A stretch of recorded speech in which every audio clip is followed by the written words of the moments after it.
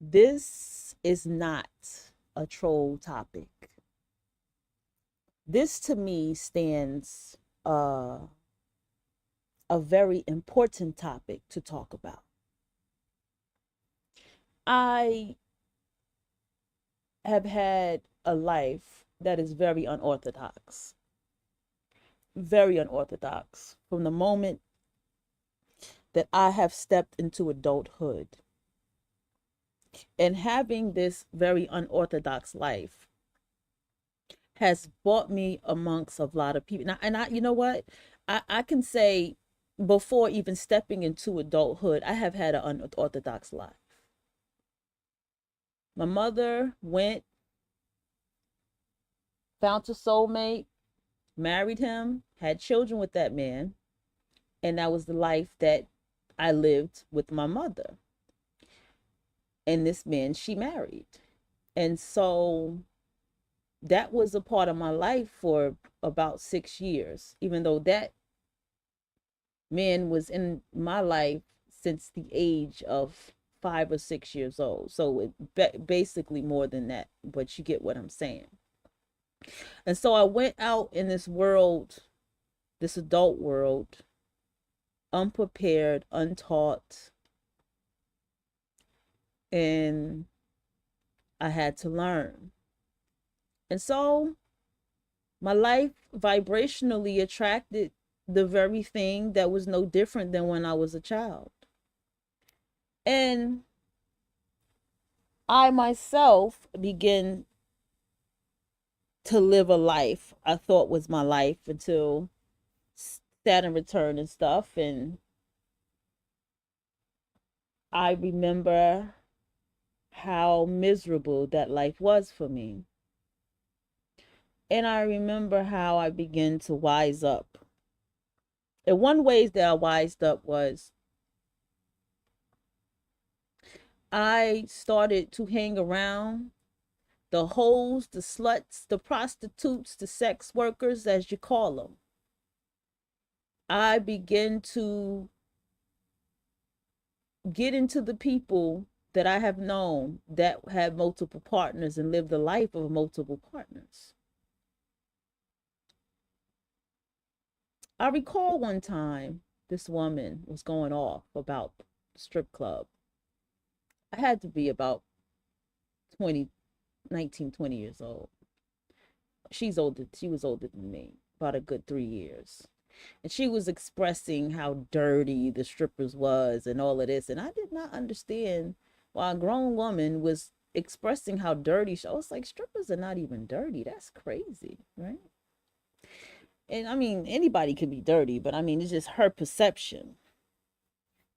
And the reason these things happen when we're getting into this patriarchy, when we're getting to the male centered woman, when we're getting into the heteronormative woman, or we just use the term male centered woman, she does not ever want to believe that the male in her life is engaging in any activity such as what these women are, or even associate himself with women such as them, the ones that she's bashing. Now, I'm going to start this with a video that I had came across. Now, I myself did not even finish it, but I am going to go ahead and present this video, and we're going to watch it together. I'm going to pause. I'm going to talk. You know how I do, because that's the best thing to do. Because that's how I get into my dialogue and or discussion about whatever that topic may be. Okay, it's kind of hot in here, so the computer is moving at a pace that I do not like, that I'm very impatient with. Okay, what happened? I came across the video too of the woman at Chipotle that decided that because her damn burrito bowl was not correct, she just gonna whoop ass. I was just like, Yeah, I just wanted to mention that. My playlist done built up. I got 67 videos in this playlist. I had no clue. I thought about it. I was like, damn, how many videos I got in this playlist? I didn't know I had 67. 1 second. I have to find this video.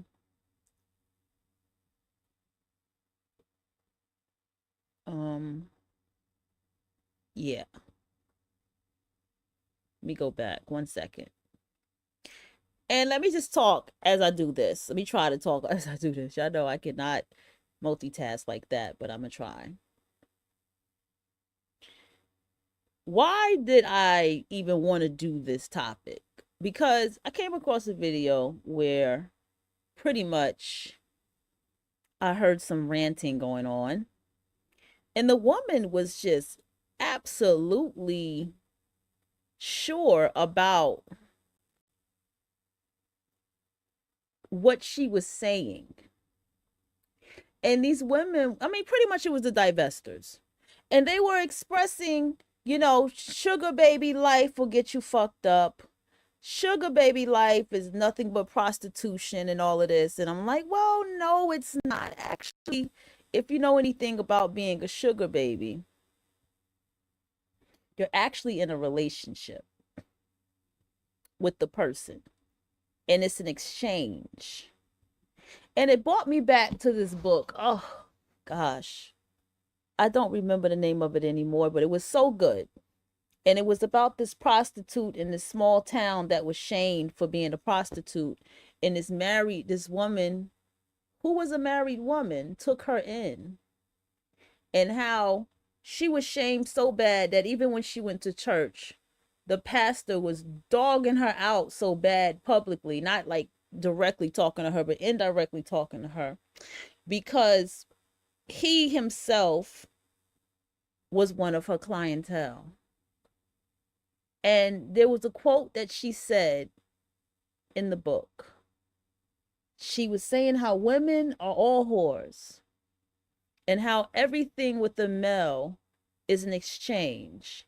And the wife doesn't even realize how much of a whore she is in her relationship with the male. And this is a book I read as a young woman.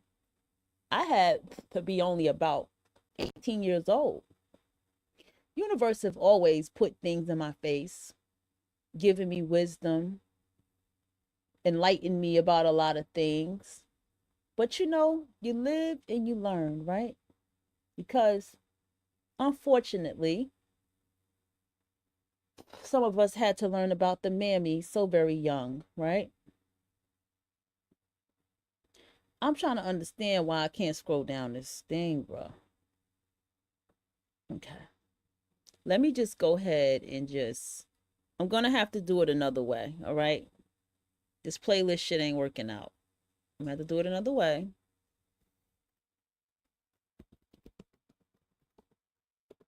I'm going to have to do a search. No use to stressing myself out. And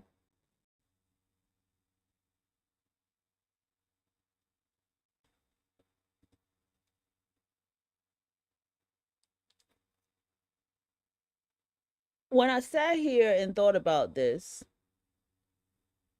and now, and I've come to live life, especially in my 30s, and all of these things, it really has opened my eyes to why the slut, the prostitute, the sex worker, right?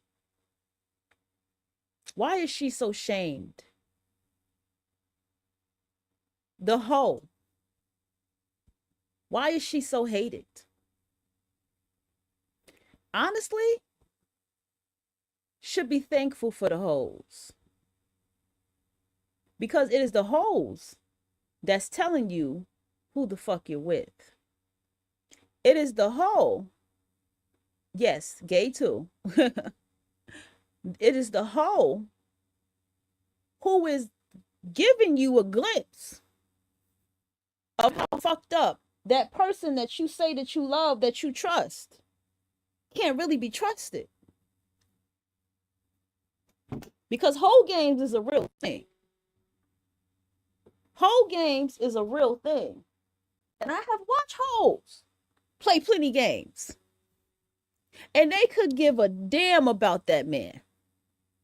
And what's so deep about the hoe is she can get that man, and it's not even the man. We're gonna go all the way full circle.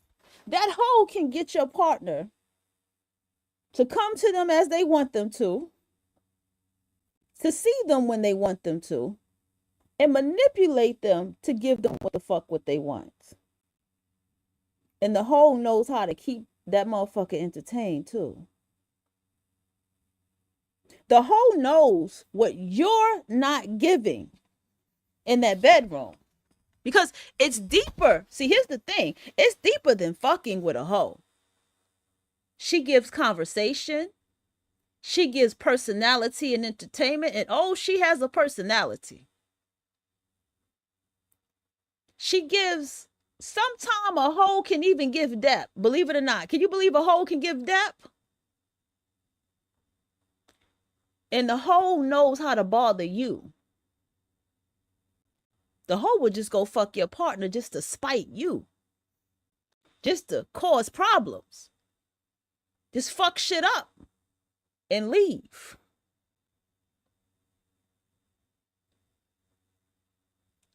But she's doing what her nature is.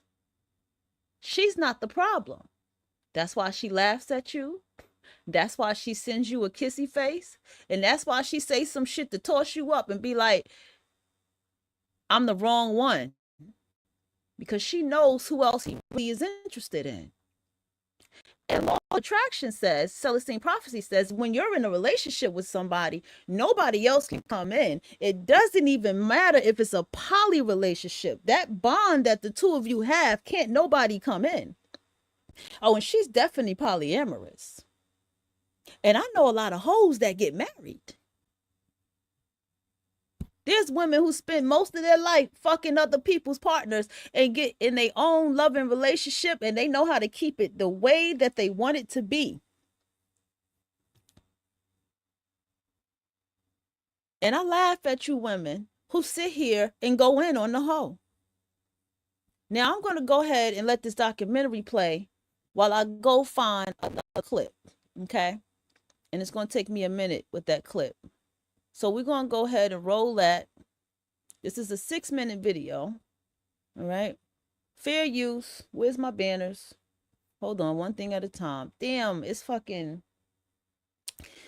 hot, bro. That's why sometimes I like to have shit to be cold and chilly in the house until I have a permanent space. Okay. This is the life of a female pimp. Because they do exist. Because that's what she is.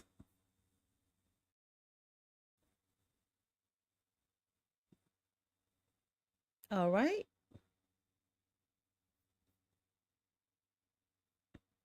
And this young lady's story is, I don't know why my screen is blinking in and out in the comment section. But listen to this story.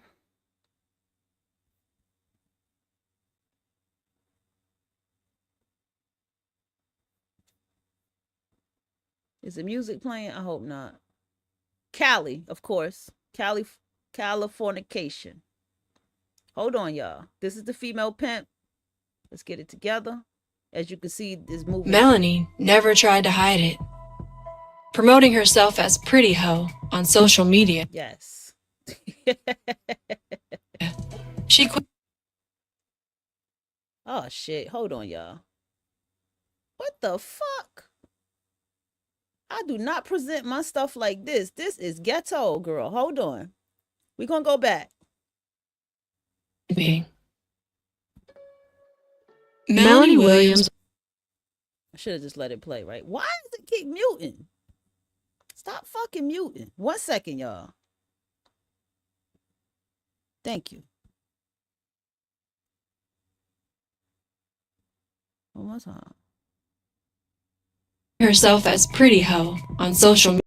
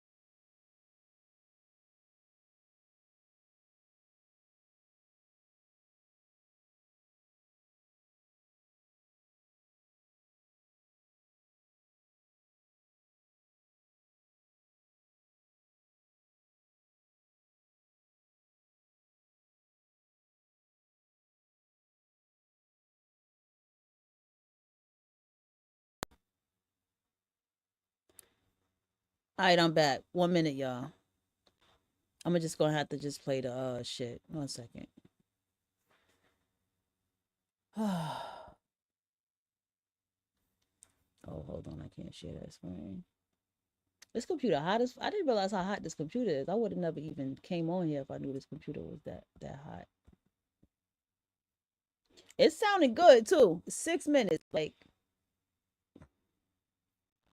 oh, I like that cover. We're basically a hedge fund that you can look inside. We use a lot of quantitative methods to time both economic cycle, but also the market. It's designed to be dispassionate. There's no politics. There's no BS. There's just trying to stay on the right side of high probability. I start literally with where is the next data point. All this does is it puts you in the place.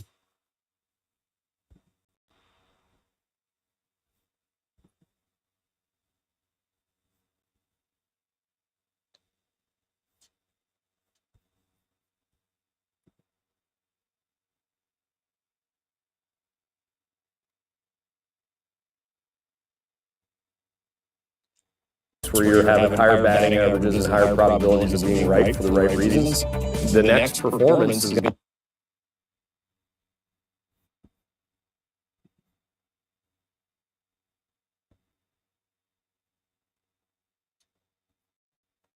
All right, then let's go. It's gonna start from where it was.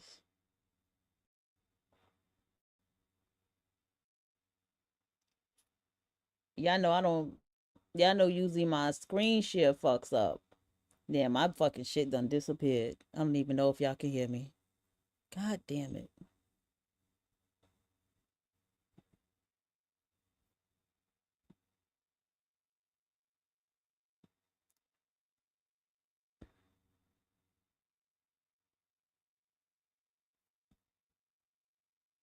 Y'all still with me?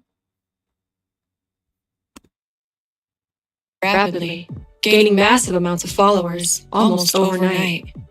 Melanie Williams drew people in with her sexualized videos and unapologetic personality. Her content ranged from twerking videos to videos of her fighting and engaged in violence. And she didn't hide the fact that she made money spending her time with men. In 2017, she was arrested for prostitution and shared the experience with her online followers. This only brought in more followers, but it also brought in some hate, receiving a backlash of comments criticizing her lifestyle. Melanie changed her profile title from Pretty Hoe to the most hated hoe in LA. That's right. Look.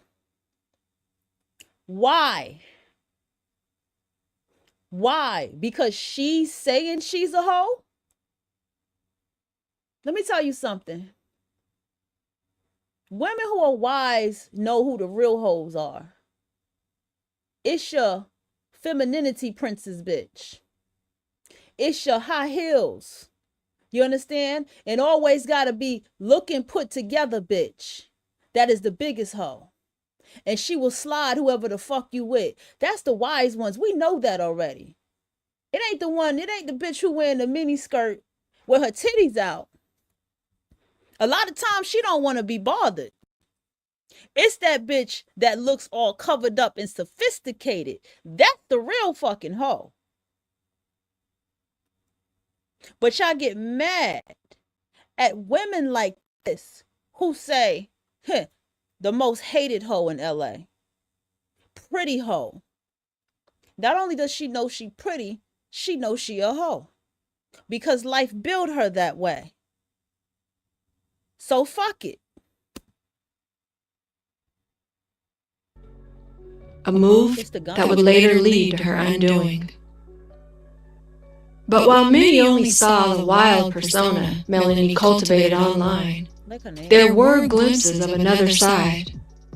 Those who knew her personally described her as being polite and considerate, and a good mother to her young child. But much of that was overshadowed by her public image. Following her prostitution arrest and 3-month jail sentence, Melanie's online fans believed the experience might serve as a wake-up call, and the comments poured in calling for her to make a change. Y'all shut the fuck up. And for a while after the arrest, Melanie did attempt to leave the life behind. She showed interest in going legit and began to recognize the opportunity she had to turn her online celebrity status into a legitimate business. She started hosting club events in Southern California and selling t-shirts to her fans. And for a brief moment, it seemed Melanie might successfully leave her previous lifestyle behind. But despite her opportunities, the allure of quick money and power proved irresistible, leading Melanie back into the life she had attempted to leave behind. Instead of continuing on a path towards a legitimate business, Melanie made a crucial decision to transition from a prostitute to a pimp. What followed was a pattern of escalating violence. To maintain her control as a pimp, Melanie forced one woman to remove all her clothes before dousing her with bleach and beating her with a broomstick. Court documents revealed that Melanie also forced another woman to tattoo the name Melanie on both her face and wrist. But equally surprising is Melanie's use of social media to document all her activities, posting videos of herself fighting and threatening women online with firearms. Melanie's online presence became increasingly erratic, mixing displays of violence with posts of her bragging about her lifestyle and invincibility. In one post, she declared, "I'm not scared of jail, so stop telling me about the police." You gotta love Twitter.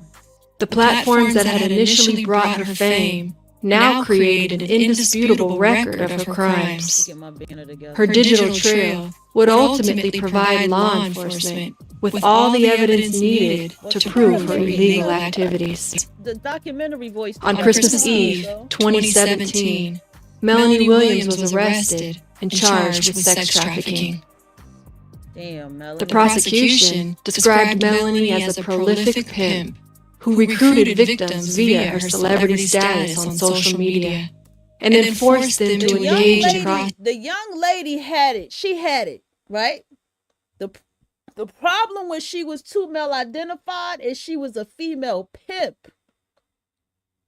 Had she been a madam, she could have still been standing today doing what she doing. But because she's so male identified, that's why she was doing all that. Even though karmically we know all those women who was there with her, they had some kind of mother womb, father womb, something where they allowed themselves to be beat down by another woman like that. There was something there with that. And you can have a mother womb while having a relationship with a male too.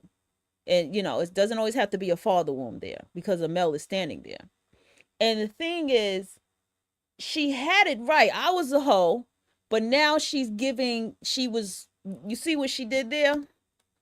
Prostitution, while she retained the profits. Melanie's attorney stated that Melanie was a victim of human trafficking and intellectually disabled. In 2019, 24-year-old Melanie Williams pleaded guilty to one count of sex trafficking by force, fraud, or coercion, and was sentenced to 15 years in prison. She good in there. After her sentencing, Melanie wrote a statement and thanked the government for removing her from an awful lifestyle. And she wrote that she was profoundly sorry for the pain and trauma suffered by the victims. Upon her release from prison, Melanie promised to turn her life around, live in a better, more positive way, and leave the life behind. Yeah, I mean, you know, the documentary voice, that's why she sound like that. She got to put that voice on, you know what I'm saying? So, as you see, the life of this young lady, right? And I know y'all can see my screen. Is this an actual music artist? Wow, of course, because she has one of them kind of names. You know, her last name is Williams. Oh, jeez. Oh, what? Design, human trafficking, and life coaching. Man, she is Digital Music Archive. Okay. Wow. I did not expect this. I'm just like, I guess I'll have to put female pimp behind her name. Give me a moment. Because I'm going to look up something else too. Now, what I'm making a point of here, now this is a very unfortunate example, right? But it had to be still said. Do you get what I'm saying? This young lady did what was done unto her. And she did it in a male identified way, right? And that doesn't make it okay. I'm not saying that's okay. But the point I'm making is, you have to understand, and a lot of y'all don't like to hear me tell you this, but the world wants to see you suffer. The world wants to see you in pain. And when you are a Black woman of color in this world, the world don't ever want to see you be the opposite of what that is. When you already have that dark brown skin, dark and or brown skin, and you identify with that term Black, even identify with the term African American, you are already identifying with something Gothic, which is already dark. But then when you begin to be in that darkness, you're really living Gothic. And a lot of people cannot stand to see shadows, right? That's why they call it shadow work. People can't stand to see that. So therefore, you're going to get attacked on a very high level in this world. When I have my brown caramel skin and I wear all black and I wear silver jewelry, right? And I have this very way that I move out here, very silent way that I move. That is very Gothic. And then have an alternative look. That makes people uncomfortable. And then to open your mouth and speak a certain way really makes people uncomfortable. You have to be able to look at yourself and know, what do people see? And what are they judging? And this is a reality that has to be faced in this world. This is why the divestors go so hard, because they don't want to be identified with anything that identifies with the Black woman or the woman of color. So they have to tear it down to the max. Because I don't want no one to think that I'm going to beat your ass over a burrito bowl at Chipotle. I'm not surprised that the bitch did it. She's the big bitch. She was big. She was the big back.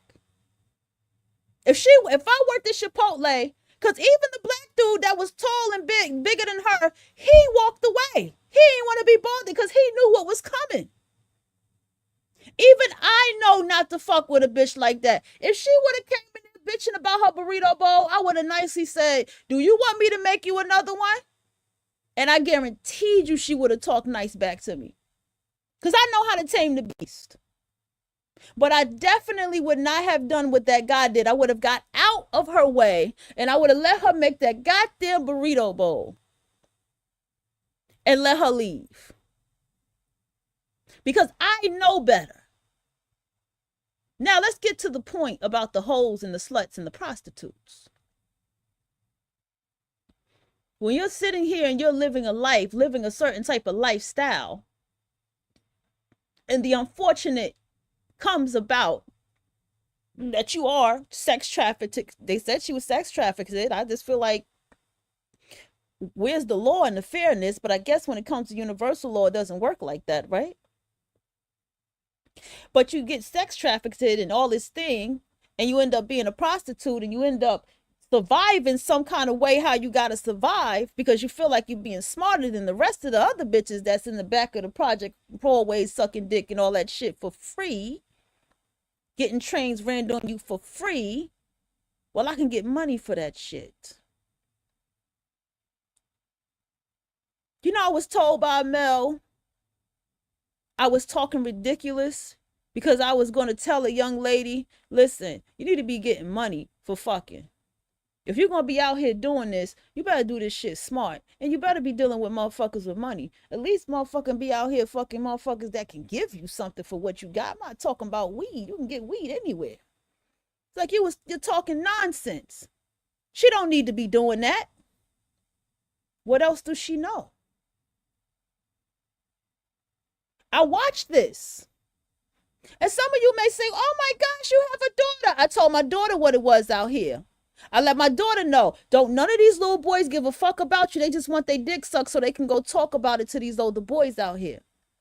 And so all you women that be like, oh, you know, you should let your daughter date because when they get older, dudes are going to get them. Let me tell you something. That young boy, there's a grown man telling him how to get your daughter's pussy. Y'all don't think about that.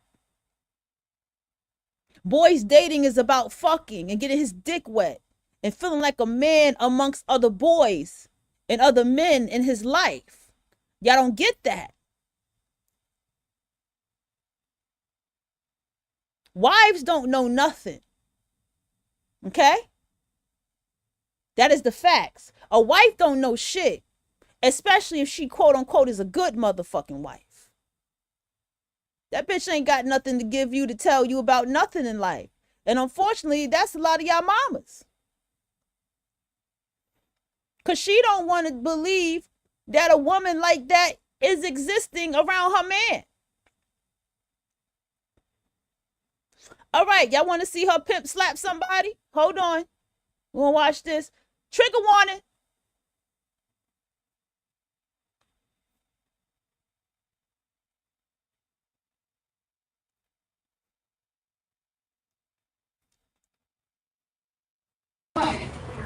You kind of a little strong, but I think you're not going to get shit out of it. No. Oh, well, I'm going to talk to you.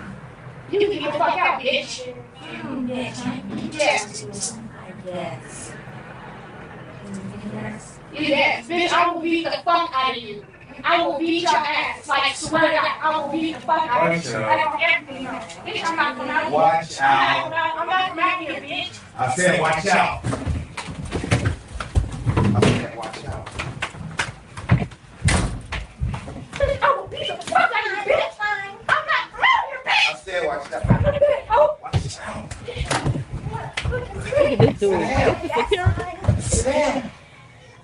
That's fine. The fuck? Yeah, keep your I'm coming back up fixing her hair. Fucking dead. No, I did, bitch. I walked up to you. You can do another round. Get the fuck out, bitch. You a wagon some don't want to play? Bitch, you disrespected my hoe enough. You disrespected my hoe. You disrespected my nigga. You want to lay up under him all night and not give no money, bitch? You just want to be around this motherfucker and sit up like you some pretty ass bitch? No. Bitch, get the fuck out of here. Bitch, post that ad or get the fuck out. I did post the ad. When? Yesterday? Yesterday? Listen. I'm ready to go. Bye. So, You can find your way here. Just stop me. Just go. Danny, you can't come here. You know, motherfucker, stupid ass question, bitch. You talk to her. You don't talk to me. Oh, I thought that was Melanie. My bad. I thought that was Melanie doing that, not him slapping her. I should have caught on to that. Oh, well, goddamn. My bad. My bad. I did say trigger warning. I thought that was Melanie doing it. Okay.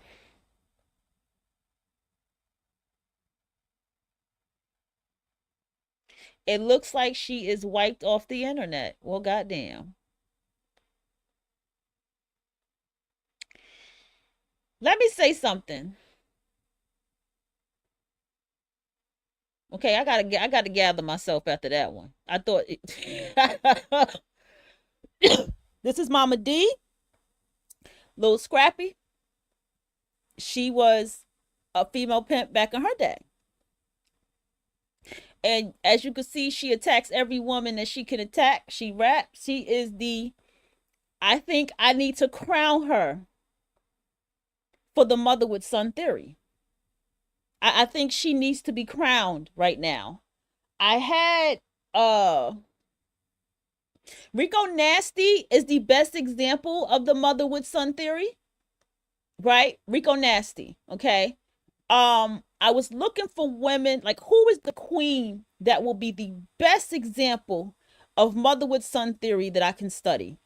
And thankfully that I'm out in the world and I'm working, and Mama D is a hot topic.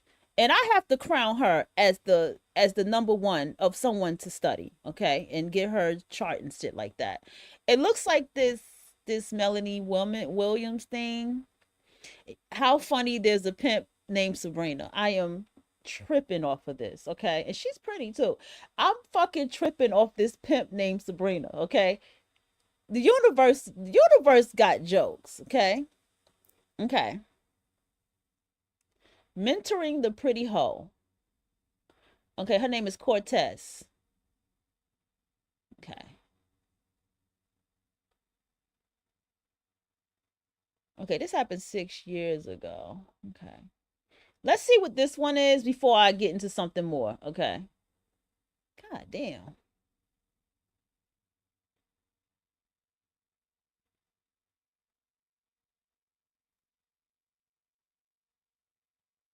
I'm still here, y'all. I know it's a little quiet.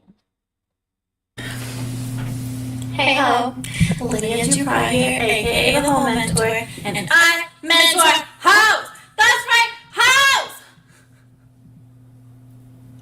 I know you're tired of saying that.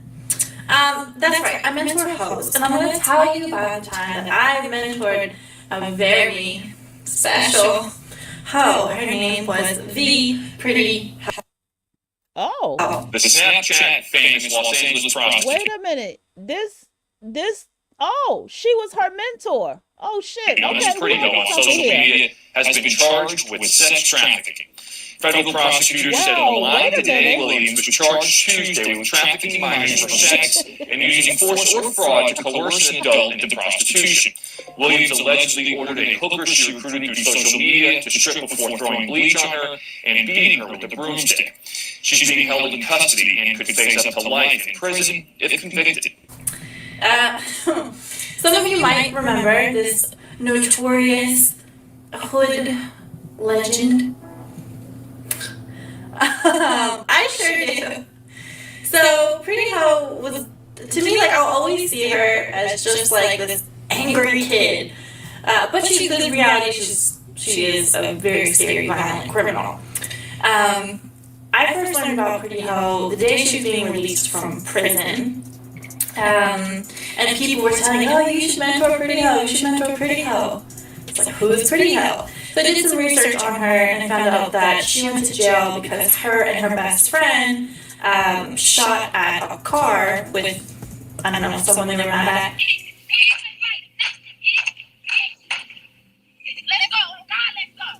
And they became legendary over it. They already were popular on Snapchat for their twerking videos, robbing tricks, and just very exaggerated hoe behavior. Like very, very stereotypical, like ghetto craziness. But you couldn't look away. Like I was truly, I couldn't stop watching. And I thought it was so interesting how large their cult following had become just from doing things that I want to say are not all that special. Twerking, crime, happens every day.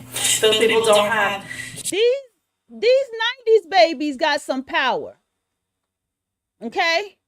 Because lately it's been extremely cult followings with these 90s kids. You're going to hear some noise in the background. It's been extreme cult following with them. Has anybody known that? Because there's another one where there's a lesbian couple and they have a cult following. Yeah, they sure do.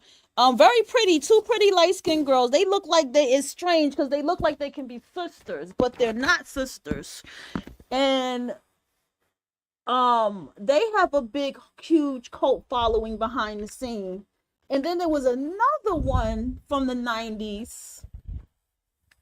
And she had one too. She don't look young. She looks like an older woman, but she's not an older woman. And she had a heavy cult following as well. 1 second. I think the microphone. Yeah, I think the microphone about to turn on, y'all. Hold on. Mic check. Can y'all hear me?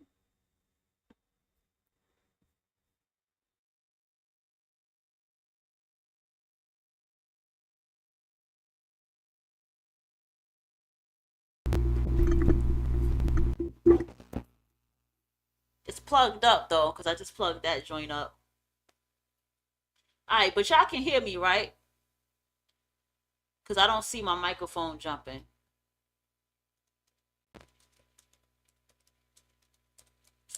Alright, we're going to get back into it. 1 second.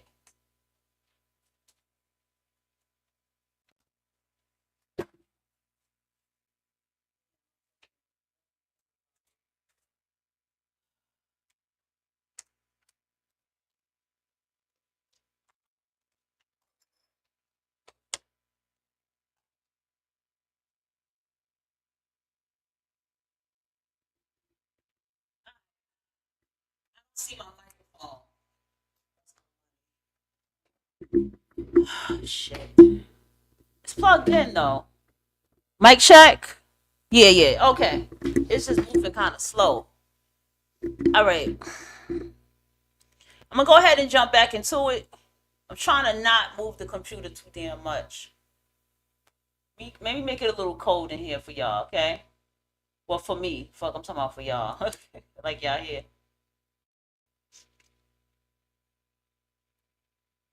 Huge fan bases. So I thought it was really interesting, and I'm like, this is a special person because your average person who does things like this, they just don't get that type of attention. So I thought there must be more to it. I originally was interested in her because I just wanted to pay her for a promotion, to plug my website. Then I found out that she had a kid, and that's when I got really concerned, and I was thinking, this woman is a mother, and I can already tell by the way she's presenting. Most of them are mothers. She's out of jail. She's gonna end up right back in jail if I don't help her. And who better to help her than me, the old mentor? Seem perfect, right? For about 1 month, I'd say things were going well. I met her just a couple days after she had gotten out of jail, and she was so interesting in real life. She was very quiet, very reserved, she was actually very sweet, and she asked me if she wanted me to cover her facial tattoos when we met, because I told her that this is a business meeting. So I was actually very surprised, and I thought it was very sweet. So I've always had a little bit of a soft spot for her, having known her in real life and knowing that she's actually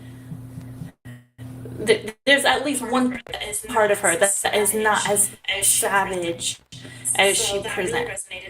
So that really resonated with me, and I was like, oh, that's actually like a very polite, So we had met up for cute promo, and I said, thing. okay, wear this dress. And So we had met up for promo, and I said, okay, wear this dress and say this stuff. I don't know Plug what her experience is with. All right, hold on, y'all. She didn't trust I'm not liking the way this Which is being I don't blame her. I so don't let know me what- just continue on my way. what her experience is with Let me let everything warm up over here strangers. because I'm not liking this. Bank account. I do not.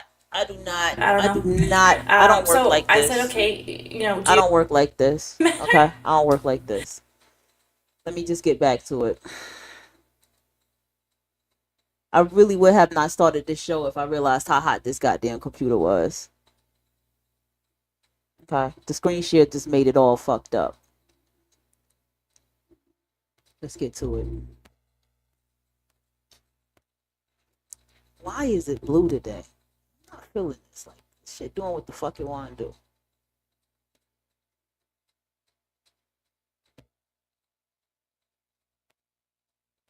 Alright, listen.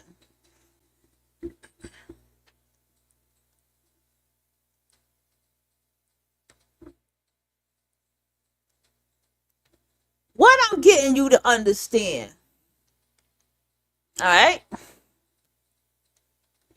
is that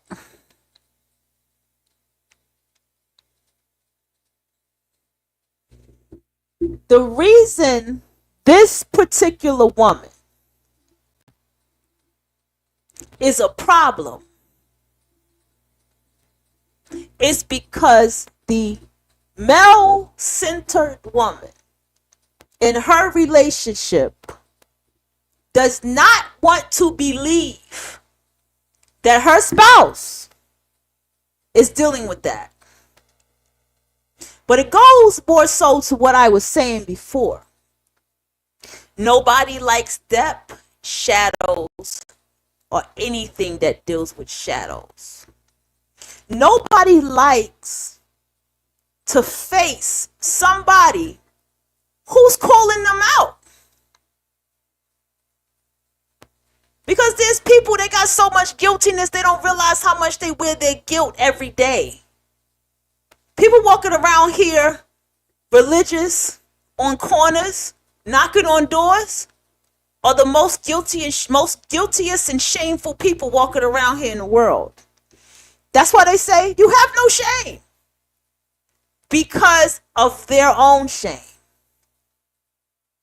So yeah, you're going to get called a hoe, a slut, a this and that, because that's all to shame you. That's all to say, you know what? What you're doing is fucked up and wrong and you're fucked up. But why don't these same people ever advocate on billboards for child molesters and incest? Because that's the shit that they for. That's the real shit that they're for. And we all know that. Everybody likes Black China once she removed her tattoos, once she removed and stripped herself of her creative, free, expressive self has been stripped and broken down. Now everyone likes her that way. What does that tell you? When you're creative, when you're unique, when you're different in this world, when you're truly a unique, different person in this fucking world, people want to strip that from you. People want to strip that away from you to make them feel happy in life that they don't have for themselves. People want to pull you into their ideologies and the same thing because of life they don't have for themselves. When you are a free-spirited person, a single person, polyamorous person, sexually free person, you can't be friends with a married person A married woman so-called open relationship ain't the same as your polyamorous relationship or your open relationship or your open relationship lifestyle. Because, i.e., we know the husband is going to have a big problem about you being in her life because now you're exposing his lies and his deceit and his game that he played to get her to be his wife. And then on top of that, you're also you're offensive, whether you realize it or not. And then there's the aspect understanding that when she has some kind of open relationship with her spouse, she is wanting to be the one in control, i.e. Tiny and T.I. She was abusing those girls because she had to break them down to make sure that he would not leave her and embarrass her and by running off with one of them. And that's what it's all about.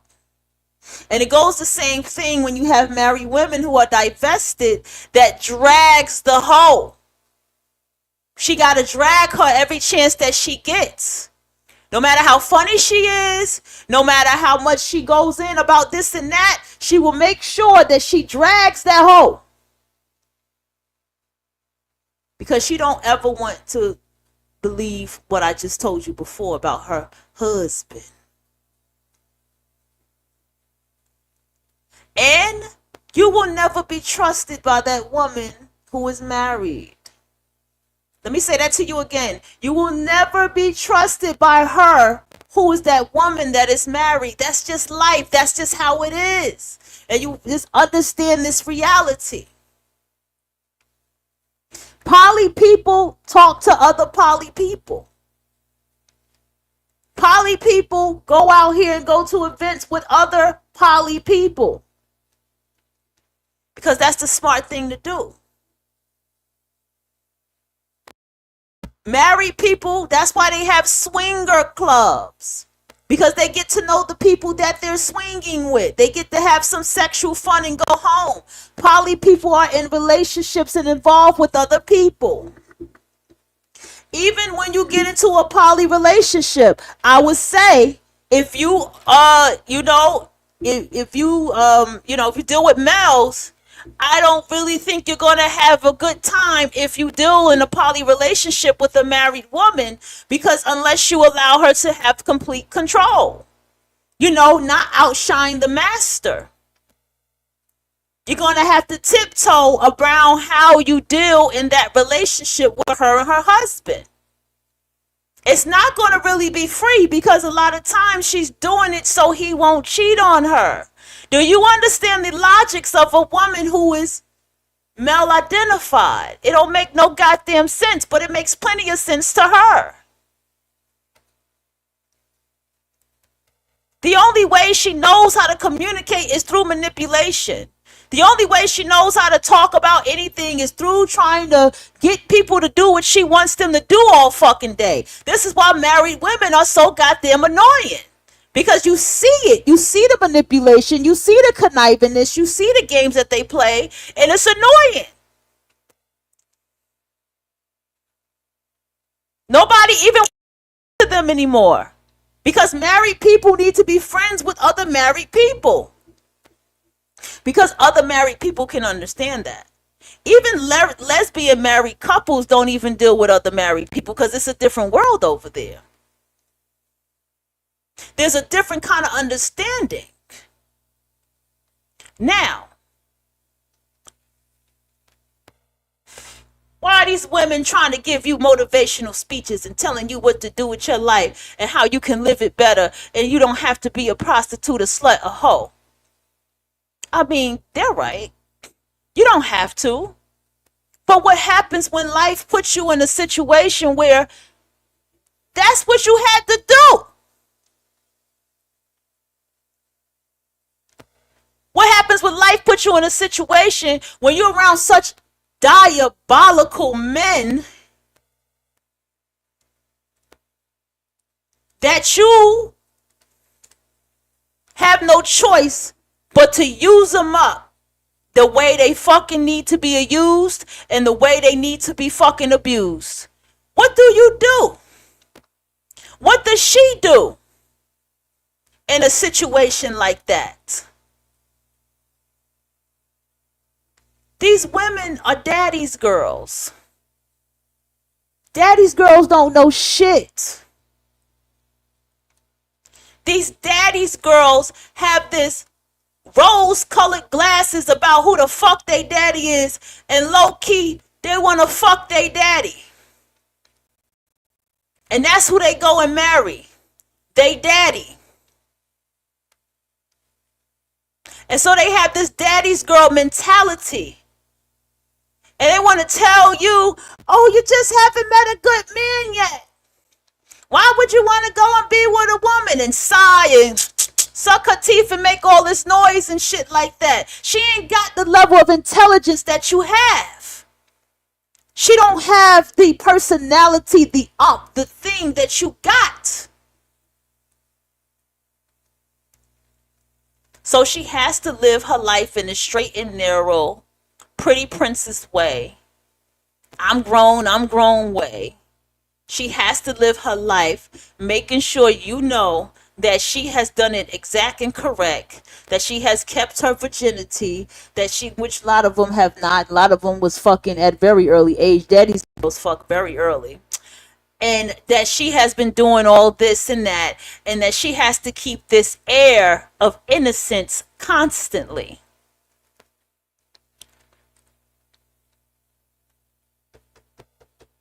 That's what she has to do. She has to put on faces. She has to put on an image when she walks outside. And she wants you to put it on too when she walks outside with you. You can't be friends with anybody like that. She lives her entire life giving a fuck what everybody think. Even if she says that she doesn't, she does.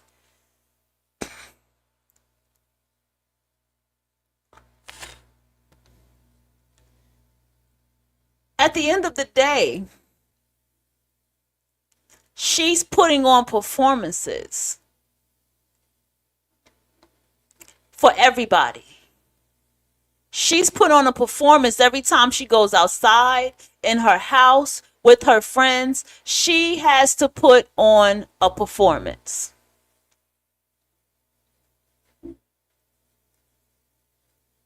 And that's not the life that you live. Okay? That's the life that is her life. So how can you be friends with someone like that?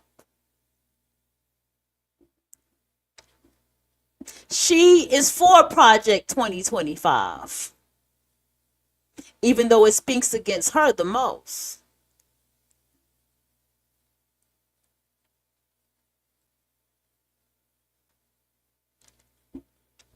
There are people, they want to be with someone who has been experienced.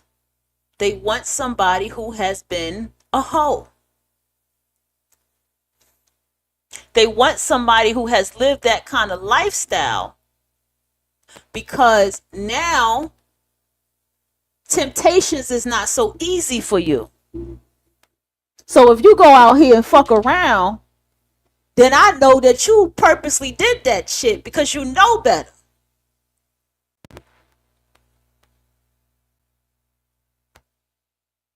What do you know? Being in a relationship young and starting a family and getting married or having a committed relationship. What the fuck do you know about life? What the fuck can you know about life or people? You're going to get played left and right, right and left. People target people who have been in long committed relationships to go date because they know they can mind fuck them and play mental Olympics all fucking day with people like that.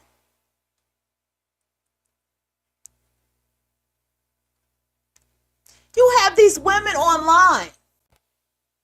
My husband, my husband, my husband, my husband, my husband.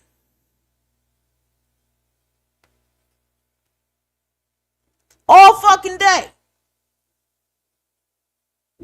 That's her whole entire identity. I need to go to TikTok. What am I doing? Since today's supposed to be the last day before we say rest in peace to TikTok, everybody.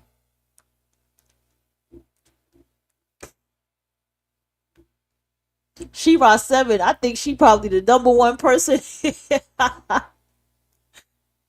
I think she the number one person on TikTok. But let's get into She-Ra 7. There we go. Tell me that's not a madam right there.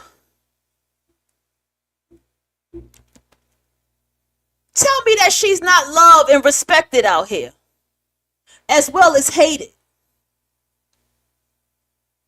If y'all don't know, that's a whole witch. She was telling people how to be a witch on a budget and shopping at Family Dollar. I do remember that. One day I sat down and I fully remembered where the fuck I knew my girl, She-Ra 7 from. Okay? And let me motherfucking tell you, bro. That bitch is the shit. And I wish I would have listened to She-Ra 7 more. I do. She got a video saying, if you living like this and you splitting rent, that motherfucker shouldn't be respected. In her own words, I'm paraphrasing. He shouldn't be respected.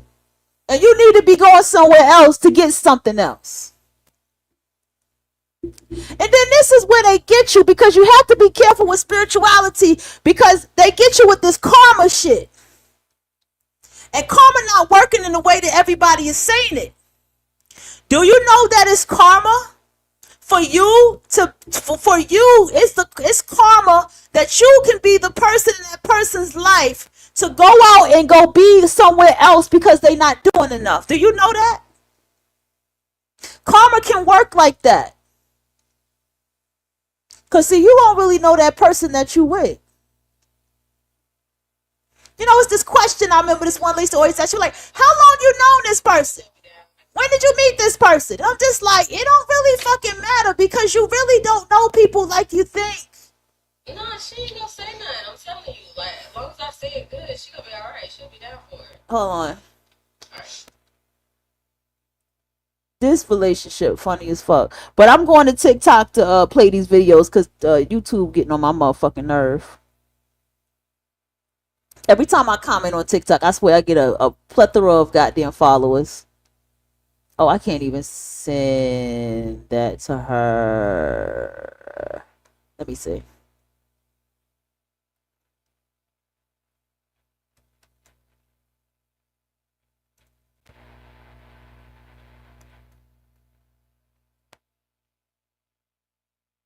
Alright, 1 second, y'all.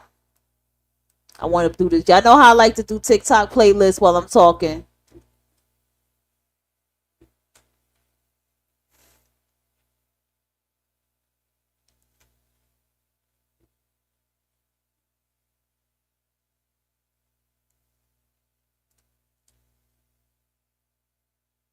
Alright. Damn, TikTok is...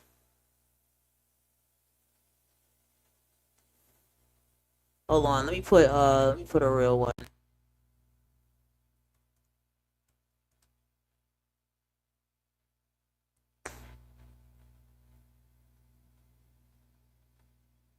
Put a real one.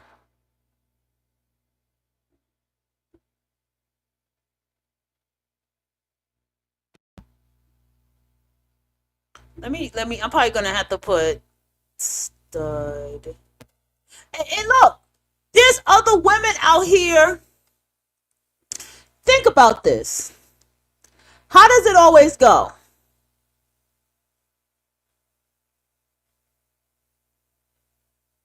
It always comes out that the woman is who brings the women. remember one time, times ago,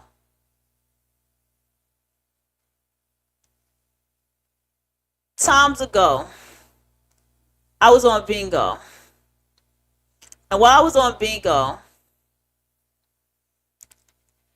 it was this stripper. You know, whatever my bingo name was, Dope Metal, whatever. She was like, oh my gosh, Dope Metal, I love you. I love you so much. Just because I helped her. Just because I helped her on the app. These women in that world already have a mentality and a mindset. These women are already targets to be treated that way. It's the street dream songs. Some of them want to use you. Some of them want to be abused. Some of them want to abuse you. Some of them want to be used by you. I say that verse all the time. That's the realest shit. Street dreams. You gotta listen to that song. I traveled the world in the 7 seas. I tapped into all my 7 chakras. And I realized in this life that everybody's fucking looking for something. That's real talk.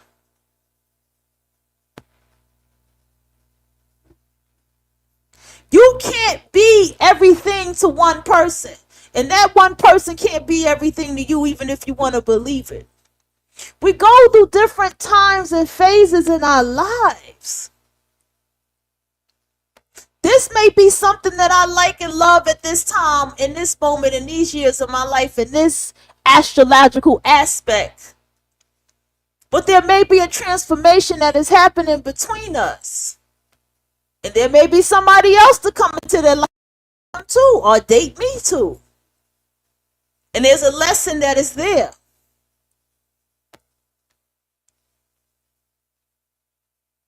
Why did I go from that relationship, meaning my one from when I was 30, when I was fucking in my 20s, to befriending a woman who didn't give a fuck about being a hoe?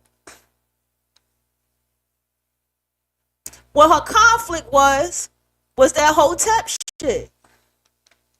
That hotep shit ain't nothing but religious shit. You just mouth hotep, amen, hotep, amen. It's the same fucking thing. Amen, whatever. Amen to you. It don't fucking matter. It's all the motherfucking same. And it's still men trying to regulate women's bodies, because if they believed in this shit they talked about, then the women will be polygamous too.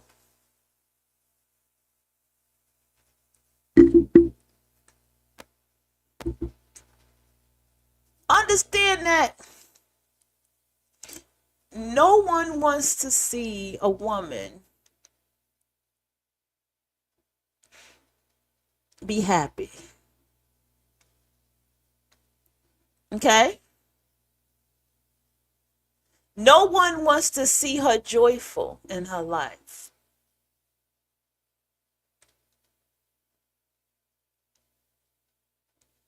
No one wants to see other people make her joyful.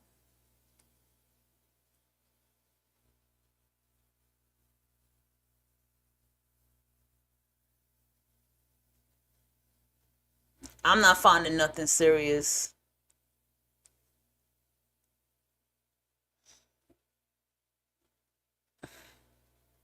And that's just what it is.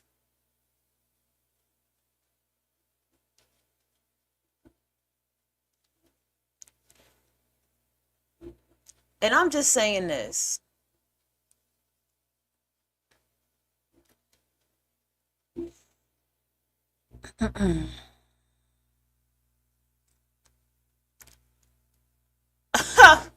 It's cooling down, y'all. I know y'all are waiting for this motherfucking computer to cool down right now.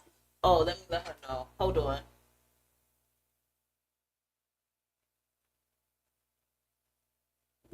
Let me text somebody.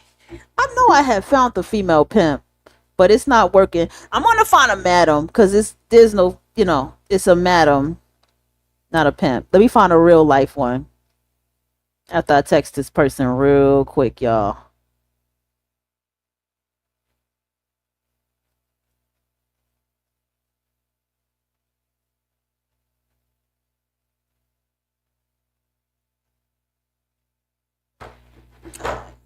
Hold on. Let me find.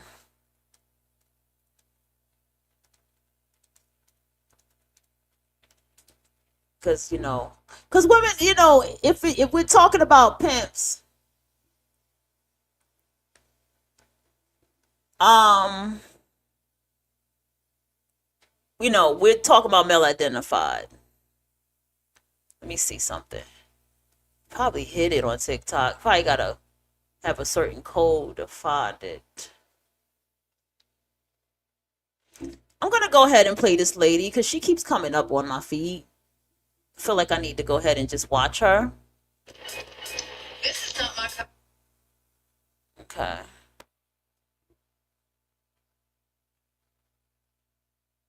And any woman who's wise, she would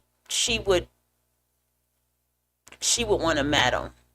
She would not want to be with a pimp. She would not want a male to rule her. Okay? Let's go. Comment, but it's all fair speech, my girl. Yes, there's absolutely a pimp. They're called madam. She was an evil, vile woman. She actually is in prison for life because she murdered one of her clients, one of her girls. Hold on, y'all. Let me search. I swear my lady was a madam in a past. I need y'all to stop playing this. Because y'all fucking up my shit. April with APTV, retired hoe for 12 years. This is a really good question. You mentioned before that you have had a madam. If you don't know, a madam is a woman pimp. Can you talk about your experience working for a woman versus a gorilla pimp? I'm new to SW work, and all I've had is peas, like men peas. So, I've said this before.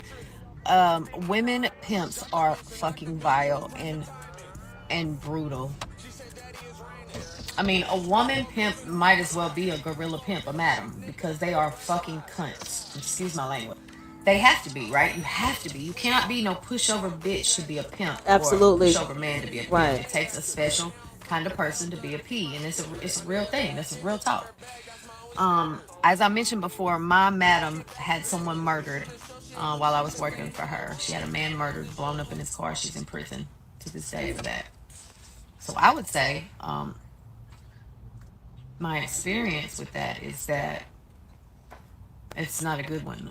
They're horrible people because you know how women are to each other. We're already catty and sneaky and devious to each other anyway. We hate on each other. We're gossipy and we're catty, like I said.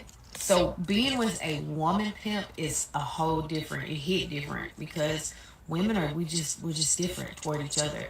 Men, they have a little more compassion, even though they're head busters. The gorilla peas are head busters. You Mel identified daddy's girl.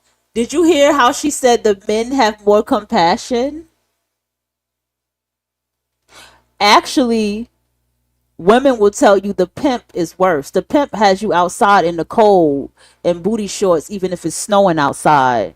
The madam will actually have you inside of a home. That's the difference between a pimp, because you're using the term pimp versus madam. A madam takes care of you. She has you inside of a home in a room fucking and giving the money and making sure that those males don't fuck you over or hurt you if she is smart enough so her goods don't get damaged. A male will have you behind a building, in a fucked up hotel, any place fucking.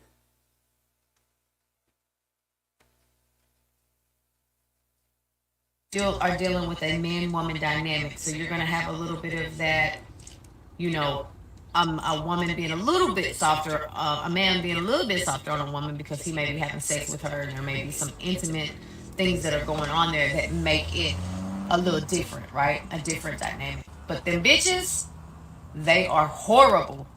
I would never choose a woman P. I would never choose. I would choose a gorilla P if I had to, which I would never choose up again anyway. But I would choose me all day. But if I had to choose a gorilla P over a gorilla P all day, even though I know a gorilla P gonna bust my head, but that bitch, that woman P, is gonna potentially knock my ass off. They some hating ass hoes for real. And then don't look better than them. Don't let them be an old bitter bitch like the one I had. She used to be a baddie, but then she got old and fat and fucking bitter, mean, vile ass bitch. She was just bitter because of how she looked. She just wasn't young and vibrant, and the men didn't want her anymore. So it's just a different dynamic. It's kind of hard to explain in 3 minutes. You know what I'm saying? I really appreciate you guys' questions. These are for educational purpose only, never to glorify, always to educate. And baby, I hope whatever you're doing in life that you be very careful. And if you need help, reach out. I feel like what she talk about with those women is who she is. I'm not going to hold you.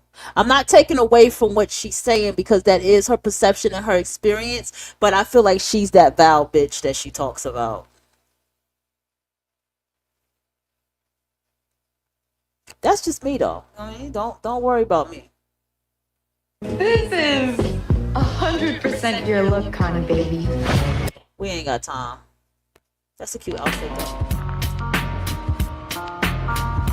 Fucking day. I got you stuck on the realness. Da da da da da da da. So we listen and we don't judge. We can't hear you, ma'am. I've been a businesswoman. We can't hear you. That color looks good on you though. When your homegirl throws a player ball for her 40th birthday, assignment understood. I love it. I'm looking for the hoe. Where they at though? Where they at though? Okay? Cause we ain't get the sexy red yet. My little sister. Those who know me in real life know why I say that. We ain't get to her. Okay, she pretty. Let me get off this page. She pretty. I'm not finding my pimps, okay? I'm not finding my female madams. Oh, wait a minute. I found one. Oh, I spoke too soon. We found one in Japan, y'all. All right now. Shout out to Japan. Let's see what she got going on here.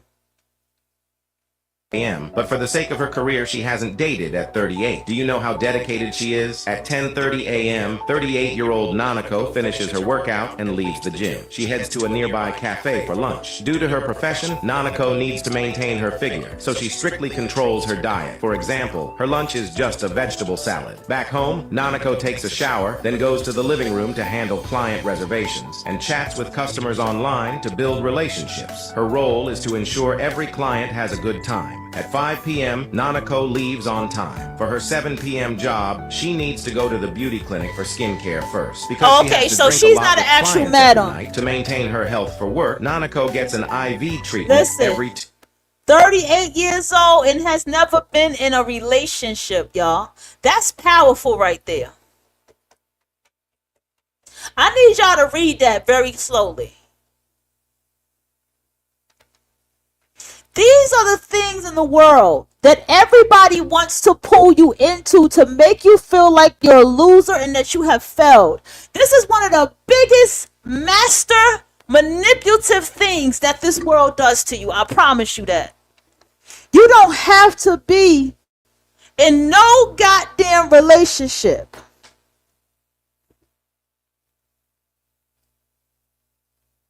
Okay? You do not have to be in no relationship at all whatsoever. Don't let this world bully you into it. Because the thing is, people who live like this also kind of don't really fuck with people in the world either.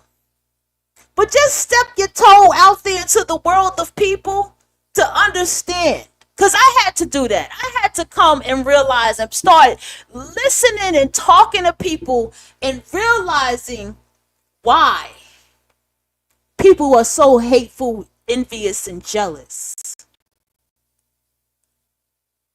People hate freedom. That's freedom. That right there, you about to hit 40, shorty. That's freedom. So when she ready to be involved with anybody the way she want to be involved, she do it at her own goddamn terms. Nobody likes that.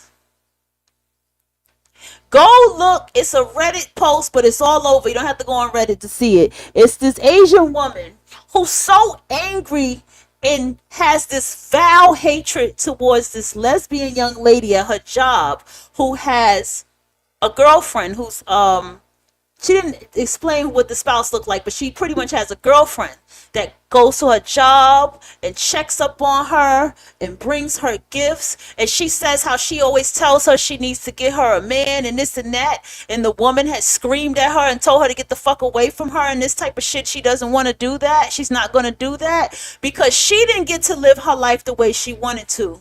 And her husband and her sons was treating her like pure crap, pure shit when she went home. And she was jealous of this lesbian young lady at her job.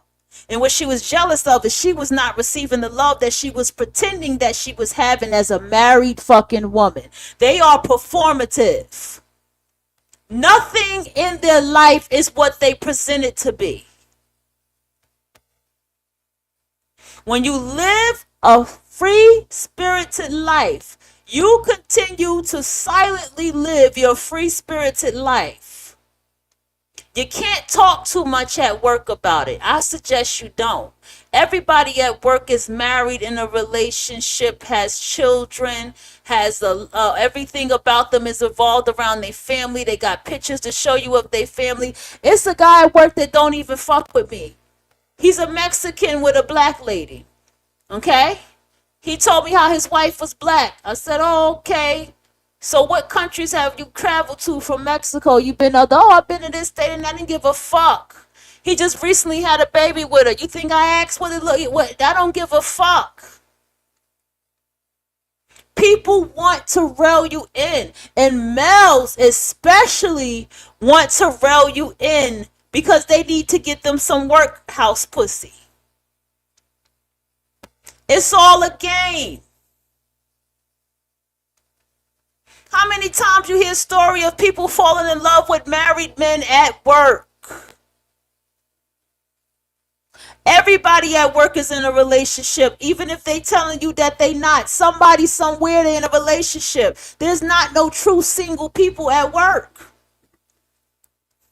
If not, they quiet about it.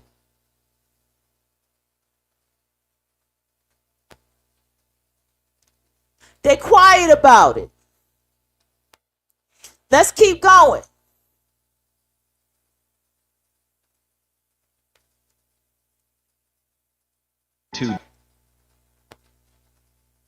Days. The main goal is to prevent getting drunk easily from drinking. At 6:10 p.m., with only half an hour before work, Nanako goes to get styled. Unlike hostesses, madams like Nanako also drink with clients, but their main job is to manage the hostesses' schedules. This job requires very high emotional intelligence. Moreover, madams' attire is different from hostesses. Madams must wear kimonos while working. At 7 p.m., Nanako arrives at the club early, checks all the facilities, ensuring everything is ready for the night's operation. Nanako became a madam 8 years ago.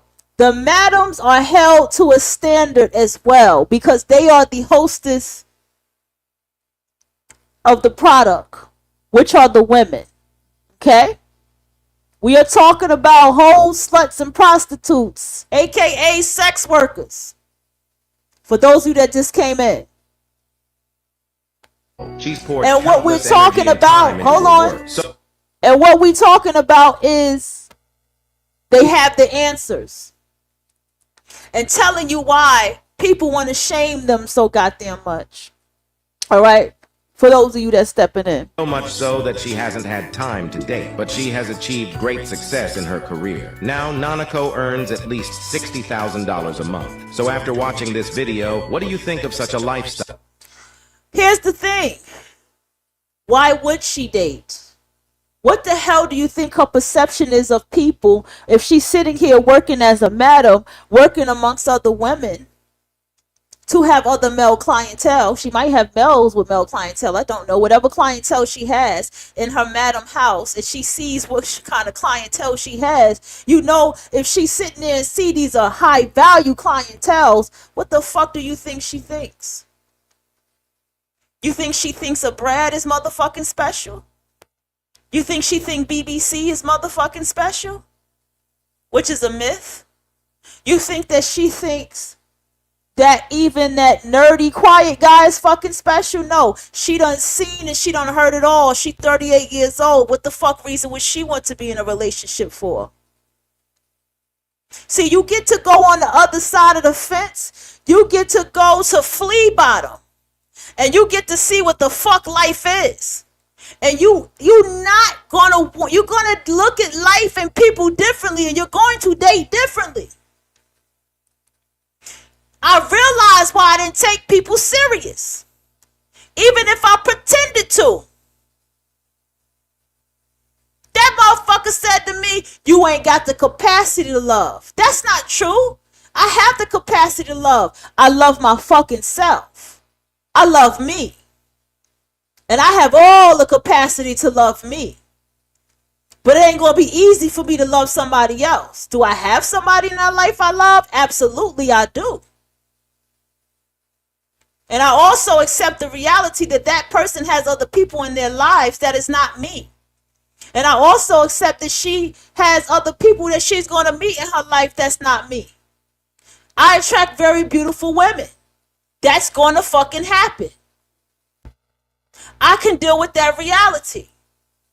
But to try to possess something, another human being, and say this is what you're supposed to do with me, that's a little crazy. I think that's a little crazy.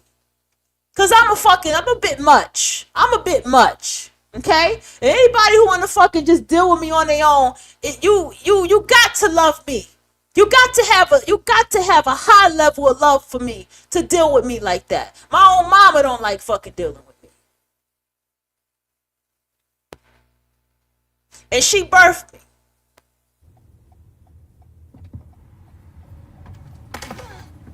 See, everybody playing games right now. I'm looking for real pimps. I ain't got time for the games. All right now. Okay, everybody cosplaying. It's funny to them. You know, I'm not on some funny shit. Okay, what's going on? Right. Everybody's doing it's always that purple pimp look though. Oh my gosh. And the reason why they say the game is, I think I know who I'm going to look for. I'm going to probably have to look for men because I cannot find no women.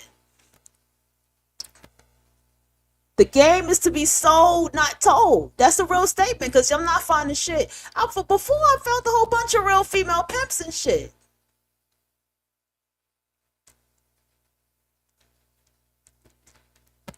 I'm going to probably, you know what? I'm going to show y'all a woman who, she's not a pimp. Okay.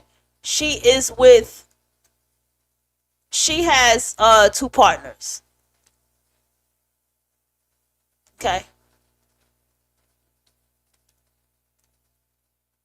Let me be significant because I am talking about something significant.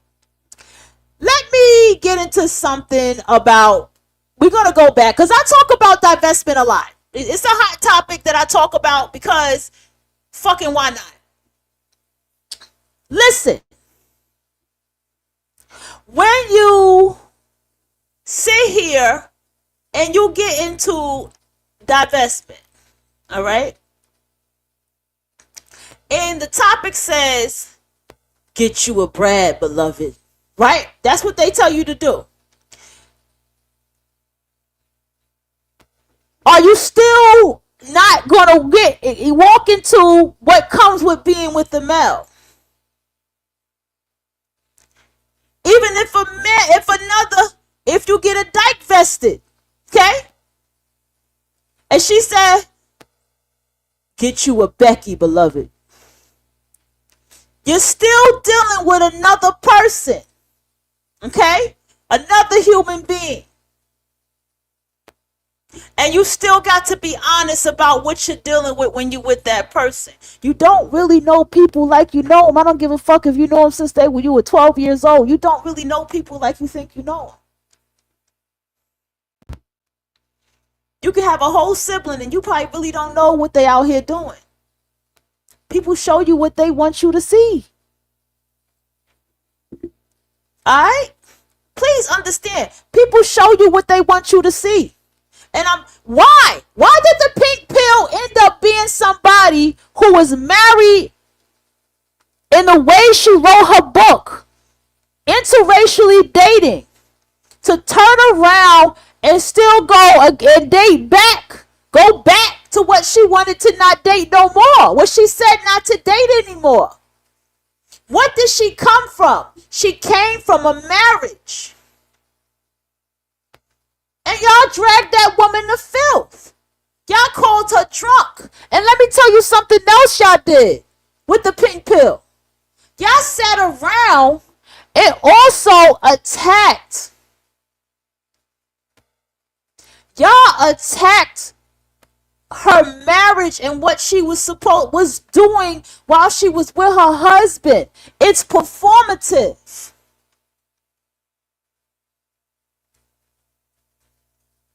When a married woman is sitting up here to a male and she's telling you this, that, and the third, that, this, and the third, and all this type shit, and she always gonna make sure she tell you how married she is to her husband, because she gonna make sure she say her husband. The U and S gotta be said real slow to let you know the us and husband, that is us here, right?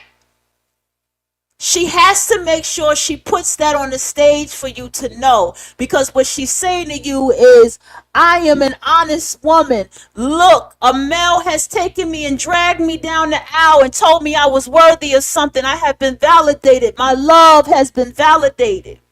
So therefore, whoa, look at me. Look at the halo on my head. Whatever the fuck I'm telling you is the truth and the absolute truth, because look at this. And this is why you have people and influencers to make sure they show you what their house look like, with the kids' life going like that, because she got to keep on fucking performing for you.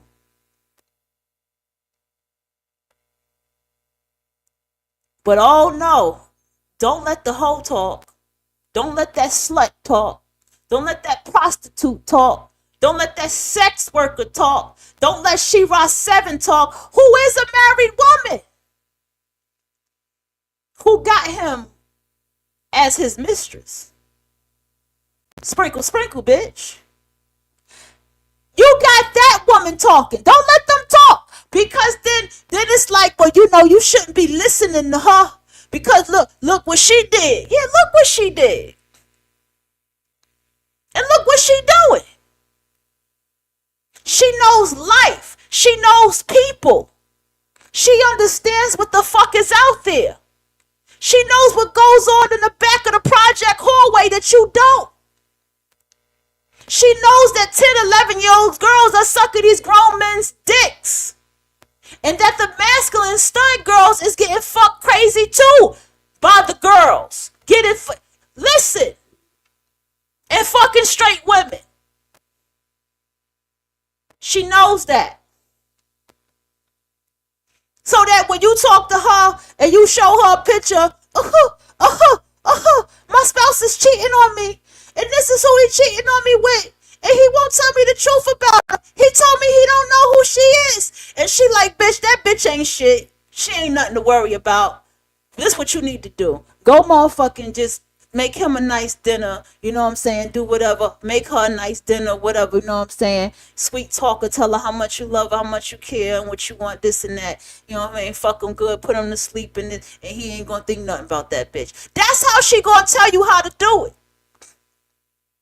But talk to another bitch in a committed relationship about what you're going through. She gonna coddle your ass. I'm so sorry that you're going through that. I'm just so sorry, girl. Fuck that bitch. Fuck that hoe. This, that, and the third. These motherfucking hoes. This and that. That ain't gonna fucking help you in your goddamn marriage. Good luck. That's why nobody like the hoe. Because the hoe is the gothic bitch. She's the fucking truth. I'm not saying that the gothic bitch are hoes. I'm not saying that. I'm talking about in the term of what gothic means. Gothic means just simply darkness. But I notice that it is always the black or the woman of color who has to make sure she is the number one to put the crown on her head and make sure she says, you know, this is my lifestyle. And that's what the Brad thing is about too. The purity, and that's the religious shit that comes with that too. That's a whole nother psychological topic there. You know, this is the purity and this is me with my Brad and my husband and this, that, and the third going on, and this is my life, and look, you know, and let me make sure y'all can get, you know, because she puts on an air, the archetype of the good wife, you know, that you can have this too, you know. Don't no real hoe be singing and coming into the fucking church, busting through the door, talking about something, daddy, sinners got souls too. It don't happen like that. Contrary to what you want to believe, it don't happen like that. See, Shook Avery, she was, you know, she was very much a hoe, and she was very much not giving a fuck about who she was. But, you know, it is what it is, because a lot of times, daddy no.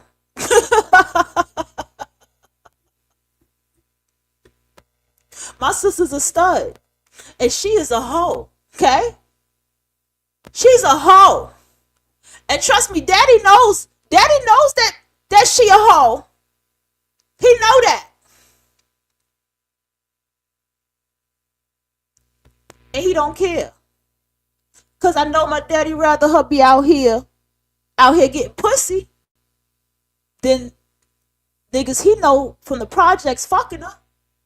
I mean, that's just the reality. I mean, in her case, Shook Avery had a religious situation because her daddy was a pastor. That's a whole nother topic there. So as I was saying, let's get back to a topic that I sit in the background and I watch, but I don't talk about. And that is the topic of the black woman.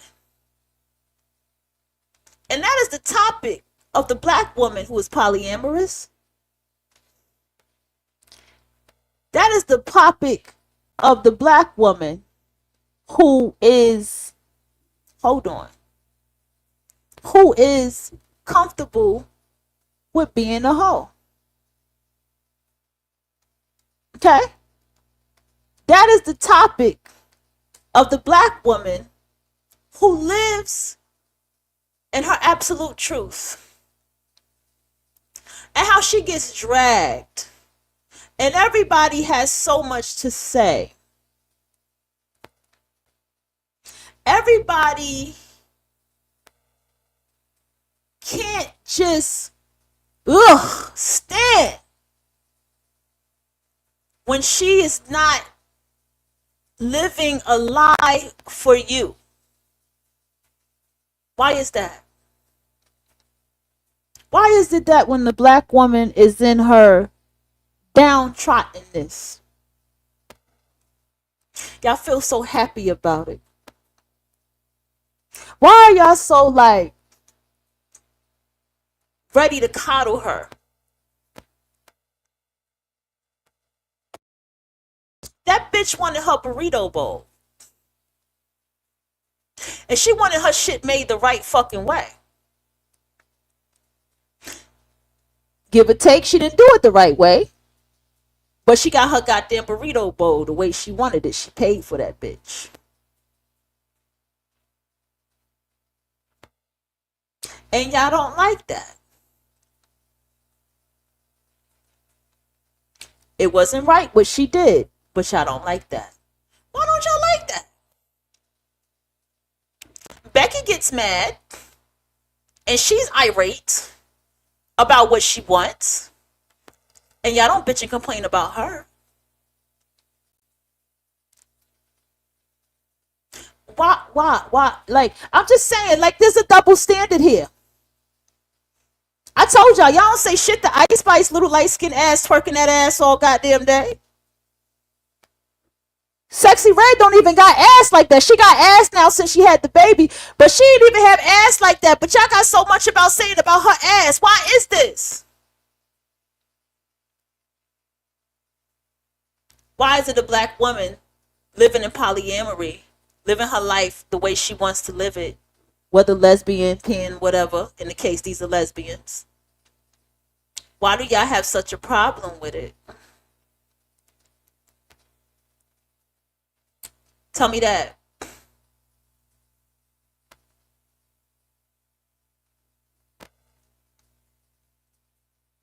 Y'all sat here and talked about a 2 pussy minimum. Y'all sat here and y'all want to talk about, and this is no attack to nobody. I'm just saying in general. Y'all sat here wanting to talk about against sugar babies and all these type of things. But do you know what it's really like for these young girls that have to live in the life amongst these animals? Do you know what survival is like for her? Do you know what survival is like for the young lady who mama and dad's on drugs and fucked up out here, and they out here in this world vulnerable and open? Do you have a clue what life is like? So when people are coming from that part of the world, it's going to be different. I come from a life of fucking crackhead family members, drug addicts, drunks. A cousin that ended up becoming a pimp. The same cousin that when the teacher broke his arm, his grandmother said he annoying. He deserved it. Didn't even protect him. He became a pimp when he got older. His mom has different kids and different baby daddies. Some of them she not even sure who the daddy is. This is the life he came from. I got little cousins who come from that same dynamic of life that is out here talking to cars to get some money. My aunt, who was out here on drugs in the streets, broke her heart. It broke her heart to see my little cousin out there. When I say little cousin, she's a grown woman, but she's still my little cousin. To be out there talking to those cars, she said it hurt her heart. She wanted to just go over there and just give us some goddamn money to see her do that. Because we ain't a family that want to see other family members go down that path. Because I damn for sure know if I would have saw my little cousin in that situation, I would have had a long talk with her and handed her ass some money and told her this ain't the way to do it. I would have told her to take her ass to a fucking strip club. Because she pretty enough and she had the body enough to go fucking be one. She ain't need to go talk to no cars and live like that.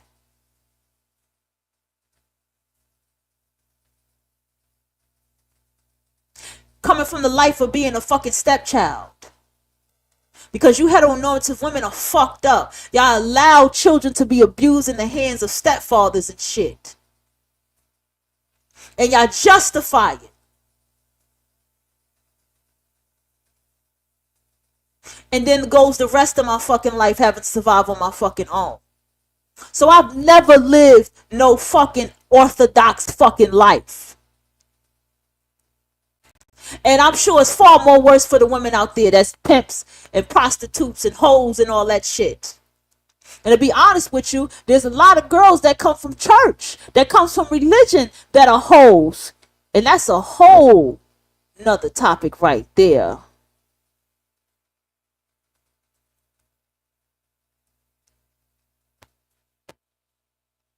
Y'all hate women. Contrary to what y'all want to say. A lot of y'all got daughters, so y'all trying. I get it. But y'all hate women. And y'all despise to see women be free without a male.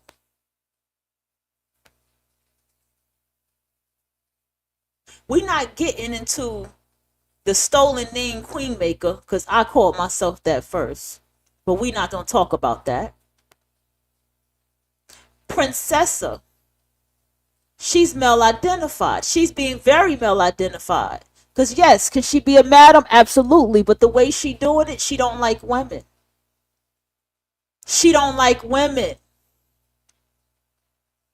So she just out here just mistreating them to get in the guys' good graces, to get in these niggas' good graces. That's why she's always in their face.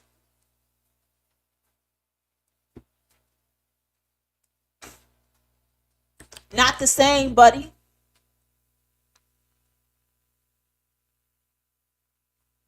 And then y'all want to always show that old, tired ass fucking article, more than likely written by a goddamn nigga.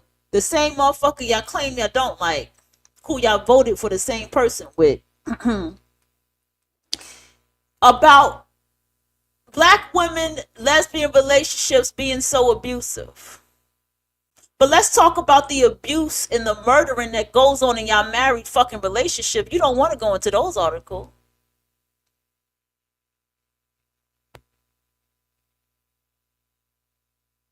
People like y'all can't stand the fact that people like myself and people as me do not cower behind our lifestyles. Y'all can't stand that people like me do not come into this world, I just don't give a fuck. I don't have to explain nothing to nobody. Y'all don't like the fact that we just don't conform, who y'all call liberals, right? Who don't conform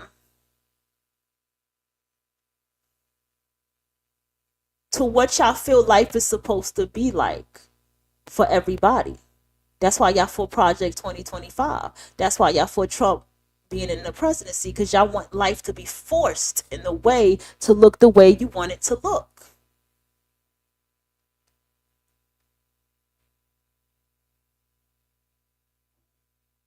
And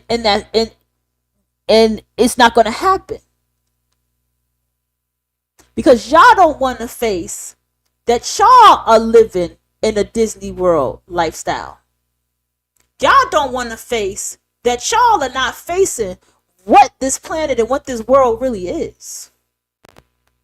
Y'all don't want to face what your children are really having to be faced with when they go out there. That's why the smart religious people stay in religious communities, stay around other religious people, go into religious facilities and homes and spaces and communities and gated communities, have their children date other religious people within the facility in which they are, cohabiting in with, to have some kind of control in their lives. Those are the smart ones. But the thing about y'all religious people is y'all stay motherfucking coming around people like me and people like us all the time. And we just look at y'all retarded like, why don't y'all go to church? Why don't y'all go talk to other religious people and shit? Why don't y'all go follow them? Why y'all not over there with them? You should be swiping me. You should be not interested. Don't show me anything from this channel ever again in my motherfucking life. Fuck this bitch. That's the button you should be pushing. But y'all be over here in people's spaces that's so not your religious, so non-religious, but y'all so religious ass is always over here.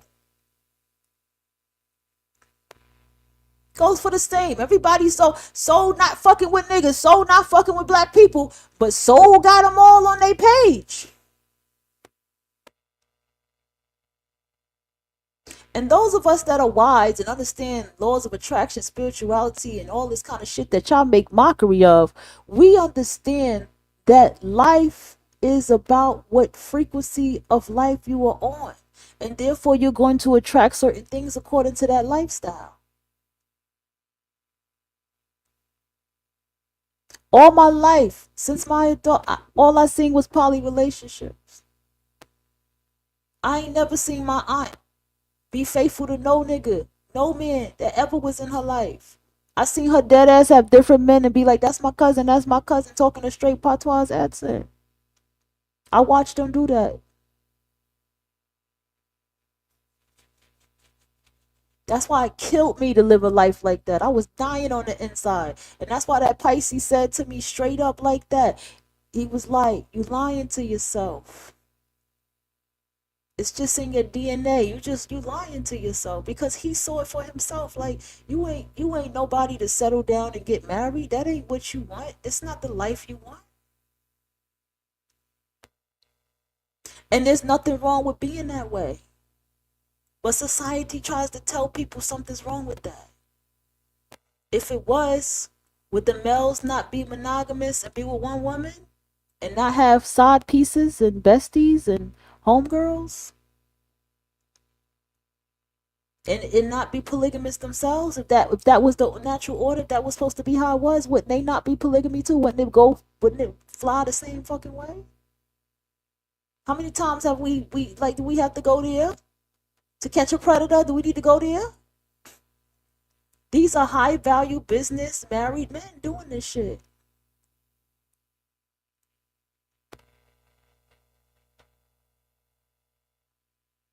Okay?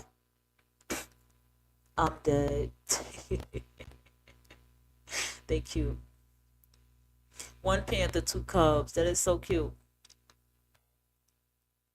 Y'all don't like to see women get along with other women. Do you not? You know the real secret to poly relationships? The women like connecting with other women. Talk to women who are in poly relationships with males. They're going to tell you that. Now, in some case, these poly relationships, they're low-key pimp hole situations. Because it can easily turn into that because there's enough women for it to turn into that.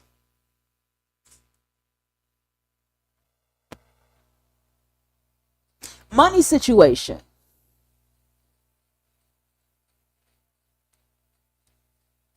But I get it. Y'all don't fuck with the black male. I get it. I don't either. You know what I'm saying? At the same time, I'm going to still bring an intellectual discussion on the table. Girl, we not doing this. What is this? Of course you a Libra. A Libra would do this. With a whole cross on your neck. Got you.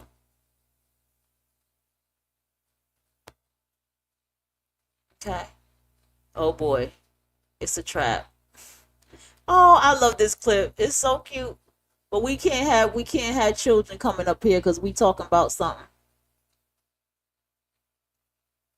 Okay.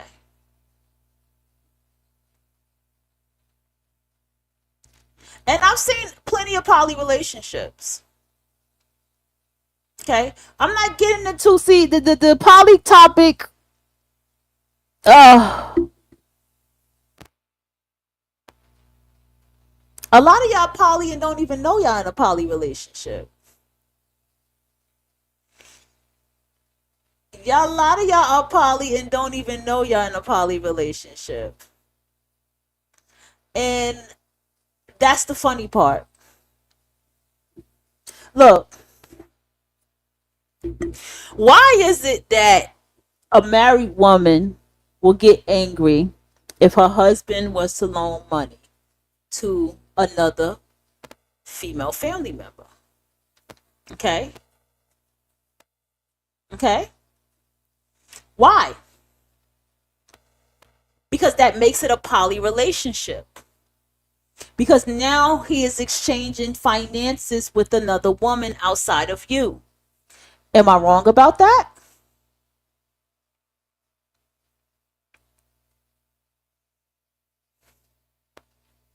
Am I wrong about that? Do you just see the hoe as a throwaway bitch? As trash?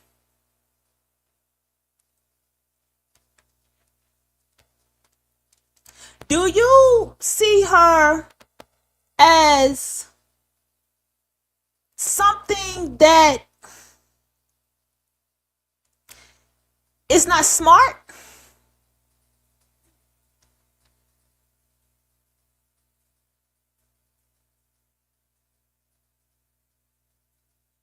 Do you know how it goes out here?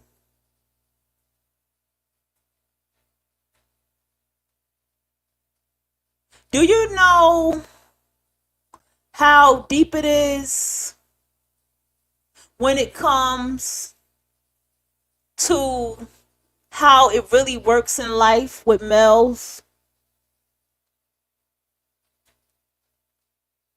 A lot of you black women are being pimped by Brads, and y'all don't even know it. Y'all ain't gonna like that part. A lot of y'all being pimped by Brad, and y'all don't even motherfucking know it. Okay, I was wondering why that kept playing over and over.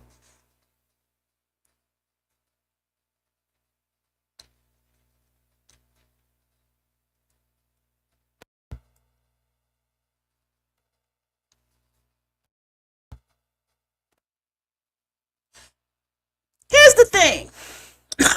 She's pretty. Hold on, y'all. Damn, excuse me for that. Hold on.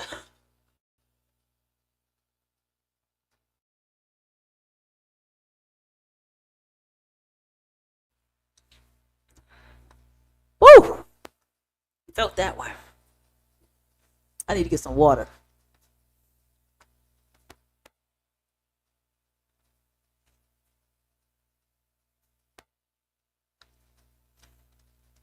I don't want no music playing.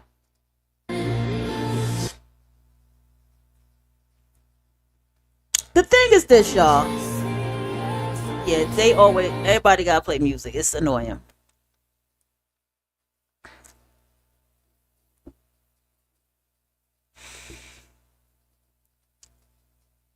I'm trying to find the words. I'm trying to find all the words that I can find in this moment. And all the words I can find in this moment, how does one really walk around in this life believing that this way right here, in which I live my life, in which I dress, and the way I carry myself, is how everybody else is supposed to be living? I really wish I could just talk to somebody to help me understand that. Because as someone who has lived so unorthodox, I have always known that my way of living and thinking is not orthodox, that people are not going to agree with me. People are not going to get the way that I think and the things that I say. It just took me to get to a point where I got in my life of stepping outside of myself for the past 4 years, you could say, and say, okay,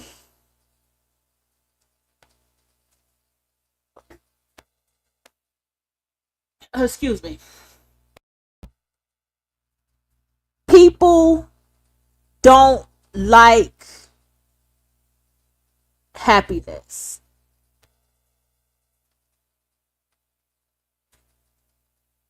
Okay? People don't like happiness. People, this is a patriarch. The patriarch does not like happiness. The patriarch likes struggle. The patriarch likes pain. Getting it out the bud, started from the bottom. That's what the patriarch likes. The patriarch does not like to see you and me will never part, my dee da da. They don't like to see women get along. Okay? They don't like to see women find themselves and be happy. These women are needed. These divestors, these swirlers, these I guess what's that? The coaches, femininity coaches. All these women are needed. Your pretty privilege, how to get social status going. No shade to that. All of these women are needed. But they will never, ever, they need you to always shame the sluts, prostitutes, hoes, and sex workers. They need you to always try to break down the woman who's the lesbian, the bisexual. They need you to do that to other women in this patriarch while they do what the fuck they want to do. They need you to be infiltrated by ways of other women or pretend to be women and think that women betrayed you. They need that while they do what the fuck they want to do.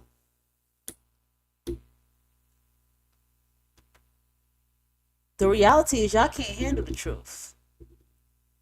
I hear it in your anger. I hear it in the way you scream across the microphone about it's a hoe, and notice they ain't say nothing cute like sugar baby, this and that. It's a prostitute, and that's and that. Y'all need to understand this, divestors. Y'all may as well put a podium and start saying ha, ha, after every fucking thing that y'all say. Y'all need to do that. Because that's what is given. Being with a man is religious. That's the point. To be with a male is a religious act. To be married to a male is a religious act. To love them is a religious act.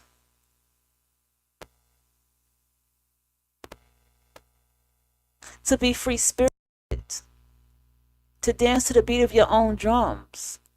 To live your life freely the way you want to while living amongst this life that this life is, but living your life freely.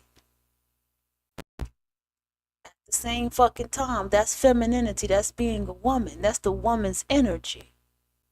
She is freedom. Okay? All right? I just shrugged my shoulders. And my thing is, I'm not knocking monogamy. Okay? Let me make that clear. My thing is, it comes to you're monogamous and you have your monogamous relationship, then that's your monogamous relationship, and you and that person make a promise to each other that y'all gonna be faithful to each other and that y'all gonna love each other. No, that's cool. Okay? Oh shit, I like the before coming out videos. Hold on. If that works for you, it works for you. But when you sit here and you want to point everybody out and make it like life's supposed to be the way you want life to be for everybody because that's your life, that ain't it. Take your ass to your religious facility with that shit. And that's what y'all don't want to face. That's the reality I don't want. That's why y'all be yelling. That's why y'all be yelling and roasting. Y'all dig, bro. Y'all dig. It's so interesting to listen to it because as long as I've been here, it's just so funny how it all recycles. Where they're like, oh, so you a male and you're gonna get on your knees and suck another dick. And that's what called being gay is. Oh, so you got a pussy and you're gonna look at another pussy and lick it. That's what called being a dyke bitch is. I guess you didn't catch that definition. That's not gonna offend me. I'm a little more offended that I guess you don't get it. But a lot of you bitches will go and run and have a threesome real quick for your male counterpart. A lot of y'all sit there and turn your head while your male counterpart will sit there and go be with a whole nother woman in your face.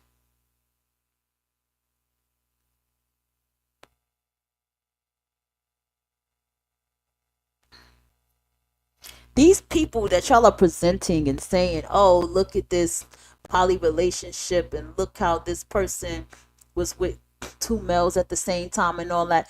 These people agreed to these relationships. Now, if unfortunately, the person did not agree to the relationship, then we're dealing with something that's a little bit more abusive.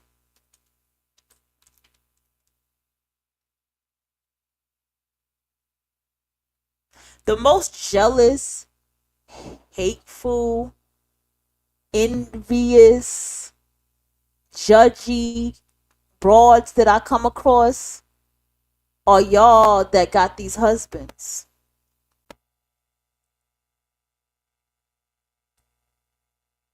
Y'all so bad at, y'all so terrible. Y'all attack little girls. Y'all attack little girls. It's pathetic.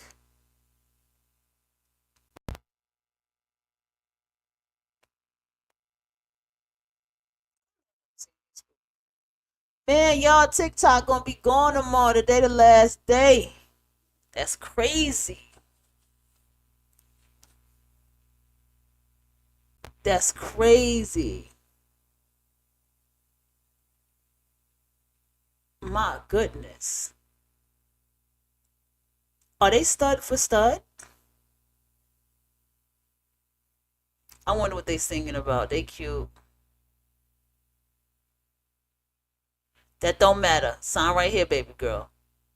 I know exactly. They don't even have to say it. I know exactly what it is. When I saw the paper, I knew what it was.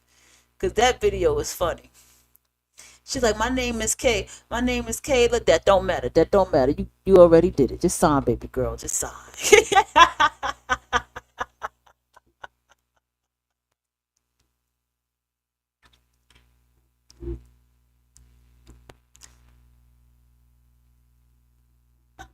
Fucking dead, bro. That video had me crying. Listen, I need to take a quick water break, y'all. I really do. I'm trying to see what else I want to get into here.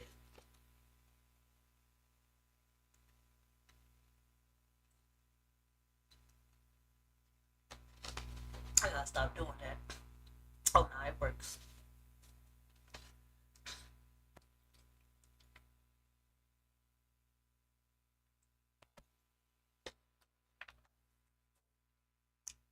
Listen, man. For those of you listening and in tune with me right now, I'm just telling you what it is. I'm going to switch it up. And I'm going to let you hear some pimps talk. And which are males, because I can't find any women to talk. I didn't dig deep enough to find the women. So I'm going to go ahead and give y'all a video with the male. I think all women, and I want y'all to hear me closely. There was a book years ago called How to Cheat on Your Girlfriend. And I to this day wish I read that motherfucking book. Okay? I really do. But I'm going to go ahead and I'm going to play a clip because I think all women should watch things with pimps. Because I'm damn sure going to encourage my daughter. My daughter, I'm telling you, oh boy, she just don't know what she in for. I encourage all of you.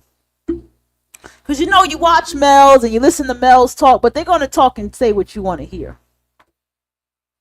But you need to listen to an actual pimp, be in their spaces, write shit down, pay attention, observe how they look, walk, and talk, and how they move. Get a journal, write down the people around you, observe how they walk and talk and how they move. Analyze and watch what women get used and how they get used at work. Analyze and watch how men approach you. You understand? Analyze and watch. And really sit back and take note on it. And even if you date women, I encourage you to do the very same thing. Because you got some women, boy, they got game. They got some G. They've dealt with enough women to know how to have it. That's the beauty of a woman. You learn a lot. You learn a lot from everybody in the world. But I think with the woman, it's just something you can just get from her. And I can understand how males become what they are with women and move the way they do with women.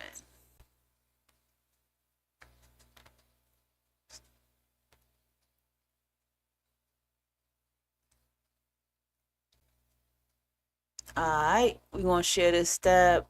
So we're going to go take it down to the pimp lane now. We're going to take it down to the pimp rabbit hole. Let's go. Fair use, motherfuckers.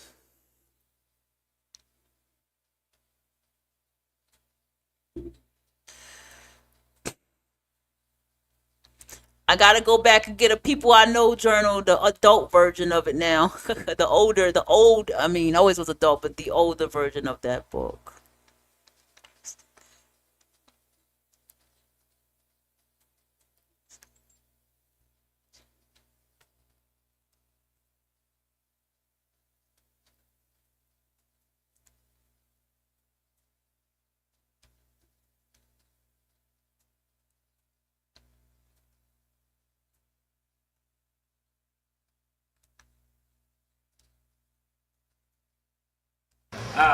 This picture here it means a lot to me because this is one of my best friends that was driving this car.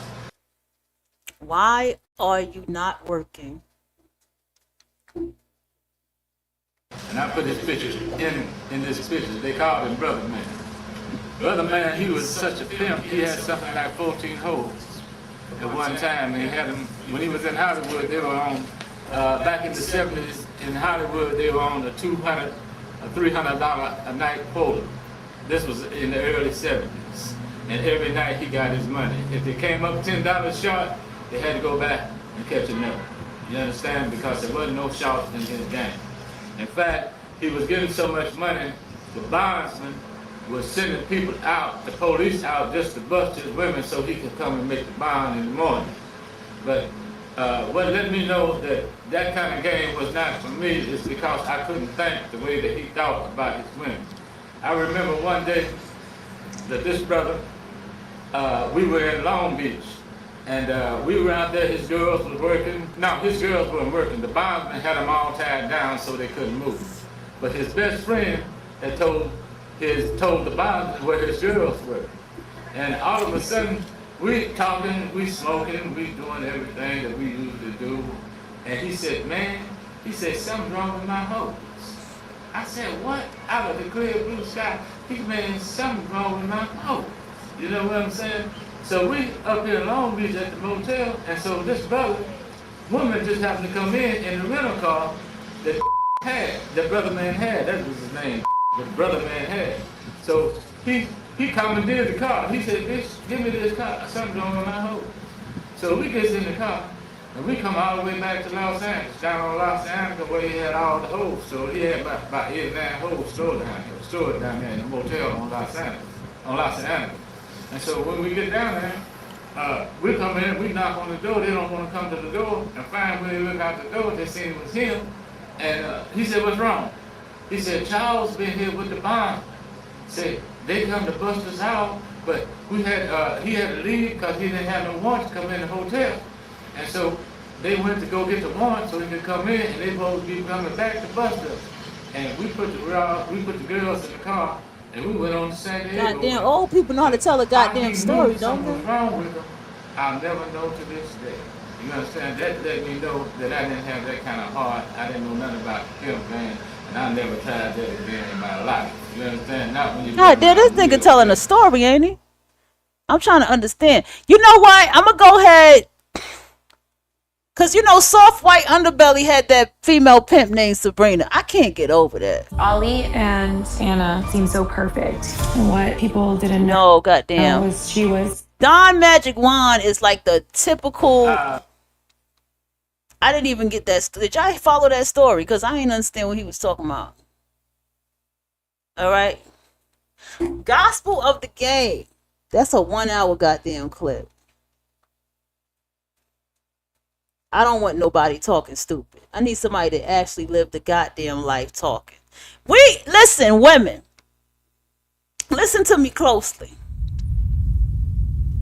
Why do you think these women have decided to become madams and pimps any goddamn way? Okay? Still, sir.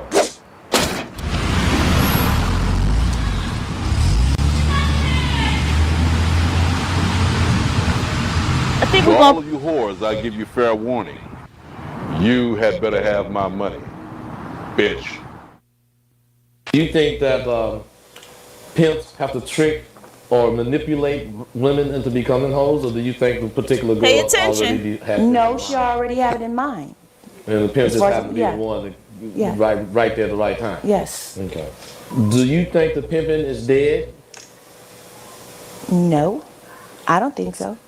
Well, do you think the pimping, as far as where you seen it from the beginning versus now, is that dead? Yes. People get up and they go to work and they work for a fee. What they really are is wage slaves. A wage slave being someone who in fact sells their labor for a fee. E.g., they are whores. They don't realize the fact that they're whores or that the boss is in fact their pimp or is in fact manipulating them, be they male or female.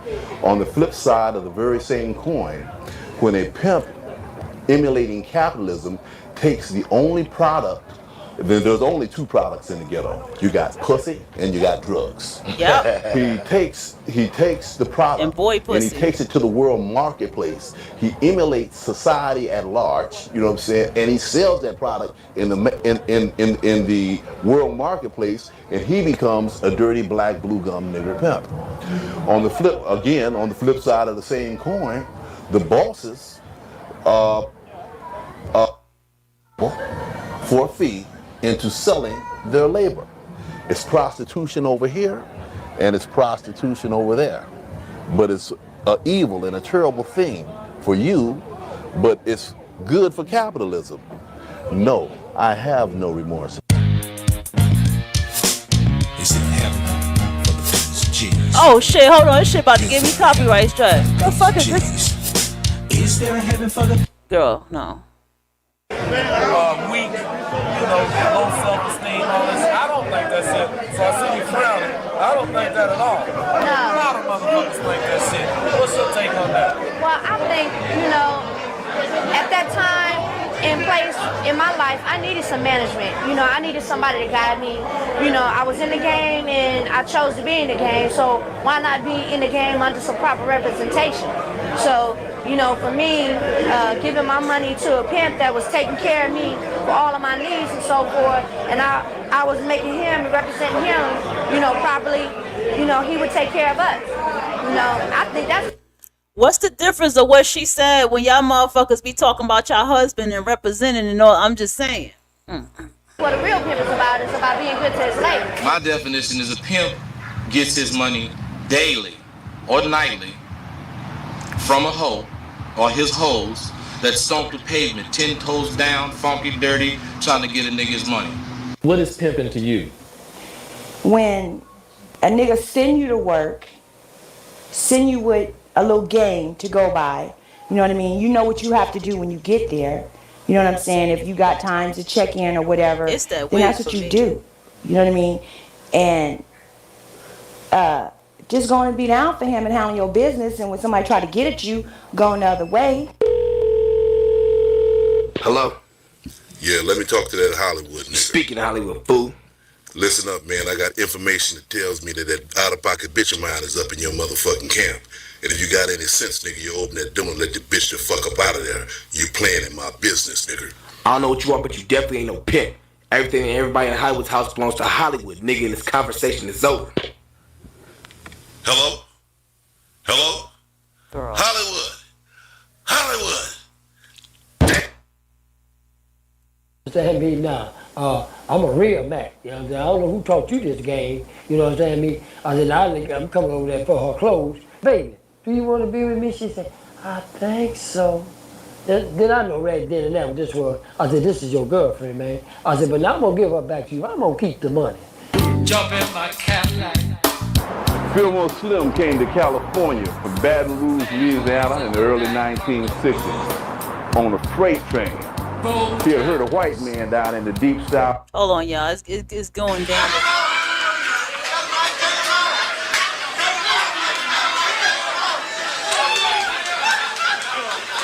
We're not doing that. They set me down at the table and told me to count 50 20s all day long. Is all I did. Drove full of money. How old was you when you got interested in the game? 17. 17? A lot of people think. If a man really hated ads, here's what he would do. Day 1, he would install Pi on his computer without spending a dime. Damn, she said she was 17. Hoes coming and going. You know, stupid, all of those They shit. come and go, but my man told me one thing. You can't have nothing coming and going. How long have you been with your man? 26 years. You from Boston? Originally from Dorchester, Roxbury. You just got tired of hoeing or what? Well, actually, I have children that I was not being a parent to, that I chose to bring into this world. So I decided to hang my shoes up and be a parent to my children.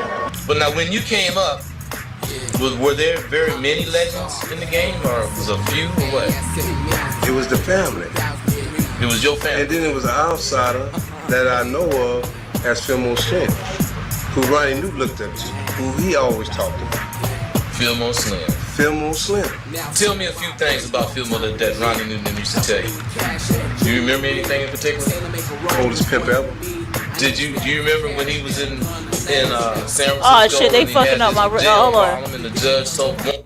My girlfriend, you know, we went to the movie every Sunday. I think I've seen this before because this guy's face looked familiar. He looked like one of my family members. I know you getting tired of all these interviews, Fillmore. We didn't. Now, I got something to say about the way this one look right here. This is how this is the look of many of my family members on my mom's dad's side, who is Native Indian. Okay, this right here, this face is the #1 player in the black community. This is the #1 who had the double family life thing going on here. It's this one right here. Those shinky eyes, that nose, the lips that are not really full.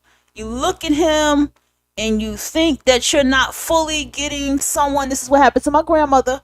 You're not getting someone who's fully black. You think you're probably getting something mixed because down the line, maybe the mother or the grandmother, somebody down there was another race. Possibly even Caribbean, right?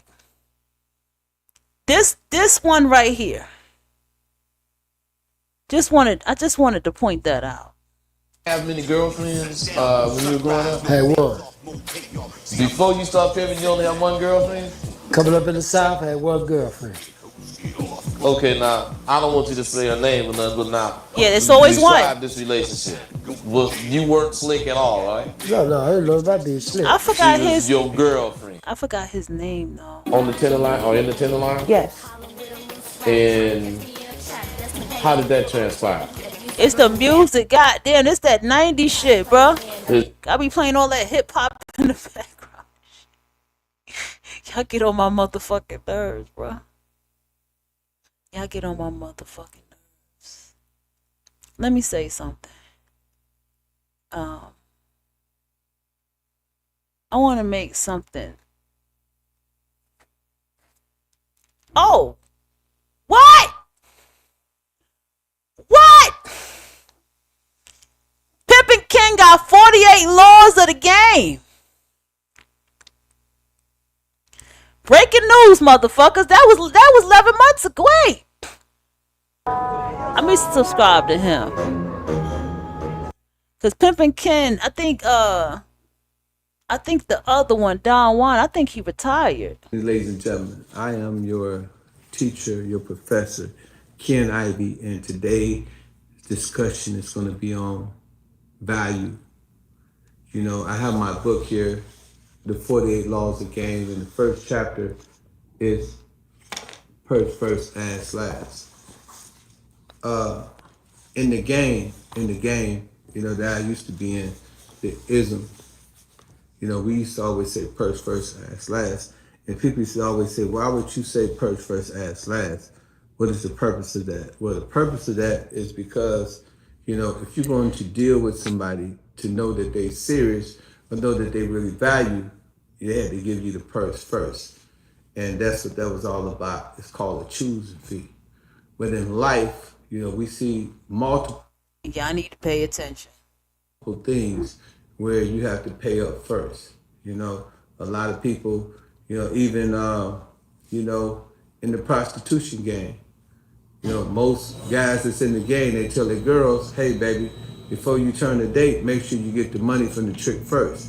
There's a reason why you want to get the money from the trick first, because you don't want that broad to have a date with a trick, and then all of a sudden after she had a date with the trick say, I ain't gonna pay you. But if she got the money up front and she turned the date, at least she know that it was a fair exchange. Because a fair exchange is not a robbery. You know, so when a P or a pimp see a woman and she says she want to be with him, in a pimp's mind is that I got to meet on my Peter. The longer you stay, the longer you have to pay. So in his mind, he feel that he got to get paid for his time in the service because he feel that he working with some top flight gang. And that top flight gang generally is what navigates the young ladies that's in the lifestyle. Okay, you know, so Lord one is instructions, value the bigger yourself. Okay, instructions, so the he bigger has the a whole productions. shit. A Hold lot on, of y'all. times these women, they come to the game and they don't know nothing. They don't have a clue and don't know what to do. But it's that savvy, slick, smart player. They're giving them instructions. Say, hey, look here, when you're out there on the date, take this razor blade, put it under your wig. If a trick try to rob you, take the razor blade, cut it between his eyes, let the blood drip off into his eyeballs, and he's gonna blind you. You know, or you know, if you turn the date, you know, go and turn the date in an expensive hotel, because if the trick tries something, he'll be less likely to try something if he feel that there's cameras in the hotel and that this is an upscale hotel and they value their customers' Hold on, y'all. security. Also, you might tell a broad, hey, look here, if you turn the date, always tell the trick that your family member is next door or your family member is somewhere in the close proximity. So if the trick get crazy, you can bang on the wall and say, sister, come help me.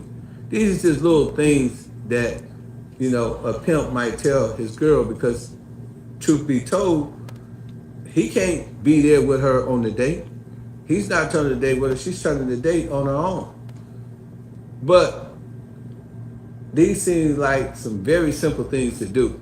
They seem like something that anybody can come up with. You don't need to be a mad scientist to come up with that, you know, and that's true.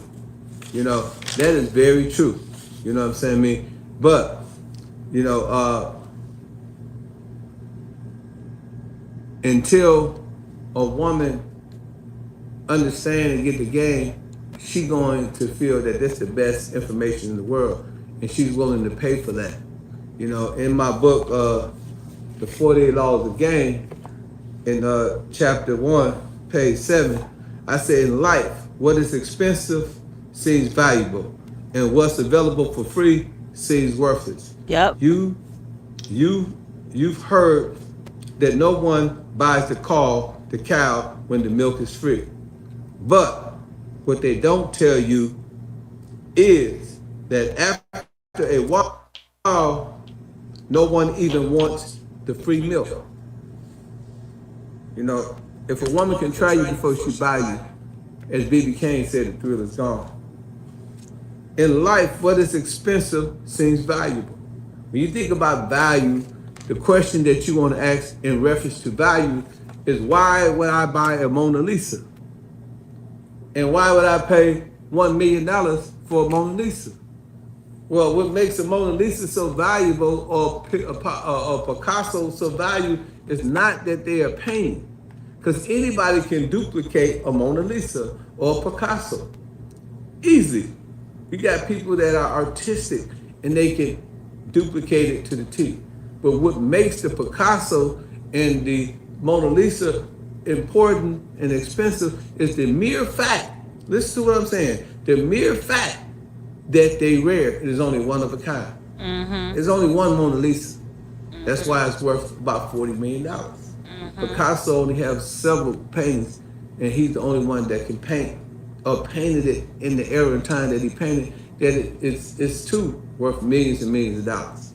So when a person is of value like a Floyd Mayweather, and you look at a Pacquiao, or you look at some of the lesser fighters. Pimpin' Ken! I done found something. I got a new book to read, y'all. I got the 48 Laws of Money. Now I got the 48 Laws of the Game. Damn. I need to study these law books. I need to study how they write these books. Okay? He said the rule number one, law number one of the game, value self. The first law in the 48 Laws of Power says people give to take.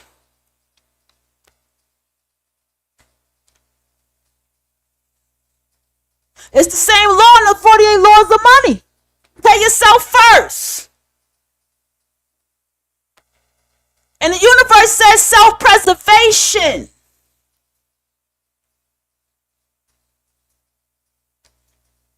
Hoes, sluts, prostitutes, sex workers is about self-preservation.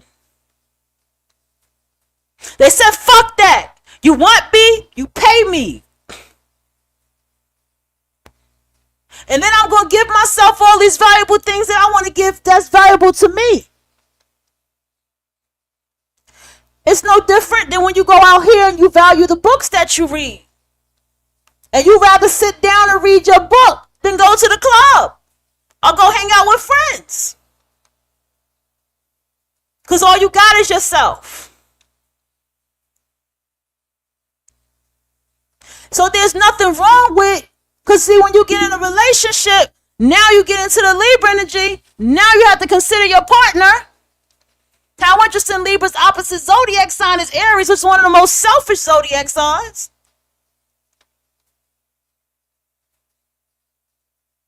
There you go, Underhill. Shout out to Underhill for that quote.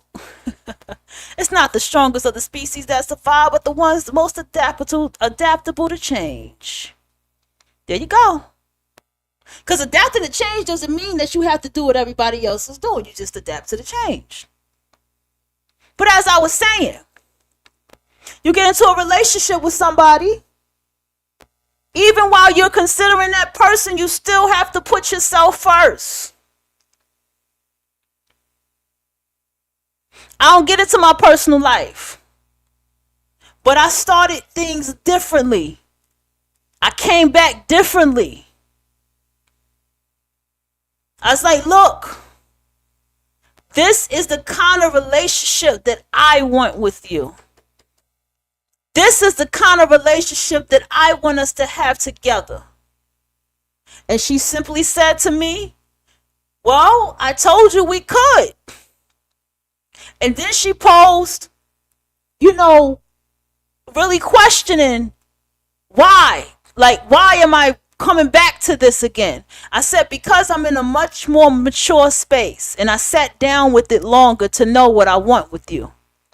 And I know this is the kind of relationship I want. So you going to change your mind? I said, nah, I'm not changing my mind.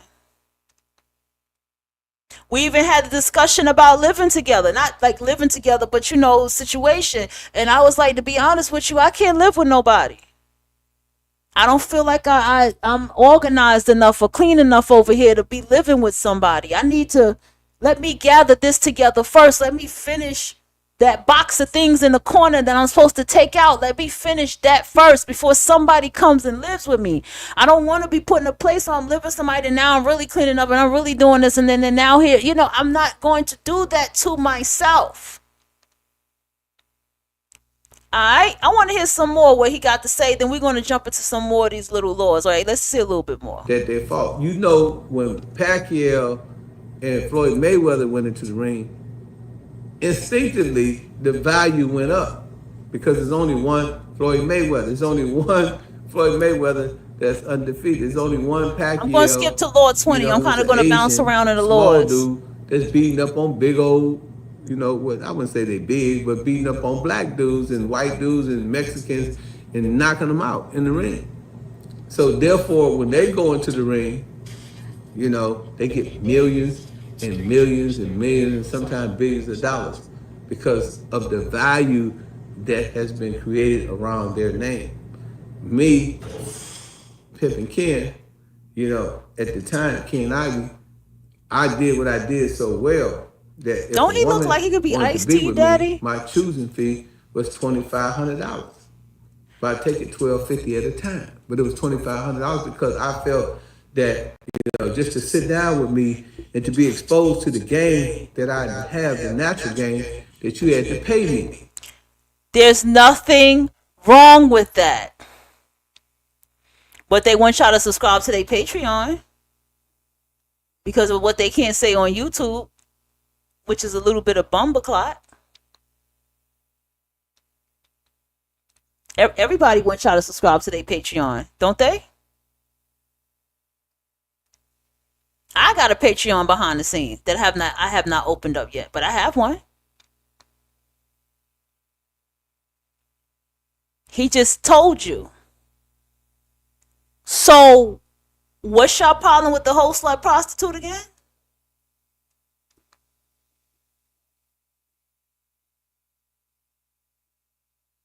You have a whole lot of fun with a hoe. You're going to eat good.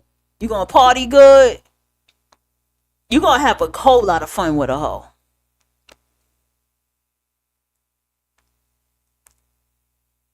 Here's what I'm getting at.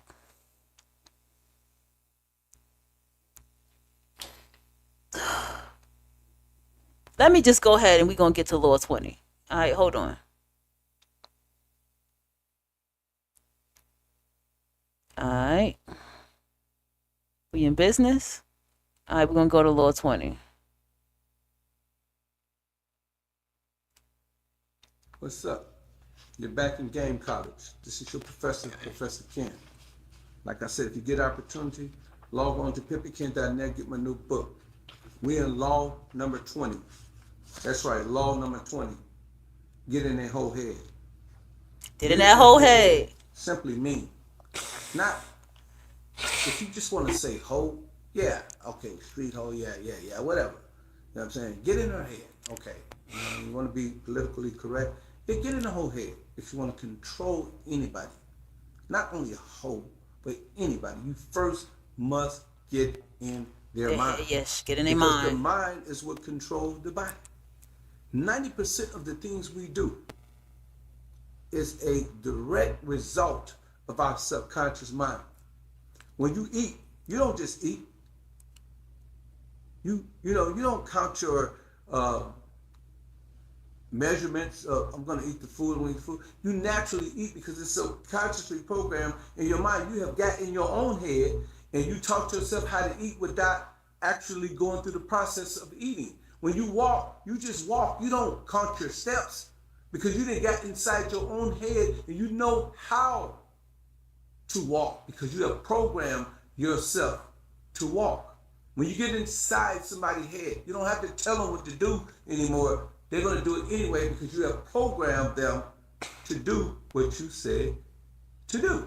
Mm-hmm. You know, repetition is a very powerful thing. I talk about that in my new book, The Art of Human Chess, Aesthetic. Yes, repetition. They talk about that in one of my books. The record labels, when they want to program someone into liking a particular song or what have you, one of the things that the record label do is they go and they have the DJ play some Yo Gotti. Play that Yo Gotti. You never heard Yo. See, here's the thing.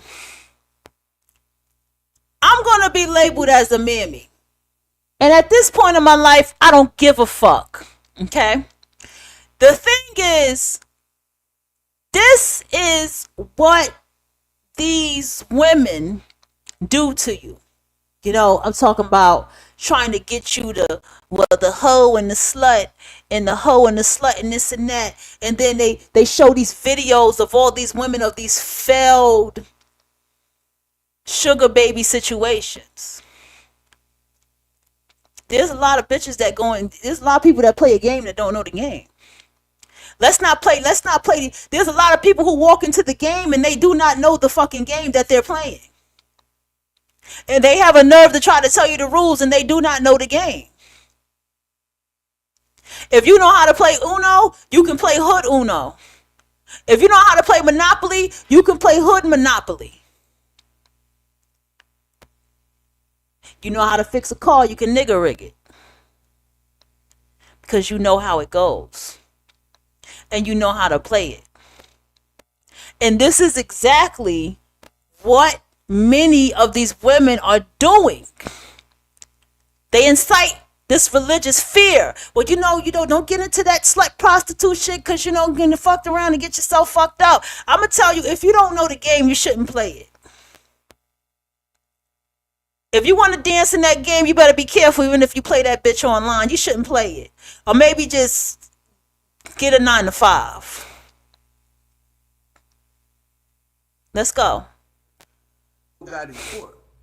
Your mind has already been programmed to listen to Jay-Z. But when they put their Yo Gotti on, if you never heard their Yo Gotti, you say, what the hell is that? Put that Jay-Z back on. Because you've been programmed to listen to Jay-Z. Funny, yeah. So, and then on top of that, you think about it. This is why the divestors have to go so hard, because you've been programmed to listen to pro-black rhetoric for so long that even hearing that kind of conversation, even if you hear speak something different, it fucks you up. And it also, for women to even hear women, to hear women also tell women or talk to women about males, these were, oh, you hate men. They can't even just have the wisdom to just listen to what a woman is telling them about a male. I feel you. But what happens is, after a while, the DJ continuously play the Yo Gotti, MTV play the Yo Gotti, BET play the Yo Gotti, and it becomes a part of your mindset. They get in your head through repetition, through continuously pounding that information into your head. Once that information is in your head, now you are able to react the way the record label wants you to react. You go out there and you purchase your music. Well, the same thing in the pimp game. Once you get inside somebody's head, or you get inside a woman's head, then you don't have to tell her what to do. She's going to do it anyway because she's been programmed to do what you told her to do. But that is just so minuscule. That's such a minute level. You could take it to other levels. One of the things I did when I first came home from prison, I talk about this in my book, The Art of Human Chess, was I would go and I would purchase radio time. I would buy. Hold on, before he gets to that, let me tell you another way.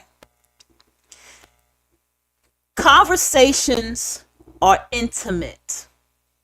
Do you hear me? Conversation is intimate. Every time you have a conversation with somebody, that is an intimacy. That is even something sexual when you have a conversation with someone. There are no males that I talk to on the phone. Okay? There are no males that are in my personal world, in my personal space. I do not allow it. And when that male is in my personal space, I project the energy to read the fuck out of them. No males get, nobody, it don't even matter. Nobody gets to go in my inbox and have casual conversation with me. And that's my social media. The only person who gets that level of intimacy with me is the person I'm fucking. That's how it goes. Or the ones I incubated into this world. They're the only ones that I get that personal with. I've gotten to a point I don't like people's voices in my ear. One thing if I'm listening to your show, one thing if I'm listening to your podcast, right? Because I can play that out loud.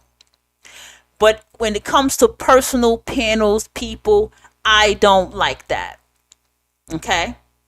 So let's see where he's going to go with it. Hundreds of thousands of flyers, thousands of posters, and I would hire people from all over the entertainment business, rappers and R&B singers, to come and party with me.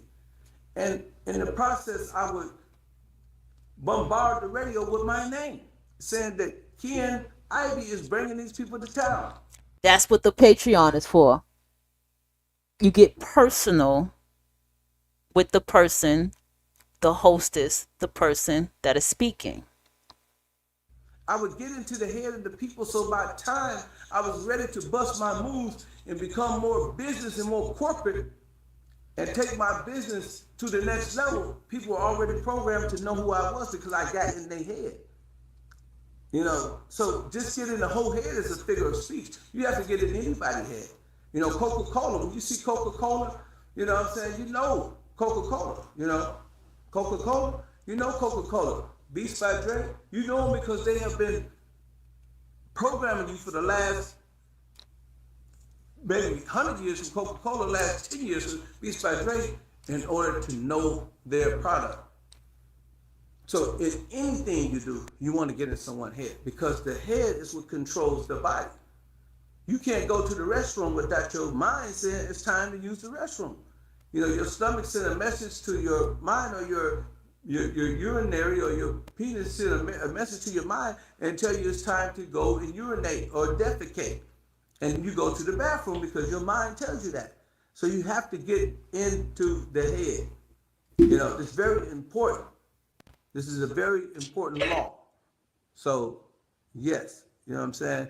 Get into the head. And I'm going to read something from the book because I like to read just different things. It says, knowledge is power, and it is available to anyone willing to really pay attention. Yes. To really pay attention. You have to pay attention. You cannot get in nobody's head if you don't get them to pay attention. They have to pay attention. When people tell you what they think and what makes them tick, it's to your advantage to learn as much as you possibly can. Not merch. Ask them what their dreams are and really listen to their answers. You know what I mean? You have to be a strategic thinker. You have to be let me see Pimpin' Ken Zodiac manipulator. You have to be all things necessary in order to become powerful on this level. You know, anybody can't get in anyone's head. You know, you look at the government. When the government want us to know something, they put a spin on it. They send it to the media. They put it out there. They get in our head, and then they go and invade countries. Even though we don't know nothing about what's going on, we don't know what's happening, we don't know what the move is. Oh, here, Capricorn. Makes sense. Once they get in our head, we agree. Yeah, go get those Al-Qaedas. Go get those ISIS. That's that country shit. They have programming in our head. They got in our head to believe that these are the enemy. And in most cases, they are the enemy. You know what? But the point that I'm trying to make is whatever you got going on, make sure you get in the head. All right, let's get into that. Law number 20 was getting their head. I think it's interesting that law number 20 was that. This is the 48 laws of the game. Yeah, baby. Yeah. See, you know, the universe be calling out for me to do shit. I need to just go ahead and do it. Listen, what's up, Hot Power Wig, and everybody else who's tuned in? Check it out. The reason divestors get, or anybody out here gets through to you, it's not just the divestors, even the femininity coaches, the pink pills, and all these women. They are touching y'all where it hurts most. And where it hurts most is that y'all have all been abused and hurt by males. Because if y'all haven't, then y'all wouldn't be listening to their show. So they're giving y'all this fantasy of, well, this is how you can vet better. This is how you can choose better. This is what you can do to transform your life in order to attract this particular said male into your life. This is what they're doing. This is how they glamour you. And then they're very, because see, after they get you to do that, then they can say, well, look at that hoe over there. Look at this hoe. And hot tooey. Look at that hot tooey hoe over there. You don't want to be living like that. And they're going to show you the most downtrodden situations of hoes and everything in the news where hoeing went wrong. You understand? Because that is a part of them giving you the image of purity and cleanliness and all of these things that they want you to have. But they'll never have the wisdom to let you listen to the whole slut prostitute. And what's really going on with these males? She's fucking them. You think she don't know who she fucking? She's laughing at you because she knows who she's fucking. She knows she's damaged. She knows she's fucked up. It was one video where this woman, this bitch was so manipulative. She was like, listen, lady, I'm a hoe. I'm a prostitute. You can't save me. Stop trying to say, because that's what she did. She was saving hoes in the street. Was an older black lady. She was like, stop trying to save me. I'm a hoe. She's honest enough to know that about herself. And y'all don't ever want to tell these women to go on that side and do that. Y'all trying to pull as many girls and women as y'all can from She-Ra 7. And y'all like, look at her. What's his name that she with? What's his name? Steve Craig. I forgot the name of She-Ra 7 husband. When she was with her husband, she was a mistress before he married her. But she living good. She get to do what the fuck she want to do. She live on camera telling y'all how to be hoes. And he be dead in the background doing whatever the fuck she want. You know what I'm saying? All right, I see Lil Boosie. Let's see what this one is. Let me see what Law 34 is about.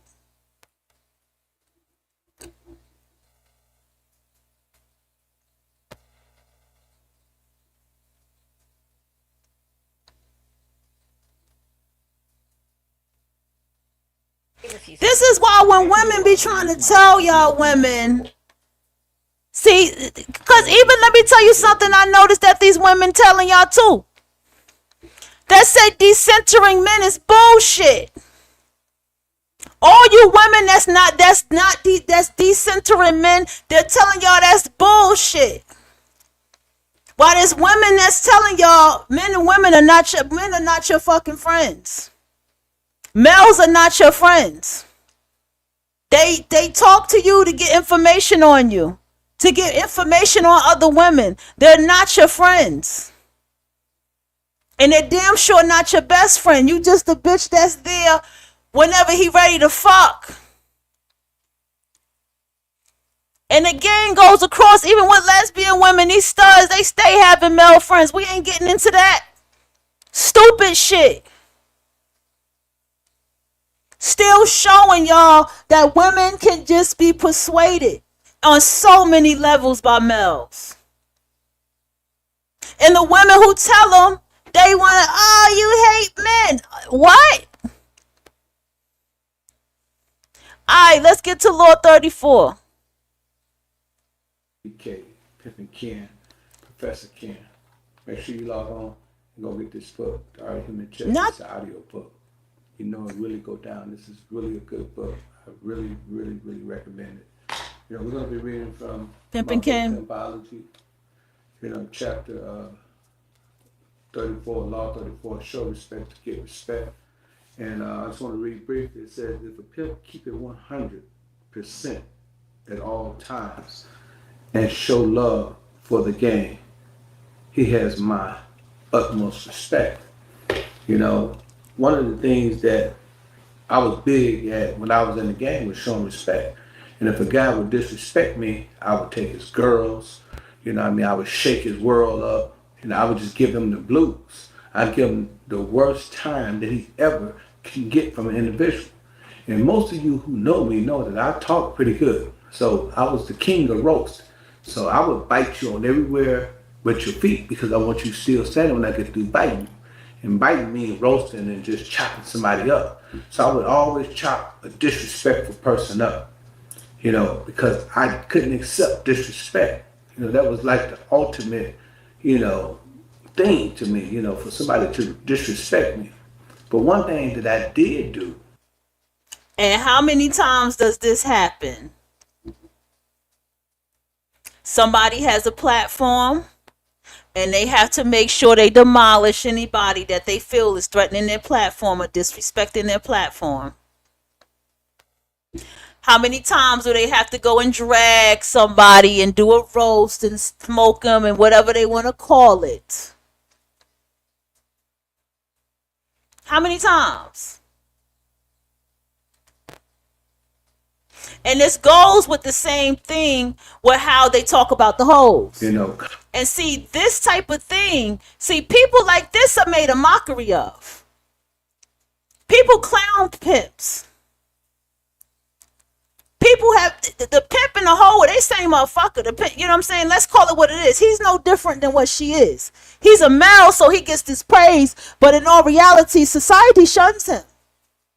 Society shuns, because we know pimps are not just males, but the pimp and the madam, they get shunned in this world. But they are the people speaking the truth. Is he not speaking the truth?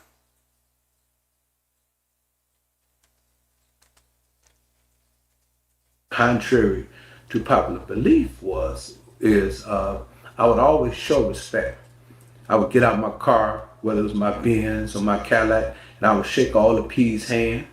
I would greet them with respect. Hey man, I'm Ken Ivy from Milwaukee, man. How you doing, brother? You know what I'm saying?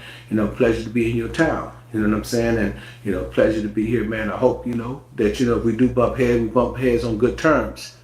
If you ever need something, and I can help you. You know what I'm saying? Just for, the game, you know what I mean? Just call me. I was young, but I always had respect because I wanted respect. And I know that if I came to the town showing respect, that I would get respect in return. The biggest thing that's in our community today is the young people don't have no respect for each other. That's why the killing is so high. We don't got to go that deep, okay? We already know where this is going. Okay, so this is from his book, Pimpology.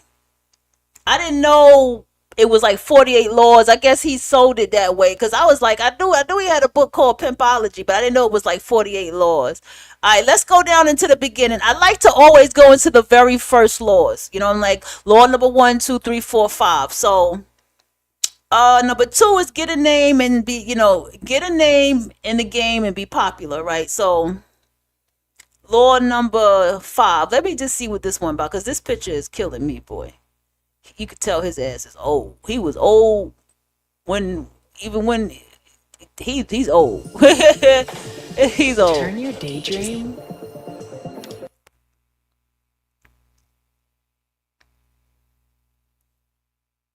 What's up? Welcome to Gang College. This is your teacher and Professor Pimpin' Maybe Ken, this was personal AKA videos that he Professor finally Ken. put out there. I'm going to be reading from this book. If you don't have this book, you can go to hiphop.pk.com or pimpinken.net and you can order it. Or you can listen to it by hitting the click now audio book. You can listen to it right now. If you don't have it, you can actually listen to me read the entire book right now. Oh, read the entire book. Okay, so it's the pimp. It is the pimp in the hole that has been telling everybody that we have been pimped and holed in the whole workplace period. We're being pimped and holed in our relationships. These people have been telling us this shit, and like I said, it's like they got to get shunned and humiliated and roasted and bit at the ankles. And you have to start looking at who's pointing and why they don't want us to listen to this. The divestors will say this is a dusty ass nigga. We don't need to be listening to this. We don't respect him. He don't own nothing. He ain't the king of nothing. He's sitting on the throne. He owns nothing. He does nothing. Okay, true.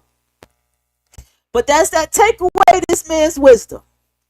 Just one question. Does it take away this man's wisdom? Should I be listening to a Brad talk about pimpology? I'm just saying. Should I be listening to Brad talk about pimping? Should we do that? HipHopPK.com or pimpingken.net. I mean, technically, Brad is the biggest pimp of them all. Is he not? He is the biggest. He is the pimp of all pimps of them all. Now it's chapter 5. Pray on the weak. A lot of people ask me, Ken, what do that pray on the weak stands for? And I give a example of, most pimps in the game, when they trying to get a female to get down with them, most of them like to mess with females that are basically one who come from a broken home, a dysfunctional home. There you have it. They don't have a two-parent situation. They come from a single parenting environment. And most likely, their mother let them do exactly what they want to do, and they run around wild. And, to a pimp, or to a person that's into that lifestyle, to him, that symbolizes weakness. Or it could be, a girl from the suburb, as I said in the book, it could be Prissy, who come from a very affluent lifestyle, very rich home environment, but for some reason, her mother and her father never gave her the respect or the love that she yearned. So therefore, she rebelled against her parents, and she go out there and she get involved with a lot of ghetto people. She go to ghetto environments, she go to ghetto parties, and she meet, these African American men. And, she began to date them, she began to have sex with them, and every now and then she might meet one who may be off into the game. And he understands that the only reason why she's in that hood is because obviously she's a lost girl. And he takes advantage of that, and he gets in her mind, and he pretty much agree with her, about her parents and so on and so forth to make. I have seen young boys get pimped in the village by grown-ass men. And they come from foster care, being thrown out, nowhere to go. I have seen that coming from another state, some fucking where. I have seen men pimp other goddamn men, other boys, okay? And I saw this when I was 19, 20 years old. I want y'all to pay attention to what he said about pimping and how he preys on the weak. This is the same thing that is happening when you women have male friends. You're being preyed upon. Males are hunters. You need to always have it in your mind that this male in my face, I don't give a damn if it's a male cousin, this male in my face is preying on me. They are hunting me. They are digging something up about me. They are gathering information about me. There's a mail that hits my inbox up at a certain time, sideways every time, to try to ask me how I'm doing and get personal, and I do not respond, but I respond with motherfucking emojis. Sometimes. You are being preyed upon. You studs with these male friends, he sees you as a woman who does not know herself. That if she gets some good dick, she'll be with a man because she keeps being around Mel. So if she didn't want to be with Mel, she knows that she don't like these women because he's listening to your conversations and how you disrespected women. So he know he's going to give you some dick. It's the same fucking thing. As soon as you open your mouth to a Mel, he is preying upon you. That's why he doesn't like the quiet woman. There's some males that they do not like a woman that's quiet. They do not like to be fucking ignored, no energy. They don't like that shit. Do you fucking hear me? I energetically feel it through the entire being of my body when I ignore Mel. Okay? because they are so used to being able to have women, to have access to women, to talk to them, smile at them, attention, that when a woman does not do that shit with them, they can't prey upon her. Even if they looking at her, they can't read her. You get what I'm saying? It's so much out here that I can go on and on and on about. And every time, even out here right now doing this show, a male could be preying on me right the fuck right now. Okay? I'm aware of that. And on top of that, you know, these women that are on these platforms and shows and you putting yourself out there, a male is preying on you right now. Everybody pray. Everybody's out to get you. But you get what I'm saying? That's what they're looking for. They're looking for the cracks. Can I tell you something about being poly? High power wig. Listen to this shit. And I know you know I'm talking about. I ain't mean to call you out. But listen. Let me tell you. Do you know in the world of poly, it is a world of non-binary, depending on what kind of poly you are. Okay? Because you can be gay poly, you can be lesbian poly, and you know. Non-binary. And do you know how many times I have talked to other people who are poly and I get a whole list of their mental situations, of their body dysmorphias, and all these lists of things? I'm not even a doctor. I have to go Google what this shit is. So what it look, and then I hear their stories of how they've been abused by people. I'm not surprised. I'm not surprised that happens, because when you are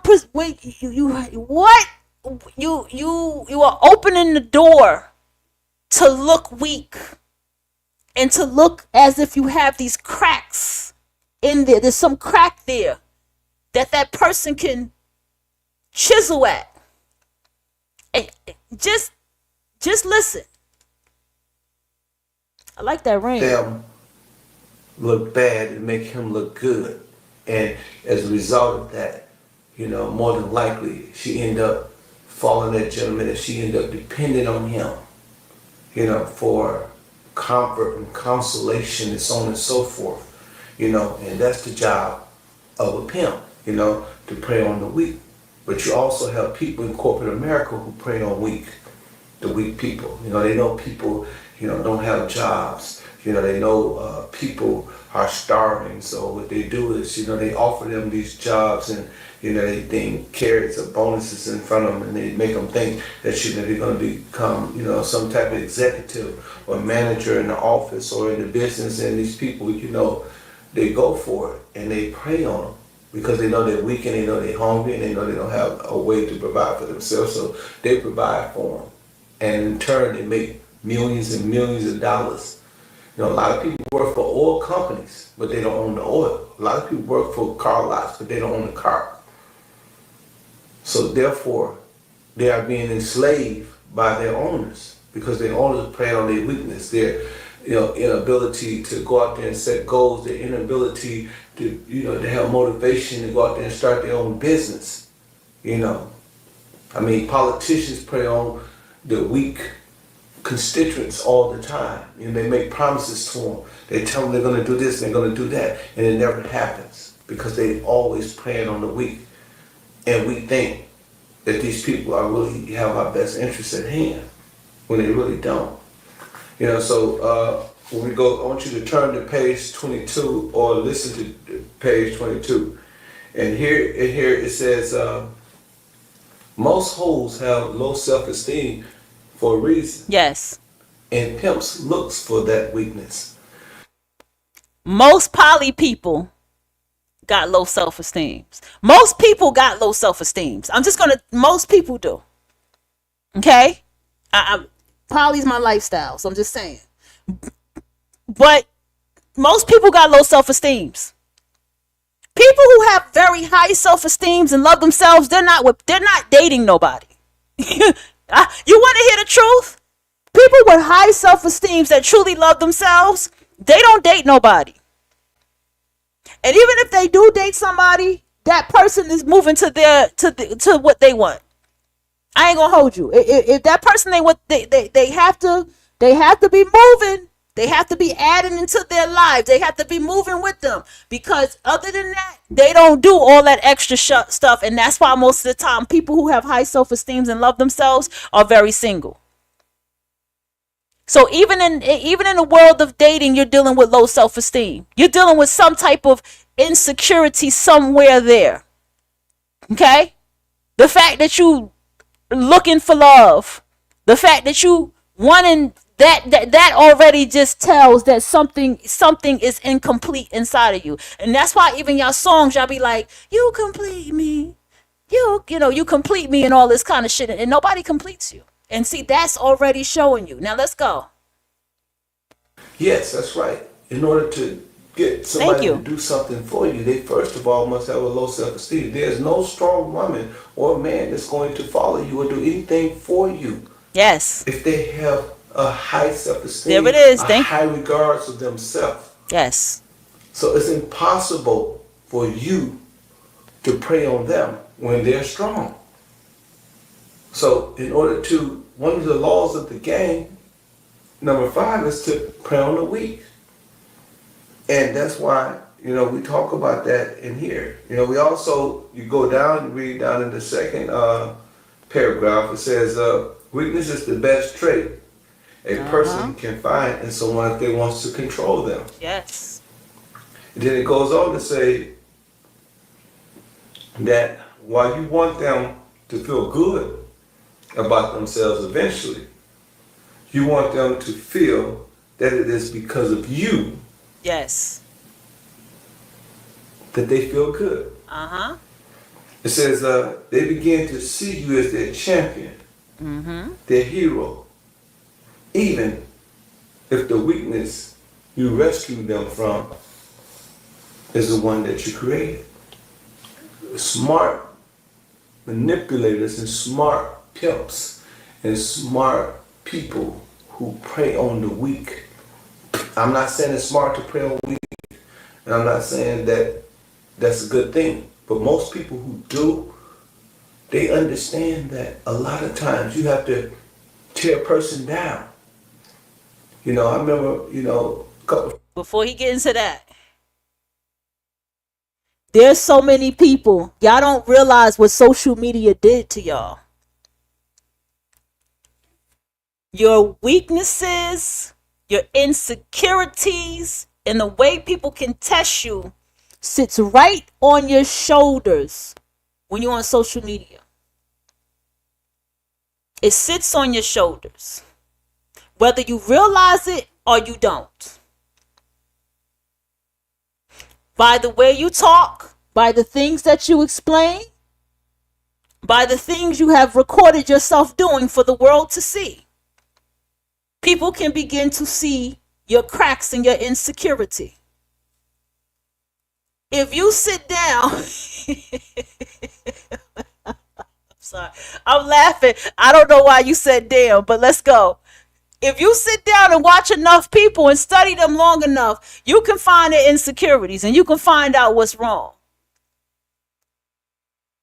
The weak ain't interested in getting strong. You know I'm speaking that real, well. Listen, hold on, let me get back to my professional voice. They ain't. They ain't. Friends of mine who were back in the game, they used to say, Ken, what I do, man, is, I tell a chick, man, you ain't nothing, what I'm saying, you need me, what I'm saying, you ain't gonna be nothing without me, what I'm saying, my pimping is gonna be the thing to keep you going. And they used to tell these women this over and over and over again until these women begin to believe it. And then right after they tell them that and they break their spirit, then they uplift them. And they bring them back to reality. They used to do that when we was in prison. When I was in prison, the guard used to, they give us TVs, they give us cassette players, and they let us listen to the TV, they let us order canteen, but as soon as we get out of pocket, they strip the TV from us. They take the cassette player from us. They take our commissary purchase, and then we got to earn them. They tear us down, then they build us back up. And that way they keep us under their control. And that's why we say prey on the weak. This is one of the laws of the game. You know, this is law number 5. Pray on the weak. You have to pray on the weak in order to even be in the game. In any game. Whether it's in corporate America, whether it's just in the game in general. So that's chapter 5. You know what I'm saying? It's a short chapter, you know, and like I said, you know what I'm saying, you wanna, go and get the book, of course, you know what I'm saying, so you can get a more in-depth understanding of it, you know what I'm saying? And like I said, I'm just breaking down for those of you who may already have the book, basically, you know what I'm saying, that's one of the things that you need, you know what I'm saying, in the game, you know what I'm saying, you need weakness. You know what I'm saying? You need to have someone to pray on, because without you praying on them and using their weakness to your advantage, then who will provide you with whatever it is that you need? Without a weak constituent, without a dumb public, how could the politicians strive? How could they appropriate money to help their businesses that benefit them, unless they prey on the weak public, the weak constituents? So, you know what I mean? And obviously, you know what I'm saying? If you want to prey on somebody that's weak, they got to have low self-esteem. They got to always be talking about, I ain't gonna never be shit. I ain't nobody, don't nobody love me. I don't like myself. These are the type of things that, most P's, unfortunately, I'm just gonna be keeping it real with you, most pimps look for. They look for women that, that feel that way about themselves. So, just for the women, what I'm saying, that's out there, if you bought this tape, and if you feel like that, and you conduct yourself like that, it's a 99.9% chance that you may end up being somebody's prostitute. So, the key thing to win is to have a high self-esteem. And P's, if they want to win, they're going to look for that weakness. They're going to look for that weakness in you. They're going to look for, somebody that is, down on themselves, somebody who don't believe in themselves. So this is 5. The next chapter is chapter 6. Peace.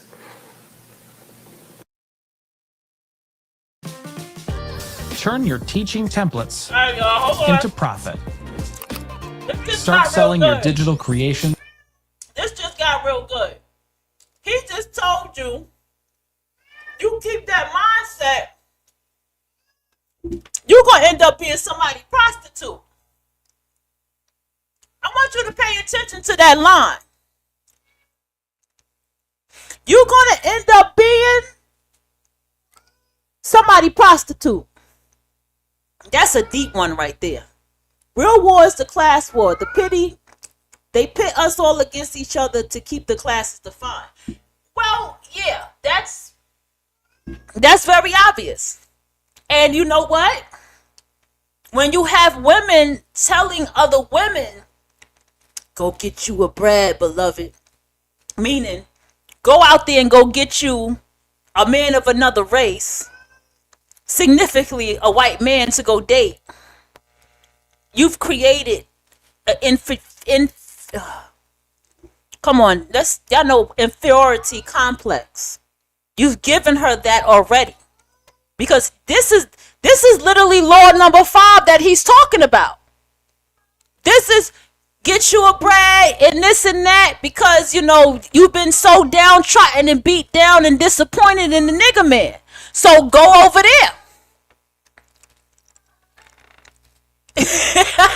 They speak low self-esteem into existence. A pimp will appear. There you go. And that's why these people in poly, they be like, this person was abusive to me and this and that. And I'm like, it makes so much sense now. I was trying to find early law. That was law number 5, 35, law number 16, law number 2. Okay, let's see what law number 2. Law number 1 is self-value. Law number 2, let's go.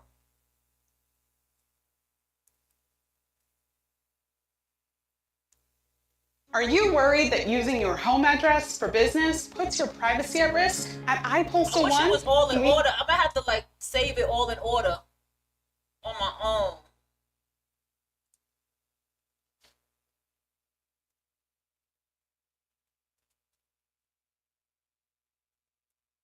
Okay, hold on, y'all. Let's see law number 2. This is good. Lesson 2 by me, your professor, Pimpin' Ken, Your professor. aka Professor Ken, aka Get Me Some Money Real Quick. Now today's lesson is Get a Name in the Game, and I will be reading from this book, Pimpology, The 48 Laws of Game. If you don't have the book, log on to iTunes right now, type in my name, Pimpin' Ken, in the search box, and you will get this book on audio. Or you can go to Amazon.com or BarnesandNobles.com or any of the places where books are sold, including Books A Million and so on and so forth. So you got to have the book to understand what we're saying. I'm going to start off by reading from chapter 2, and make sure you get my new book too, The Art of Human Chess, also at all of the places. Just type in my name. I'm going to be reading from chapter 2, page 14. And it says, when you first come in the game, nobody pays you any attention. You got to keep your name popping until others keep it popping for you. Those of you who have this book, The 48 Laws of Game, you understand that in order to get a name in the game, you have to go to whatever extremes possible to make sure that people know who you are. Therefore, you got to be very skillful in marketing. That's one thing I've done all my life. I have marketed myself supremely. You can't go nowhere on this planet and mention the name Pimpin' Ken and not at least 1 or 2 people know who I am, because that's what I did. Now, in the book I talk about, when I was young, my father used to sit me down and he used to always say, "What's my name?" And we used to have to say in unison, me and my brothers and sisters, "Johnny Slick." Well, "what's my name?" And we used to all have to say in unison, "Johnny Slick." Well, we didn't understand then, but what I understand now, that my father was instilling in me the importance of having a name in the game. And everywhere I went thereafter, once I became more mature and I reached adolescence and I reached, an older age, and I would go places, I would ask them, did they know my father? Most of the time, they always did. Because he had marketed himself, and wherever he used to go, he used to scream, "My name is Johnny Slick." Now, as I began to get older, and I was in the streets, I had to build a name for myself. Initially, my name was Ken Idol. But once HBO came on the scene and we did the movies Pimps Up, Hoes Down, my name became Pimpin' Ken. At that point, I went on a fierce marketing campaign because I knew from the early experience of just listening to my father and all those little sit downs with me and my brothers, that it was important that people know who you are. The more people know you, the more money you can make. The more people know you, the more famous you are. So I began that campaign at that point after HBO. Once they did the movie Pimps Up, Hoes Down, they began to call me Pimpin' Ken. I went to all the rappers. I made sure that I got on their albums. I talked slick on the album. You hear me on the album talking about barbecue and meal do, hope or blow up, let your next move be your best move. I don't need them, let the welfare feed them. Just continuously speaking on albums. And I did, 4 or 5 million with Little John. I did 1 million with Jermaine Dupri. I did about 2 or 3 million with Pimp C. I did 1 million with Taj Shaw. Okay, I don't have to listen to this. Law 2 makes sense. Okay, so, what was that Law 3? Listen, that was Law 2. Get a name in the game. This is the same thing Princessa did. Yes, the product does sells itself. Yes. This is the same thing that Princessa did. This is why she was on all those podcasts and shows with all those males who were going in on women. She went after all of them. Right. Yes.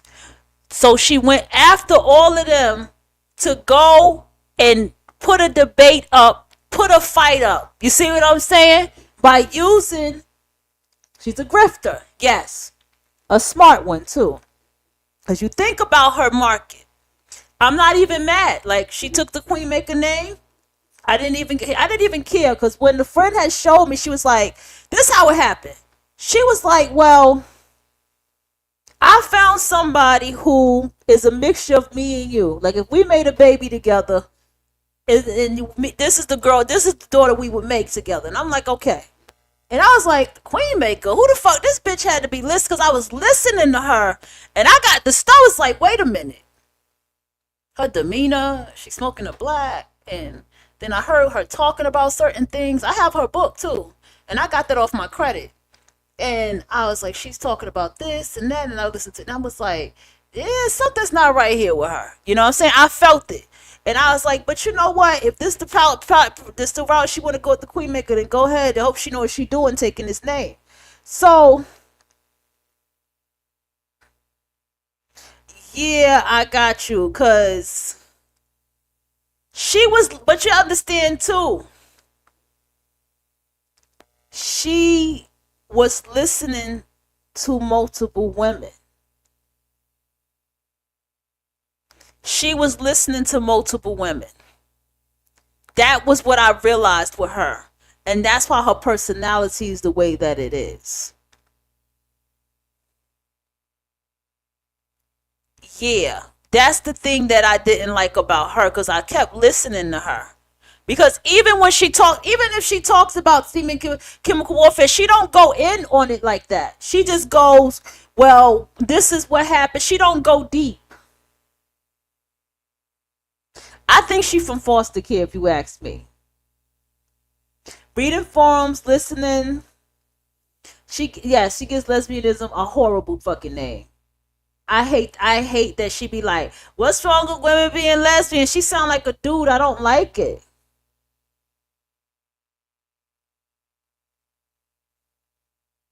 Oh, okay. Yeah, I meant to print the bitch out. Because I was scared that she was going to take that shit down after a while. Dr. Trust. I like, she about to take this shit down. I need to print this out. She does. I don't deny that. When I first saw the friend was like feeling her, but for me, I was like, something in my spirit wasn't feeling right with her. I was like, I know I said Queen Maker first. Did somebody come behind the scene with me and go tell her to take the name? Or like, I know I heard homie Black Obsidian say this, and then I know I said this, and I know myself, and it was just disturbing, because I was like, once again, somebody's stealing shit.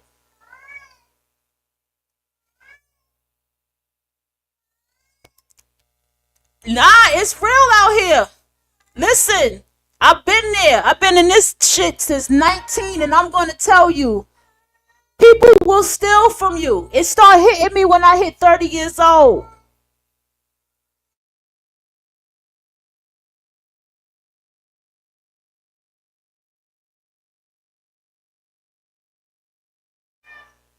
And so I started realizing, like, damn, this person ain't started reading on their show until I was reading on it. Like, it had to hit me, and I hate it had to hit me so late, much later. And people are going to, and unfortunately, when it comes to this type of information or any type of useful information, people steal the most. They will steal, they will steal your entire website if they can do it. Now, I got you. Listen, let me tell you something. I got you. I really understand and respect that, because I've been there already.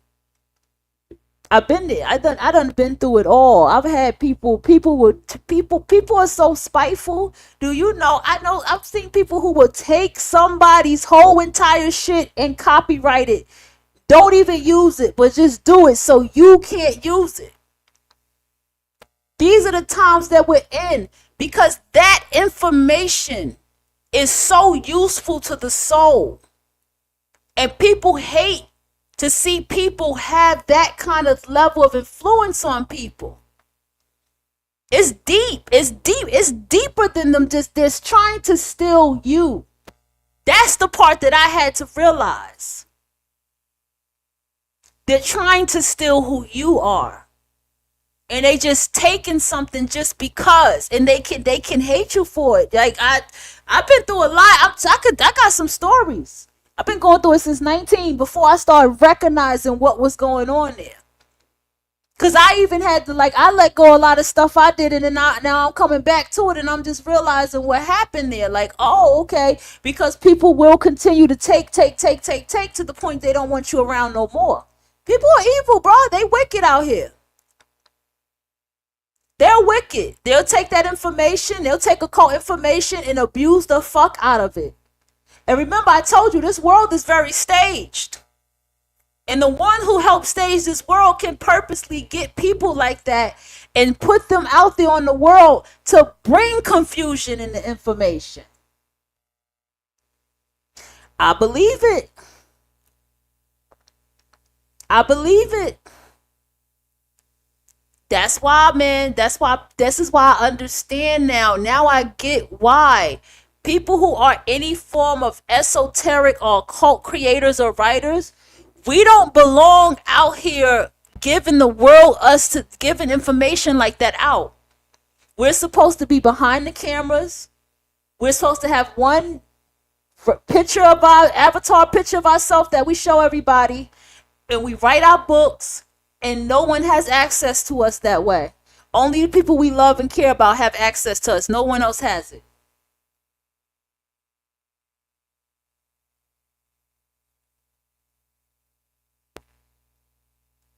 I get it. I mean, I get it. It's just, it gets fucked up with people. And when you're a very sharp person, there's things that you're going to see through that person may not like that you can see. Y'all understand that too? I know Princessa stole shit from me. I mean, just even her mannerism, the way she speak and shit, it kind of was like, that's me. Because even a friend was like, what does it feel like to see people like you and shit like that? I'm like, y'all don't understand that this type of information is not about popularity. Yeah, Pimpin' Ken, you know, he got all this popularity and shit, and he's admired and shit, but in all reality, what he's speaking is real talk. Like, this is information that is fucking useful. Hates themselves. Yes, they do. We've been this world has been this way. People start to dress and act like they're influencer. I see this at the gym. Well, that's why they call the word influencer. That's why they're there, so it can help them get their life back to what they want their life to be. So what did you use to get your body like that? So I'm going to follow everything you did to get your body like that. What kind of workout do you do? I'm going to go do that workout too, so I can get my body like that. You know what I'm saying? So, you know, some people, they don't. That's the only way that they can get it done. You know, this is why you can have clean with me videos, and you can put one on, and then you can go clean your house while you got clean with me videos on. You know what I'm saying? But I also noticed, depending where you live at, everybody dress alike anyway. I mean, New York City's a big place, but, you know, would you believe there are people that actually still all dress the same? And you go to the store and you look at the mannequin, and like everybody looks like the mannequin. But if you don't look like the mannequin, or you don't look like what they looking like, now everybody trying to make you feel some type of way. It's a lot of deeply rooted, insecure, weak people out here. I mean, really deeply insecure and big followers. And they have to attack those who are not. It goes back to what he said about biting at the ankle. You know what I'm saying? Just to exude some type of stupid ass fucking power. You know, whatever power they believe that they have. Oh, let's keep going to these laws. That was law 2. That's law 10. How to use strategy to outsmart your enemy. I ain't got time for that. Y'all want to go to law 4. Here we go. Keep them broke. Keep them broke. Let's go. GoDaddy Arrow can get my business online in minutes with AI.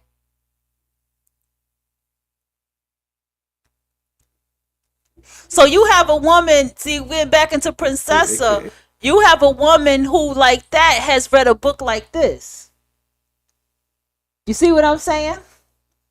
So if you have a woman of who that's telling you her mindset too. And I can't knock somebody who's doing what works for them. The thing about getting into a cult and esoteric information is your bullshit will be exposed. That's the thing. This life don't come easy. Am I saying her name right? Is it Princessa? I don't fucking know. You keep laughing at me. Isn't that her name? But oh, Princella. Girl. That's why you laughing. Her name is Princella. Girl, I don't know how to say her name right for shit.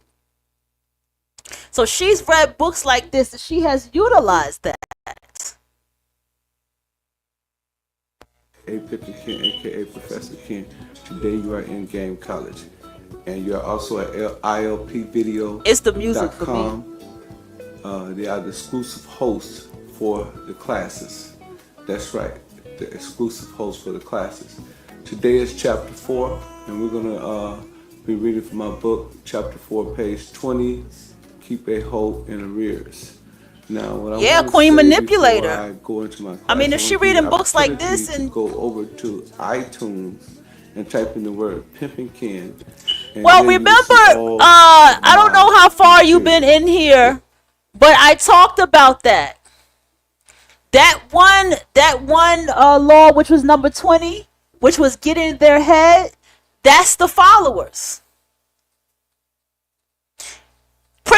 Do you know who Princessa? God damn it. I'm just call a bitch Princessa because I can't say a name right. Princella's followers are Christian black women. The most dumbest women out there.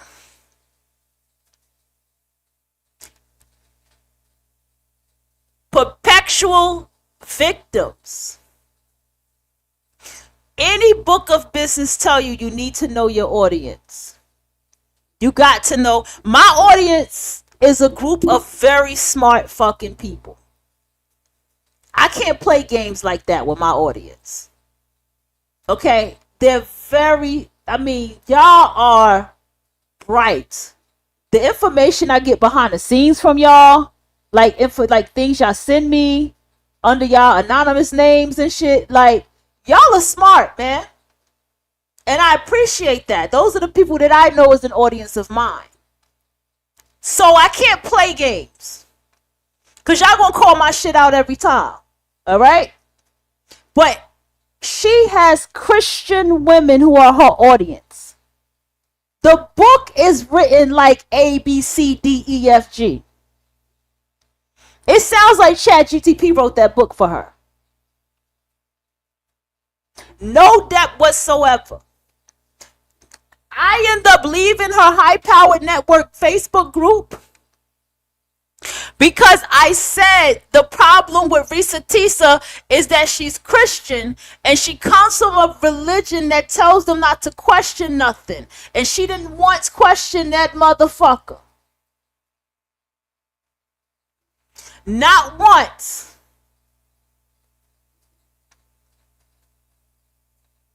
And they all they tried to say the lowest shit that they can find to say to me. And I was like, but y'all can't dig that deep when y'all talk to a nigga, right?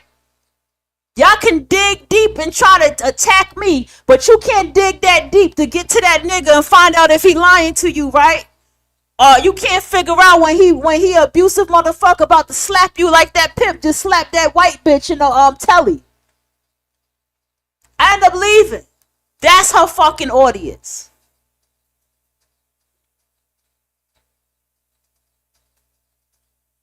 So these women admire her. That's why she talks in this Dr. King preachy voice. This is also why she studied her audience. She knows her business. That's why she goes into all these male spaces. That's why it wasn't hard for her to fuck all them bitches.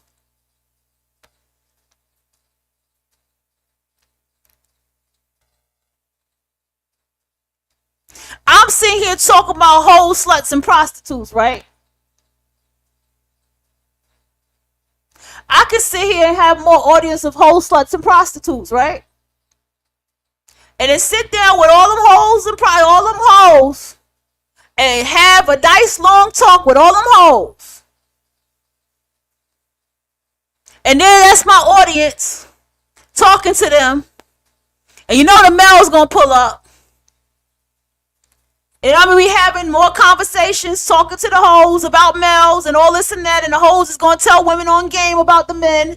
I can run game the same way. I get along with the strippers and prostitutes very well in my real life. So I'm just saying, I think Princessa, from a social perspective, I try to remember the 10 crack commandments like this is our world. The 10 crack commandments by Biggie was actually really good too. Because he even said, don't even trust your own mama. That's a sign. A lot of those prostitutes had bad wigs. Did you peep that? Bad wigs is a sign of hiding. When I wasn't living in my truth, I had some pretty fucked up wigs on my head. I had some pretty fucked up wigs on my head when I was not living in my truth. Bad wigs is a sign of hiding. Bangs over the eyes is a hoe. She gotta put the curtains over her eyes to hide from what she's been doing. I've noticed that. They wear those big lashes with the bangs going over their eyes.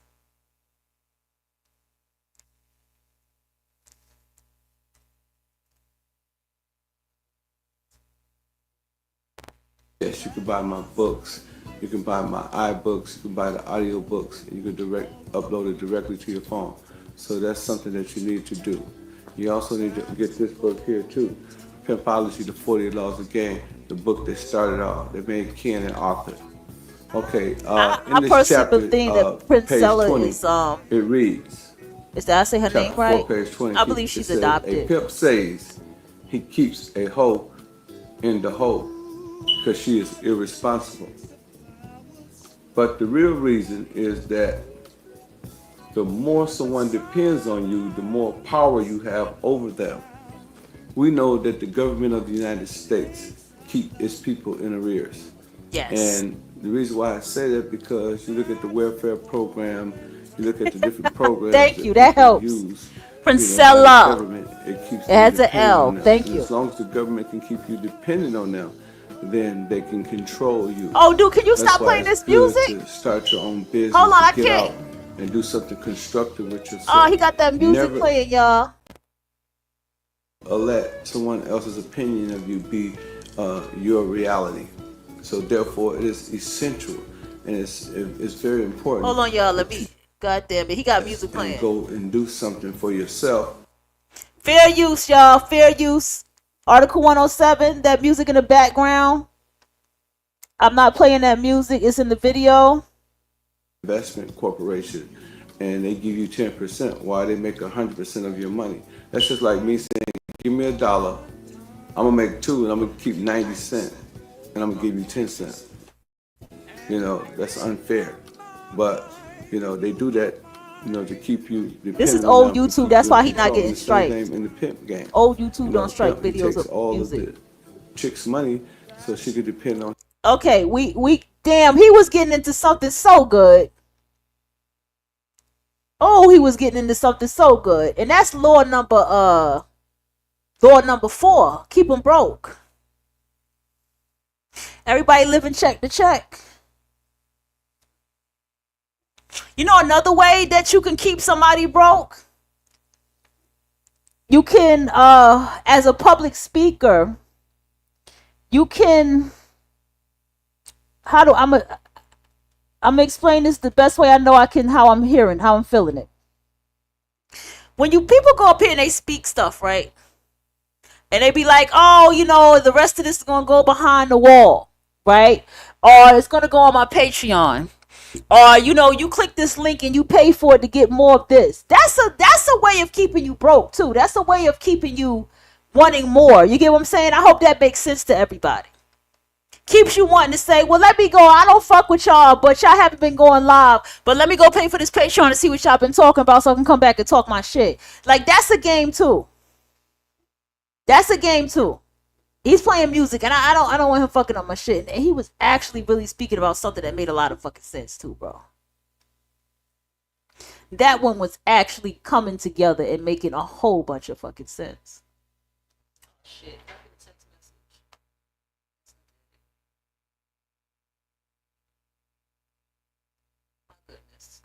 I got so caught up in a damn show.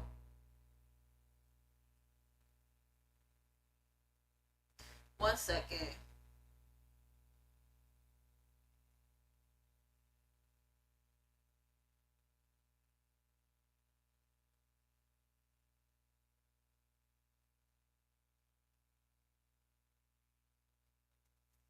Damn it. I ain't even hit a phone chime. That's crazy. I got so into this damn show.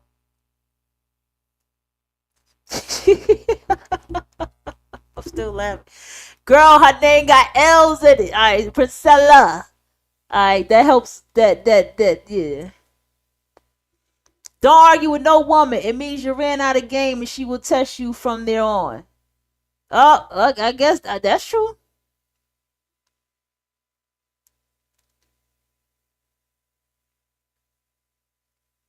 Okay, hold on.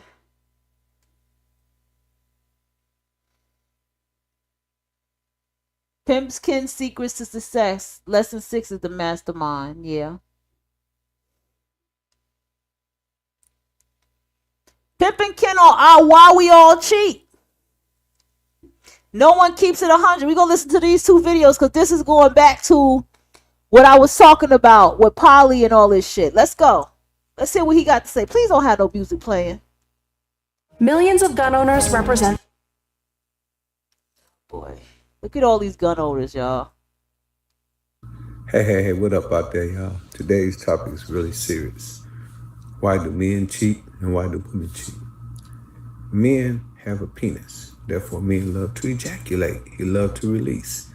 And women, when you're sleeping on that couch and you trying to starve your dude, that's a perfect opportunity for him to release and something new. That's a perfect opportunity for him to cheat on you. Men gonna cheat regardless. I find very few men that I've met in my life that wasn't a cheater. You look at these guys, these senators, these businessmen, you say, oh, they don't cheat. I guarantee you, they just know how to cheat way better than black men. Black men do not know how to cheat. Ooh. We want to move in, we want some chicken, we want them to cook for us. Oh, shit. Wait a minute. I done felt the gym. Shall we rewind that back? See, let me tell you something. Men know men. That's all I gotta say. Let's go. I had to play that better. Gonna cheat regardless. I find very few men that I've met in my life that wasn't a cheater. You look at these guys, these senators, these businessmen, you say, oh, they don't cheat. I guarantee you, they just know how to cheat way better than black men. Black men do not know how to cheat.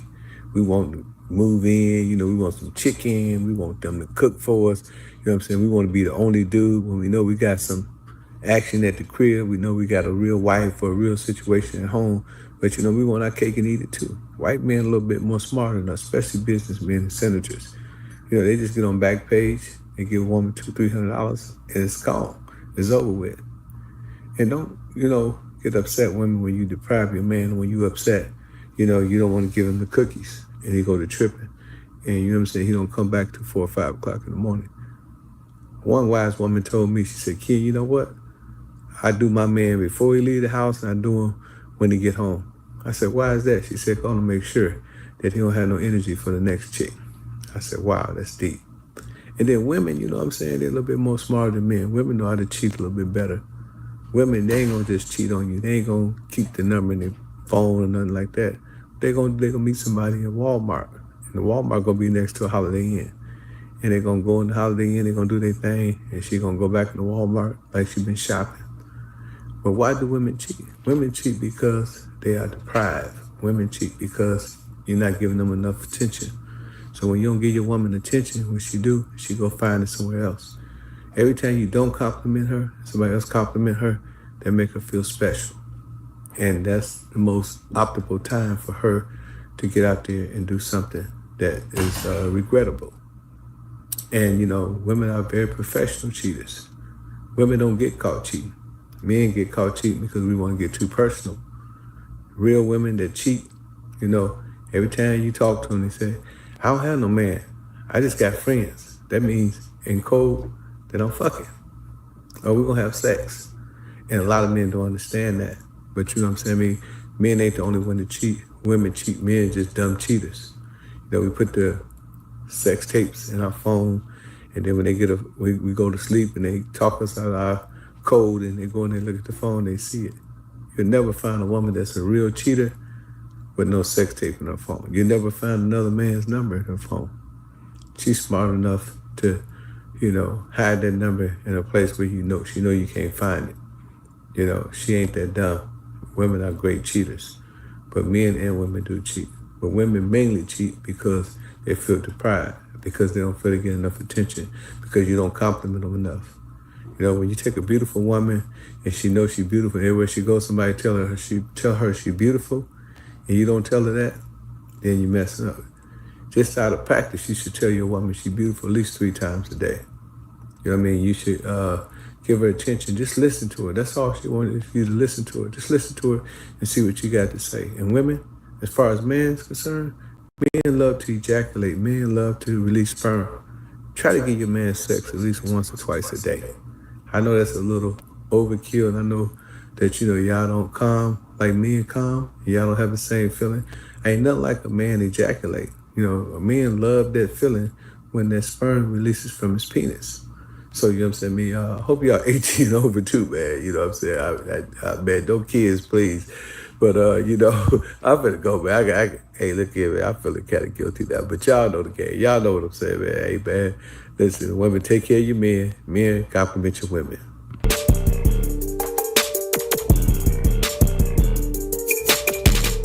What's up, ladies and gentlemen? This is your boy, Pimpin'. This is the same look that Kevin Samuels did for black males. It is I call it the black daddy look. You know, the respected black daddy, the respected black uncle look. Let's go. The music is killing me. I hope I don't get no copyright strike for this bullshit, bro. Is this a commercial? If you have lots of readings to do, not just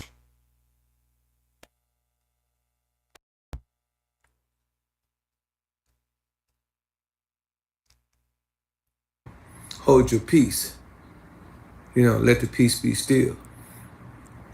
You know, we always say, I'm going to keep it 100. Everybody always talk about keeping it 100, but you never do. Everybody say they 100, but if you keep it 100, then why don't you tell that man that his breath stank? If you keep it 100, why don't you tell your man that them pants is too tight on him? And that he either pull his pants up and that you tired of looking at his asshole. You tired of looking at another nigga's booty. You know, keep it real with him. No, man, that ain't, you know, man, I mean, you know, when you're around the brows, that's cool, man, but you're around me, pull your pants up. I ain't trying to look at the crack of your butt. But don't nobody want to keep it real. If you want to keep it real, tell your girlfriend, say, look, mommy, I met a girl last night. She was so beautiful. Her mama should have had triplets. She was so fine. Man, if fine was a crime, she'd be a felony. I mean, just tell your girl, like, hey, You ain't the pretty beautiful woman in the world, but you tell her every day, you lie to her, you tell her she's the most beautiful woman you ever seen in your life. But every time you at the mall and you walking behind her,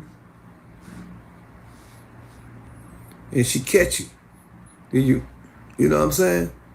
Keep it real. You know, if you want to keep it real, man, let your partner know, man, that you jealous of him. Let him know that you really don't cut for him like that. Let him know that you hate his car.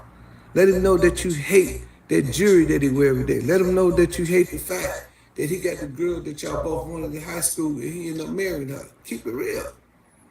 Hell no. Keep it real, ladies. Let your girlfriend know the only reason why you coming over there and you hanging around is because you really like her man. You really like her man. Dude, keep it real, man. Every time me and you and my girl is in the same room, all of a sudden you become Einstein. You a smart nigga. You know everything because you trying to impress my woman. But you ain't going to keep it real. You just trying to make it seem like we having a general conversation. But really what you trying to do, you trying to get her attention. And you trying to make her think that you smarter than me. Keep it real. Keep it 100. Don't nobody keep it 100. Y'all might keep it 75, but you ain't keep it 100. That's why I got this rule, man. This 25% rule. And the 25% rule, I get everybody 25% of bullshit. I know everybody gonna bullshit me, so if you fucking with me, you got 25% of bullshit. You can lie to me about your car, about your house. You can lie to me about, you know, how many girls you got. You can lie to me about how much you love me and, you know, how much you want to be my main man, all that. You want to lie to me about, you know, how you want to do this and do that for me.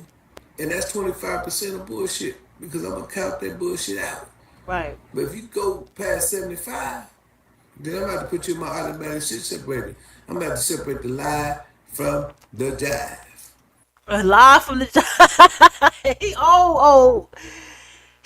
from the South too. He the lies from the job.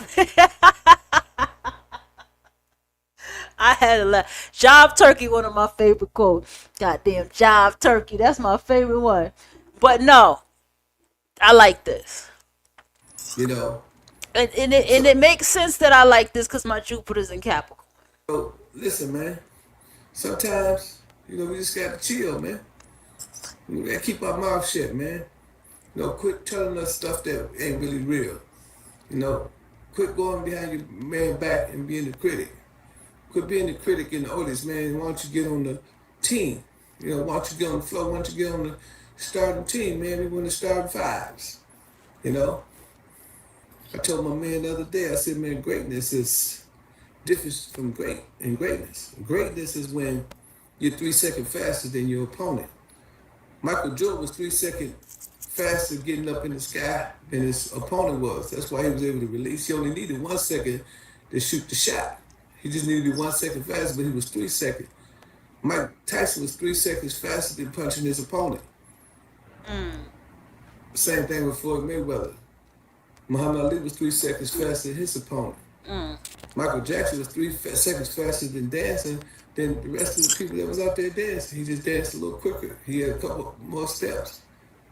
That's the difference between great and greatness. Right. You always got to 3 seconds faster. I like that. That made me think about something. Damn, I do. Check it out. When you are getting information, anything about males, anything about what this male on this camera is telling you, right? You are a step ahead than most women. Those of you who, no matter your gender, is listening and you realize about life, you know what I'm saying? You are a step ahead. But I'm you know, I mostly speak to women. But for the males that are out there, hey,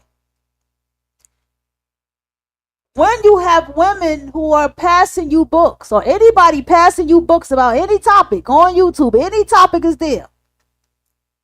Playlist you can make. Sit down all day and binge. You are a step ahead. You're 3 seconds ahead. I like that.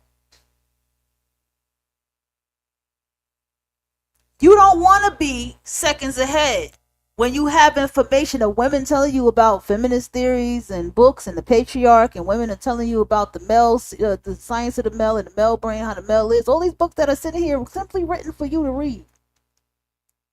The decenter men and all this kind of shit. You don't want to be 10 seconds faster than fine.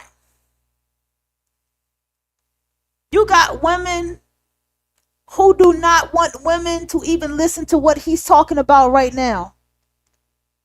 You know what they're going to say? Well, you got to understand that the nig-nog is a sexual deviant. I know what they're going to say. He's a sexual deviant. And he needs that. A true man who out there working, he ain't going to need to get fucked all day. Actually, a man out there working going to want to get fucked more. I remember one time when I was working in the last department from the department I'm working now, I was like, yo, I've been working from Monday to Sunday.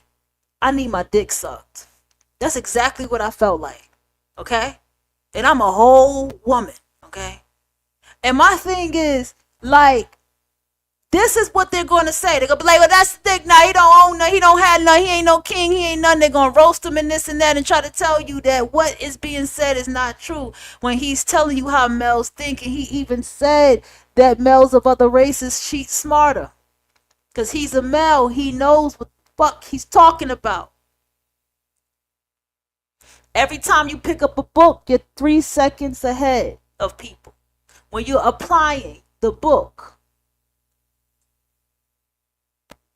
3 seconds ahead. There you have it. See that? That's where men get their free. That's where men get their pussy. The pussy they get to talk to. The pussy they get to lie to. The pussy they get to make seem like there's something special because they already got you believe in something because he works with you. So you already know he's making some kind of money. He may not be making as much money as you. Or you might be making the same money, but you still know this is someone that you can talk to at work. That's your work friend. It's all a game. It'd be 3 seconds. I'm 3 seconds faster than thinking than most of my opponents. All I need is 1 second faster than you. I try to think 3 seconds faster than you. I try to keep my mouth shut. I don't never tell them my plan. Nobody really know what I'm gonna do until after it's done. Because I know loose lips sink ships. And I know people don't keep it 100. You know. When I'm at work, I want to add this. Loose lips do sink ships, and people don't keep it 100. When I'm at work, I lie about everything. Even the family member I have that work there, I told him, look, hey, I don't tell people about my life. This is what I told them. I don't give people. I used to read all my. Oh, girl, everything is online to read. Oh my gosh. So much information is out there. And to just get a journal and journal and notes and take notes on it. It's crazy. So listen, this is what I tell people about my life. This is what it is. I don't tell people the truth. I don't put people in my business. I had to lay the motherfucking law down. I had one family member I even lied to because I was like, oh shit, yeah. You gotta get put on a program like everybody else. You gotta get lied to before you get the truth. Because I learned one thing in life. You don't owe nobody the truth. And I'm teaching my kids the same thing. You don't owe nobody the truth. You give the truth to who the fuck you want to give the truth to. I am disturbed at how y'all, women especially, and males, are sitting here just talking to strangers about your lives and your children. About the things that you like and places you be. I don't go to the club, but I lied and told the coworker that I do. You understand how it works? People that you meet going up are the same people you meet going down. Life is an elevator. So, you know, you're going up and down. But in the process of that, man, you know, you reach your highest heights, but first reaching your lowest depths. Sometimes you got to go down and be in a merry-go-round and go round and round in order to come up. That's what life is all about, you know. But hey, man, Just keep it 75, because you ain't gonna keep it 100. Nobody keeps it 100. Quit saying you're gonna keep it 100. You know, just be truthful, man. Peace. Oh yeah, man. Let me say this here. We're gonna be at Club Silk, 2930 Amber Drive, Decatur, Georgia, right next to Chit Chat. Every Monday we meet at Club Silk. Artists get to perform for free. They get to get in free. It's a showcase. A&Rs and producers, everybody can come and network. And make sure y'all go get my new book, The Art of Human Chess. Just type my name, Pippa Ken, at audiobook.com or amazon.com, and the book will pop up. Oh, he got a book called The Art of Human Chess. That seemed like that'd be a decent book to read. Yeah, everybody.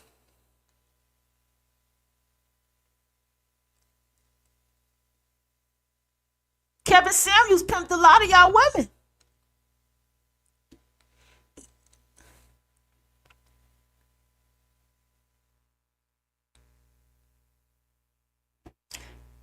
Kevin Samuels knew what he was doing. And boy, he ruffled y'all feathers. And them low self-esteem women, make sure they called in even with them 6-figure jobs. Embarrassing women. Here we go. Pick the right bitch.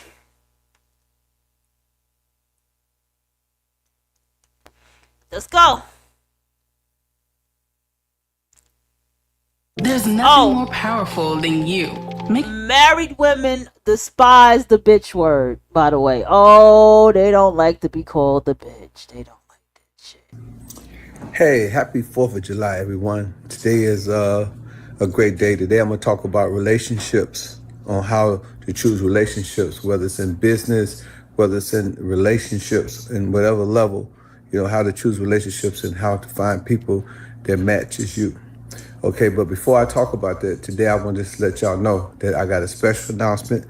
One night and one night only, we will not be meeting in Silk. We'll be at the Glow Bar today. We'll be at the Glow Bar at 8002 Georgia. That's where we're going to be at tonight. It's a be able to perform for free. So relationships, how do you pick a partner in relationship? I'll take Pippa Ken's relationship advice all motherfucking day. Let's go. When you pick someone, you got to make sure that y'all equally yoked. You got to make sure that y'all have shared values, because a lot of times, you know, if you mess with somebody and they don't have your values, it can be a conflict of interest. That person can end up, you know, being. What do y'all think Pimpin' Ken will have to say about fucking interracial dating and divestment? I bet you he will have something unique to say. I feel like he's going to have something like unique that he's going to say that I've never heard before. I just feel it. In your worst nightmare, because that person is totally contrary to all the things that you believe in, all the things that you want to pursue in life. You know, like for example, if you're pursuing a career in music and your girl do not like music, or she's turned off by hip hop, then that can cause a serious conflict in relationship. So the best way to deal with anybody, whether it's in business and relationship, is make sure that that person match your rhythm. They must match your rhythm. You know, if a person don't match your rhythm, then it's probably in all likelihood that y'all won't make it. You know, if you wake up at 3 o'clock in the morning, you tell your girl or you tell your business partner or your guy or whatever that, you know, you have a epitome or a dream or this great ideal, and that person just discounts you and totally avoids you, then that person does not match your rhythm. Because when somebody matches your rhythm, you can wake them up at 5 o'clock, 6 o'clock, 8 o'clock in the morning, whatever time, and they're going to jump up. Honey, that's a good idea. Baby, that's a good idea. Wow, how did you come up with that? That's the type of response you want from a person. And that's how you know when a person matches your rhythm. Even in business, if you got to do business with somebody and every time you do something, that person is going counterproductive or going contrary to your business perspectives and your business ideals, then you need to leave that person. It's okay to leave. You know, hey man, if you can't get along with somebody, leave. You know what I'm saying? If you start with somebody and they end up, you know, going astray on you. Listen, Decentering men. Let's talk about that. First of all, that is the part that is making these women go crazy too. These women who are, it's the topic. The reason why I keep talking about divested women is because they're the only women that I'm hearing talk about dating. Heteronormatively, dating a man of another race, dating a man at all, or anything that involves male. They're the only women that I hear. Any other women are not talking like that. They are, first of all, these femininity courses, dark femininity empowerment, these things have been going on for years. Okay, I discovered and I taught myself a lot of things from the age of 25, such as wine tasting. I taught myself how to walk in heels. I taught myself a lot. Okay, from that age. That's when I was like, I feel grown now. I want to be on some grown and sexy shit. I want to change my style. It was 25 years old. So this stuff has been here. So I don't hear no women talk about, but what you need to do for yourself and status and stuff, while also putting you on game and telling you their own experiences as a whole, not just one, a whole bunch of women.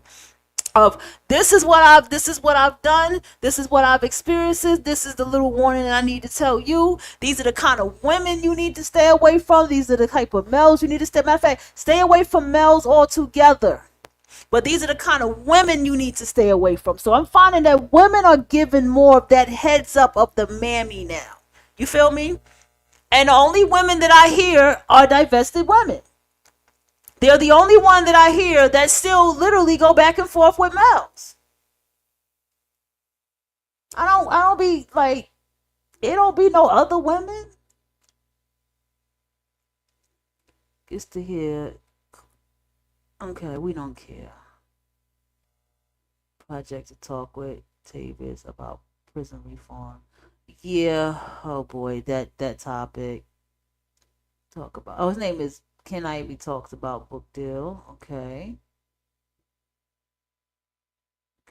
So this pimpin' book, it looks like you have to go to the website to get it in full.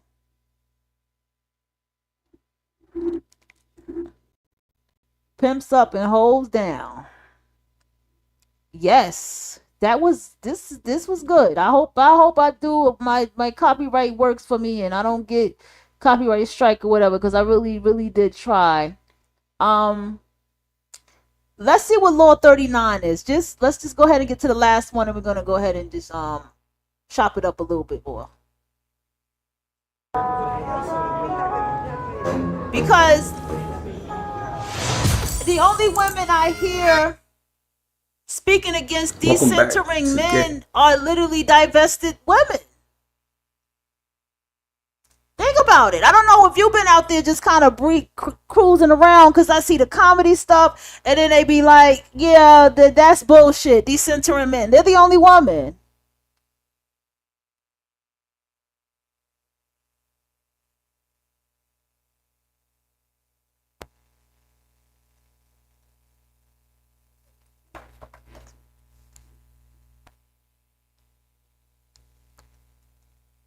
In college, I'm your professor, aka Pimpin' Ken.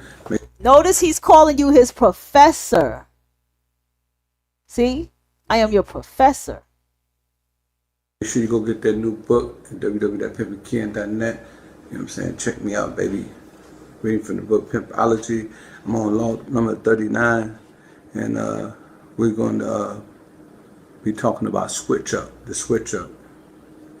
And I'm going to read from page 150, and it says, any pimp who doesn't switch up will lose his hoes. Hoes are funny. Once they get used to you, learn your game, and get comfortable, they don't respond the same way. This is so true. You know what I mean? One of the things I want to say that I always something. used to tell guys when I was in the game. Okay. That one is good, but let me. This is the married woman. But before we get to this part, it was something I wanted to say. God damn it. He said the hoes know your game. It'll hit me later. Just go ahead. Listen, my bad. Once they get used to you, learn your game, and get comfortable, they don't respond the same way. This is so true. You know what I mean? One of the things that I always used to tell guys when I was in the game, which was many years ago, was that, you know, if you do the same thing all the time, you're going to get the same result. You know, if you do what you always done, you're going to get what you always got. You got to switch up your game. You got to change up. You got to make moves. You know, one of the things that, you know, my man and I, you know, my main man, you know, Father Divine, JD, we used to always switch up our jury because we know that bitches get comfortable real fast. They get used to you. Once they get used to you and the excitement is no longer there, they get cold feet. They get rabbit blood. They want to make moves. So one of the things that we used to do back in the day many years ago when we was in the game was we used to constantly switch up. You know, red mink today, green mink tomorrow, blue mink next week, orange mink. I mean, just constantly switching up. Today Benz, tomorrow Jag, you know, next day Range Rover, next day Escalade. You know, we constantly switched up because we never. I once heard somebody say to some people, why the hell y'all be switching y'all names up so much and this and that and that and this? They don't, that person did not understand archetype, or they didn't understand what it is to be a writer and how writers are under different pen names that you cannot keep. I can't be the same name as my music artist name as the writer who writes about occult esoteric information. There's two different archetypes going on right there. Feel me? Never wanted anyone around us to get comfortable. You know, and that's even in business. You know, in the business world, you have to switch up. You know what I'm saying? You have to innovate. Yes, true. You have to make changes. Yep. You have to upgrade. That's right. Because if you don't, then your competitors will outshine you and eventually out-business you. They would do better business than you. They would get your consumers, your customers. You know what I'm saying? So in any endeavor in life, no matter what it is you're doing, whether it's business or the streets, you constantly want to switch up. You want to reinvent yourself. Constantly. You want to change. Yes. You know, we went from the flashy dudes to the conservative dudes to the low-key dudes to the business dudes. And that explains why 35 years into all of this, we still here. And we're still... You ever had an experience at work, right? Because I'm a pretty alternative person. And I switch myself up a lot. And I decided to just take my hair out completely and just let it grow and just pull it back for a little while, right? But you ever notice at work, any little changes that you make, everybody notices it? I started catching on to that so much, I started not saying nothing to nobody. Whether it was a new haircut, a new style, a new whatever, I wouldn't say. I learned to just, I'm like, why the fuck am I being like, oh, you got a new haircut? Like, no, I'm not doing that. You know what I'm saying? Like, oh, so, you know, your hair, it looks so pretty. Sometimes, I don't think about it till somebody brings up something with my hair. But the thing is, I stopped doing that. Because that just goes to show how monotonous the world is with people. It's like people change their hair, do something different, and then they just be like so happy that somebody's giving them some goddamn attention.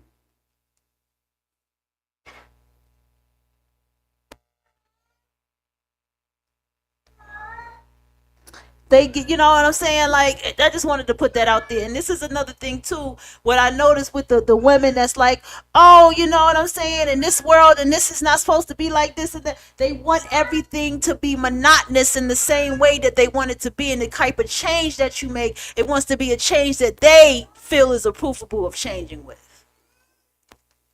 Irrelevant because we understand the art of the switch up.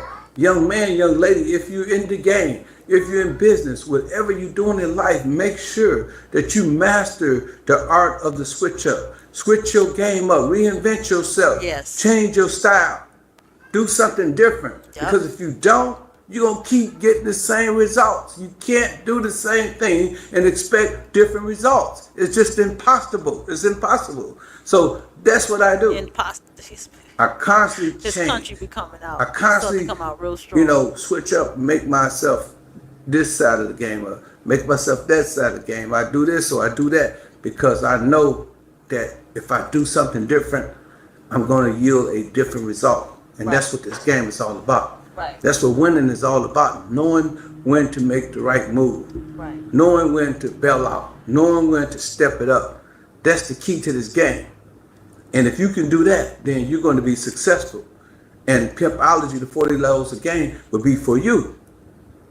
But if you think you could just keep on doing the same thing, keep on wearing the funny hats, you know, the stacks, the funny clothes, and think that people are going to respond to you in a respectful manner when the world is changing. You know, this is the information, what they call it, super information highway. You know, I mean, the internet. You know, the things move in millimeter seconds now. You know, people do things in real time.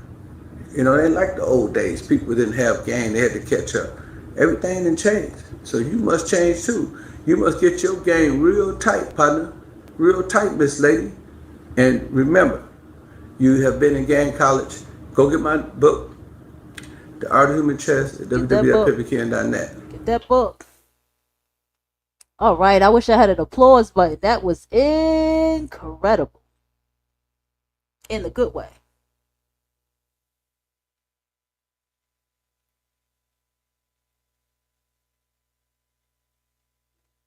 Okay.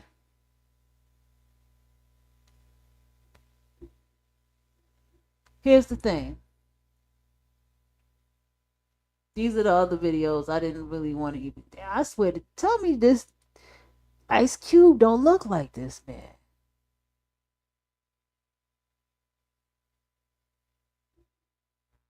Small town girl with city girl game. Okay, so he got a woman that he talking to. Okay. I'm just looking at the channel real quick. Let's see what we got going on. Believes that Diddy is in the art of war. We are all targets. Yeah, Pimpin' Ken believes that Diddy is in the art of war. We are all targets. He's Pimpin', y'all better listen to that man. Cause a lot of y'all gonna go down with him. Y'all all became pawns in the game of this situation. See, there go Ice-T right there. His relationship with Coco. Okay, so he actually does really have a consistent channel. I don't think none of these dudes that he talked to are pimps. They probably, you know. But who am I to say? I don't deal with them.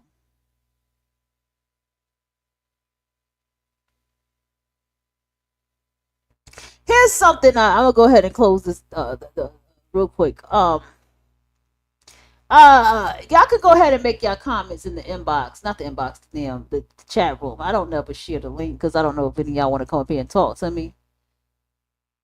Okay, Fillmore Slim is still alive. Okay, he's still alive. That's the one we were looking at earlier. There, a view from the game. Talk growing up. I just had to look at something. Let me tell y'all something. The guy at work. Let me tell you something. Have you ever noticed what kind of job positions a lot of males take? And a lot of the job positions that males take is a position to watch you. Has anyone ever noticed that? Males are always taking job positions that requires that they are going to be able to look at you when you don't even realize that they are fucking watching. A male is always going to take a job. Well, he can stand at a distance and damn near be ignored. Has anybody ever noticed that about men? He knows how to talk to you. He knows how to come at you. He knows what to say to you. There's literally one guy at the job I talked to. and we chit chat. Like our chit chat is very small, and I only need him because of money. I'm the type of woman at work that anything with me involves money. It always is money. You got change for this. You got money for this. You got your card. I give you this money. You swipe this card because the machine at my job don't take fob. Is it? They don't take certain bills or whatever. It's crazy. And so every time I'm talking to a male at my job, it's always about money. Sabrina, I'm money. You know what I mean? That's all I'm about.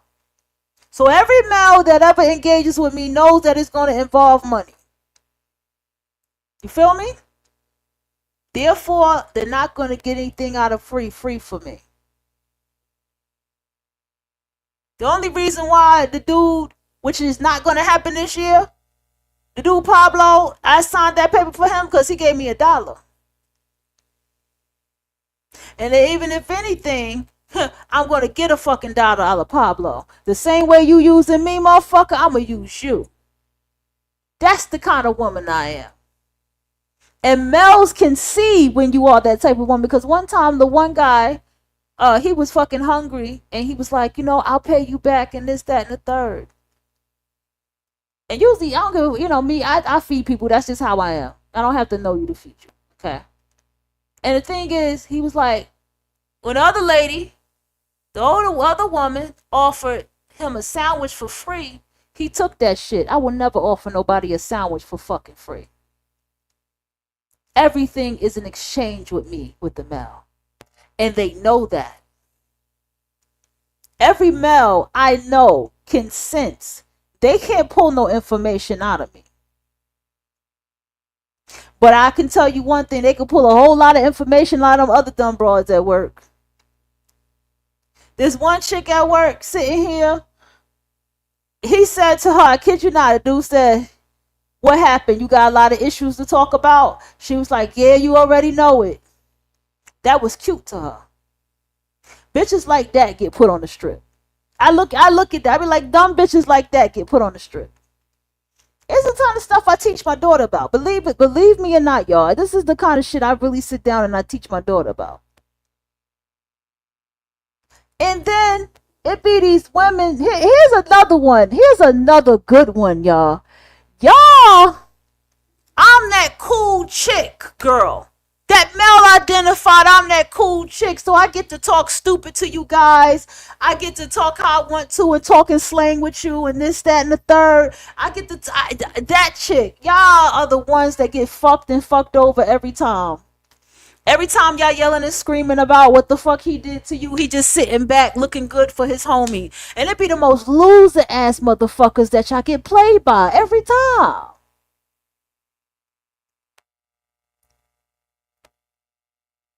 When I was at my lowest, I dealt with a loser and I cut that bastard off. But guess what?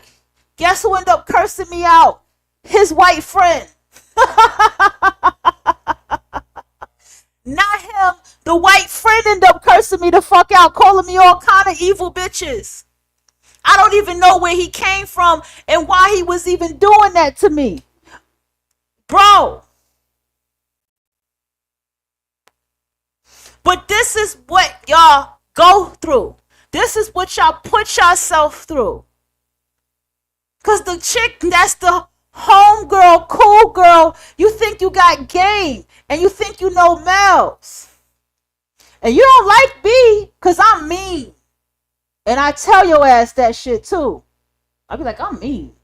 Like, oh, you mean? Yeah, I'm mean.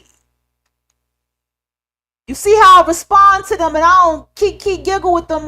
It's what it is what it is. Whatever conversation they give to me, I give it back. You talk about my family, I talk back about my family. Whatever it is that you think you know.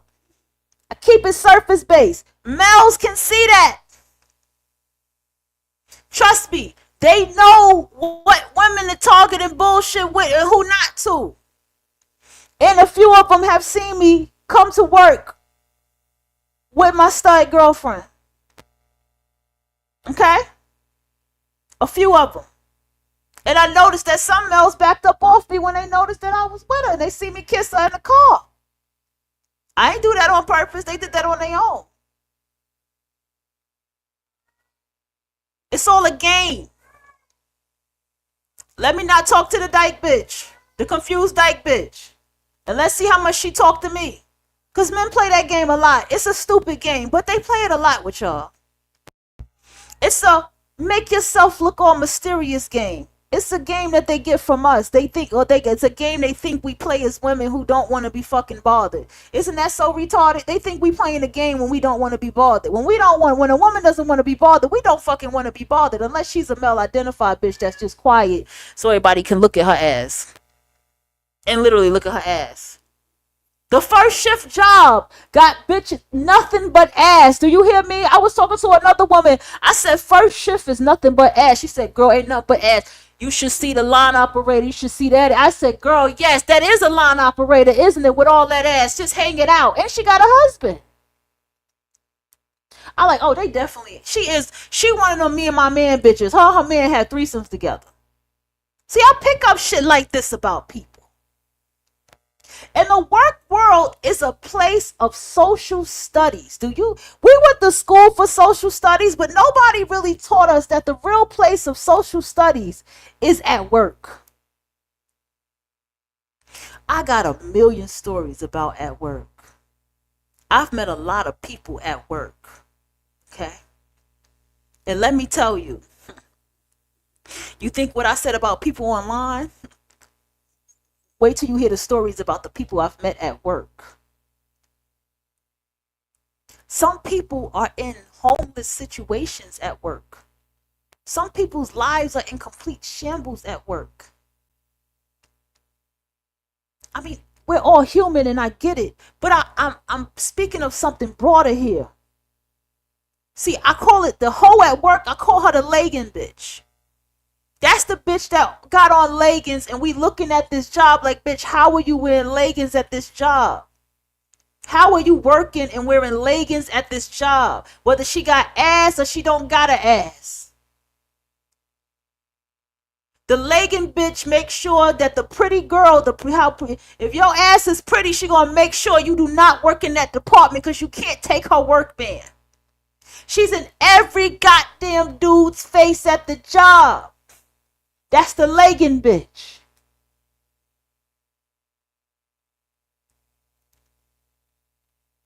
This is what I'm trying to and everybody got so much to say about the bitch with the skirt. I went to I never forget. I was working at Forever 21. I was coming down the escalator and something told me to look up and I looked up at the bitch with the skirt. That bitch had nothing under that skirt. She had no panties on and she had a nice ass. I said, what? Where? What? Who is that? It's so crazy because even in my mind as a woman, I felt like I could have fucked her. If I wanted to flirt hard enough, I probably could have fucked her. Like, you just don't got no panties on under your skirt at work and the shift, the doors ain't even open yet. What? That was the craziest feeling in my life ever. I was like, whoa, I don't even know her. I'm good on that. You feel me? So, excuse me, y'all. So anyway, understand, the woman who wants you to shun the whole slut, prostitute, sex worker, the madam, the pimp, who wants you to shun all this stuff, you need to start looking at these people. Let's not forget the strippers. Yes. Yes. They are.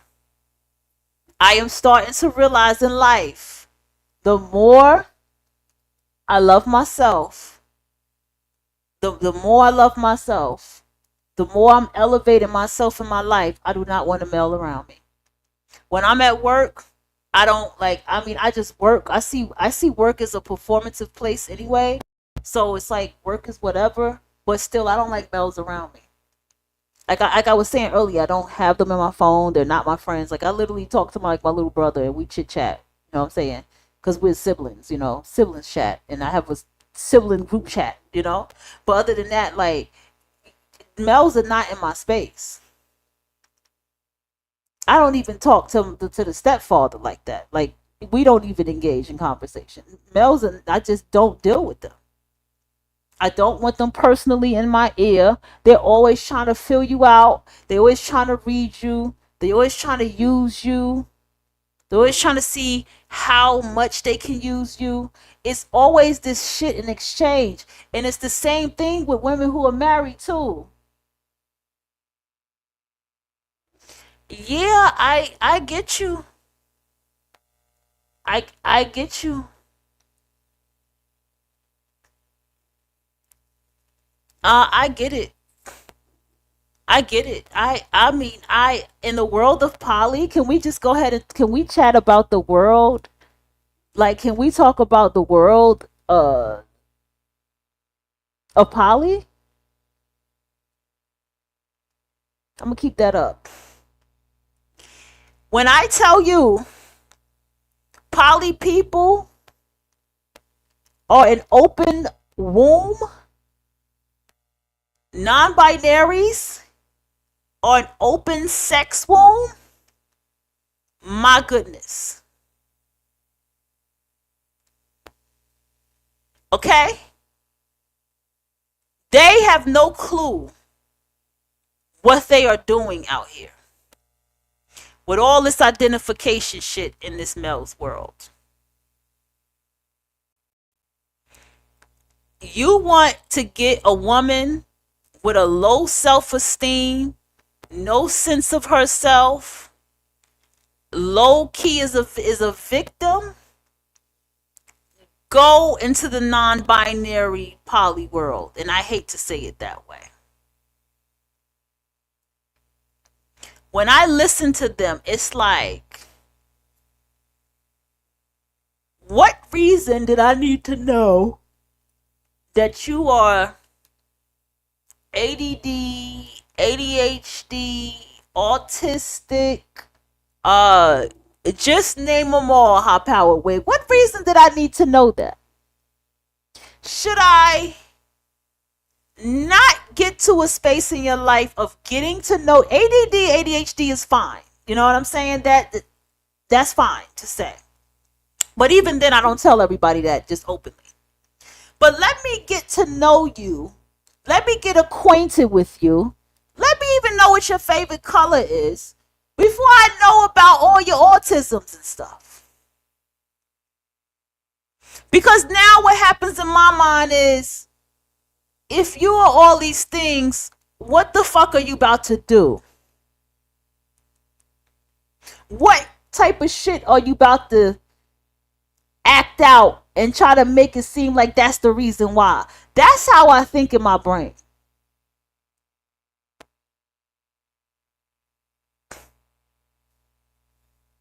Like, seriously, that's how I think in my brain.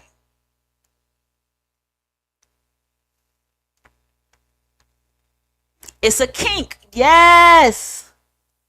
And that's sick. When you're sitting here and I'm looking at an adult film, because I really want to stop even looking at that. I really want to stop looking at that. I really do. And I'm being very honest when I say this. Unless it's an erotica and it's a storyline and it has a very good story, I think that's how I may replace it. I'm going to just start watching like erotica stories and storylines and stuff like that. I need to replace this. When you're sitting there and you're like a non-binary trans male, and clearly I can see you being fucked in the pussy, not only am I looking at that male, I'm looking at the person that is with you sideways. Y'all become the ultimate target.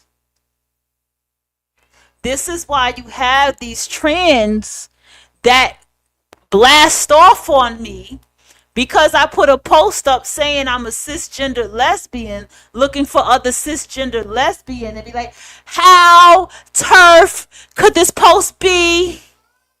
You piece of shit. I can't believe you guys have a bunch of piece of shits in your group. This fucking turf. Because this male wants to try to break me and manipulate me into fucking him and liking his dick. And so now I have to go down in that, to go into the comment section and say, look, I don't want your fucking penis. That's what it means, you cunt. You piece of shit.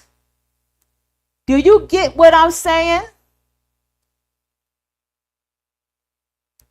Oh, no. I am in the poly world.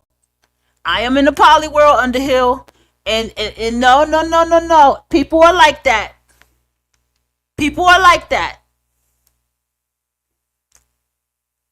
There's a chick out there calls herself Autism. Do you hear me? She refers to herself as Autism. And she was talking on Soft White Underbelly. And I don't trust her. You too in tune with your tisms. People who have tisms are not in tune with them. That person who was mentally ill and walking around in school was not in tune with that.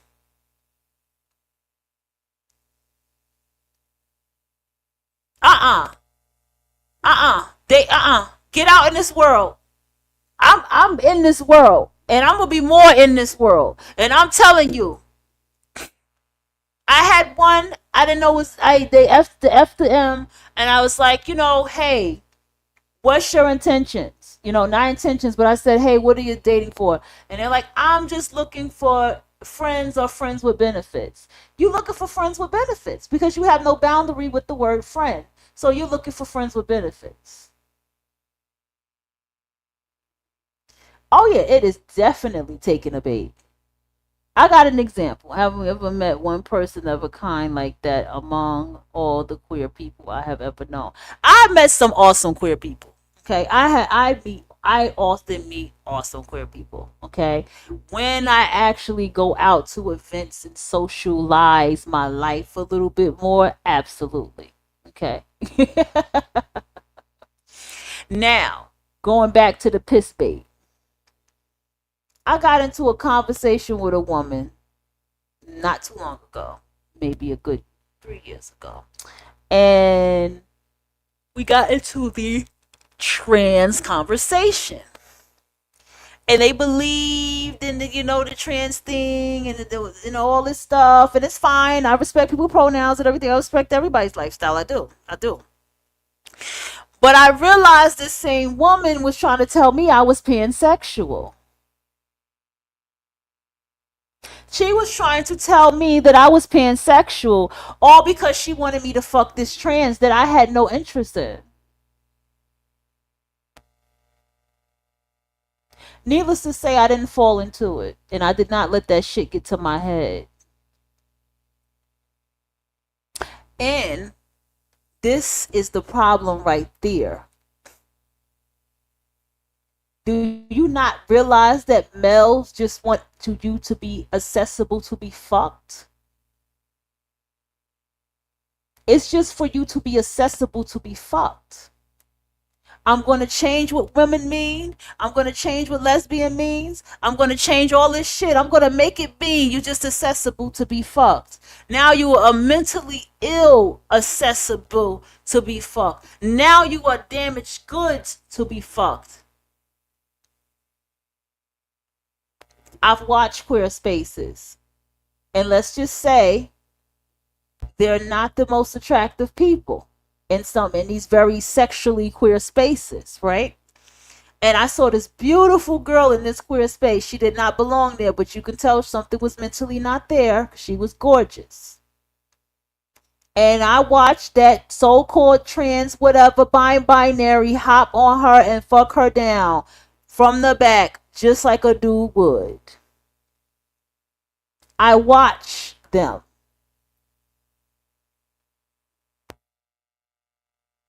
It's a game. It's trickeries. It's all lies. Okay? They really don't.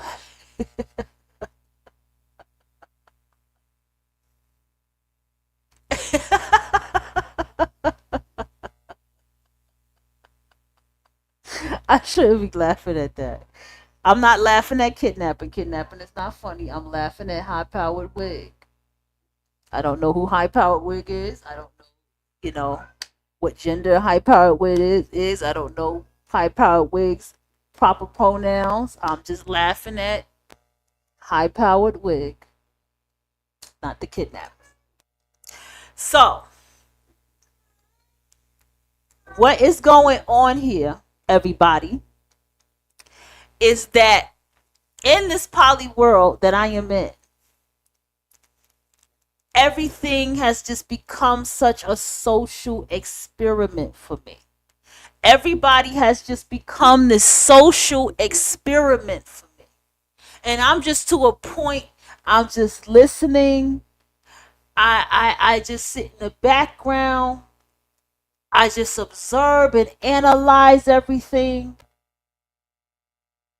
and write notes in my head and all these things. Because now I am starting to see how writers write more. Like I'm seeing how researchers and PhDs, I see why, because I get it now. When you are meeting somebody, you are giving them the introduction to yourself. Correct? And I have met people and I've been quite reckless lately. I have been quite reckless. And I sit back and I go, well, why the fuck did I do that with that particular person? Because that's that person's energy as well. And so, I'll read that in a minute. So, as I was doing this, that's when I began to learn and change up the way I present myself and how I introduce myself when I talk to people. And start paying attention to other people's energy and how it grooves and moves. We want women inside, not getting sunshine. Women don't want to lift weights while women going vegan. It's not good for hormone health. Oh, absolutely. I was more so in the house as a mother. I hated it. I always made myself go outside, always made myself go out, and then as soon as you start doing that, that's when I start having a lot of problems and getting into physical fights. Weaker too, so women need to be bedbound and bedridden. Girl, let me tell you something. High power wig.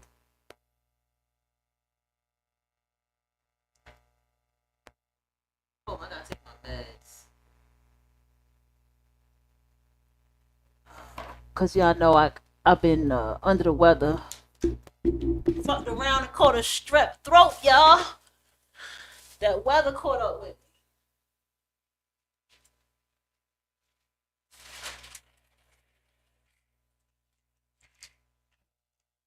Oh wait. I'm trying to remember. Did I take the other one properly? Yeah. Well, anyway. Let's get into that. You sit here, and I have met these women. And I say to myself, do you remember a time, high powered wig? Because you were 80s baby, right? Remember a time when people were in wheelchairs and they were disabled, they had certain type of disabilities. They will be with other people who had disabilities as well. Or they will probably be under some kind of religious sector, and they'll date somebody in their religion that would date them. Remember, it was really tight with how people dealt with people who had a certain physical or mental condition. Remember that? It's not like that no more.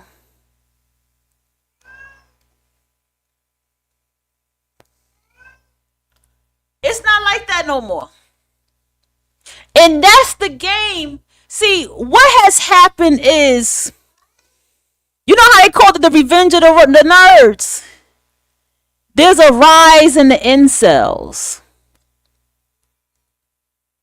And the incel has created a program by design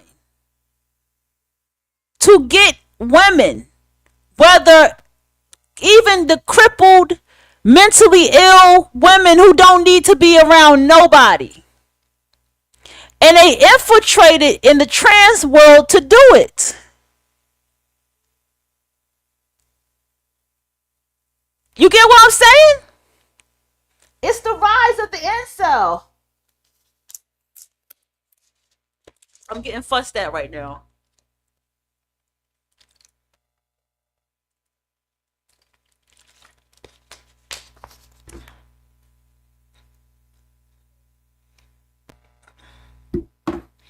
It's the rise of the incels. It ain't the revenge of the nerds. Oh yeah, they always. I know they've been here, but I'm just saying that they've infiltrated hardcore in that trans non-binary world. She said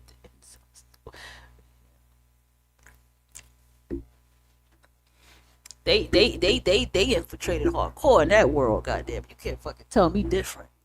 I need to smoke. She said hill cells. Ha! They always been here. I know they always been here. Stephen King got a whole goddamn movie about an incel.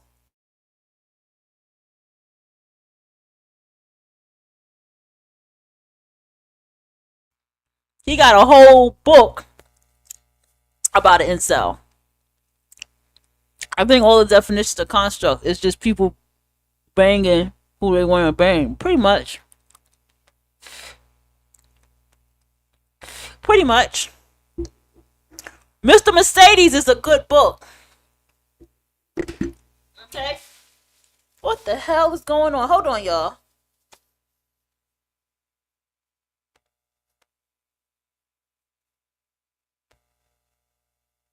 Okay, I thought so. Mr. Mercedes.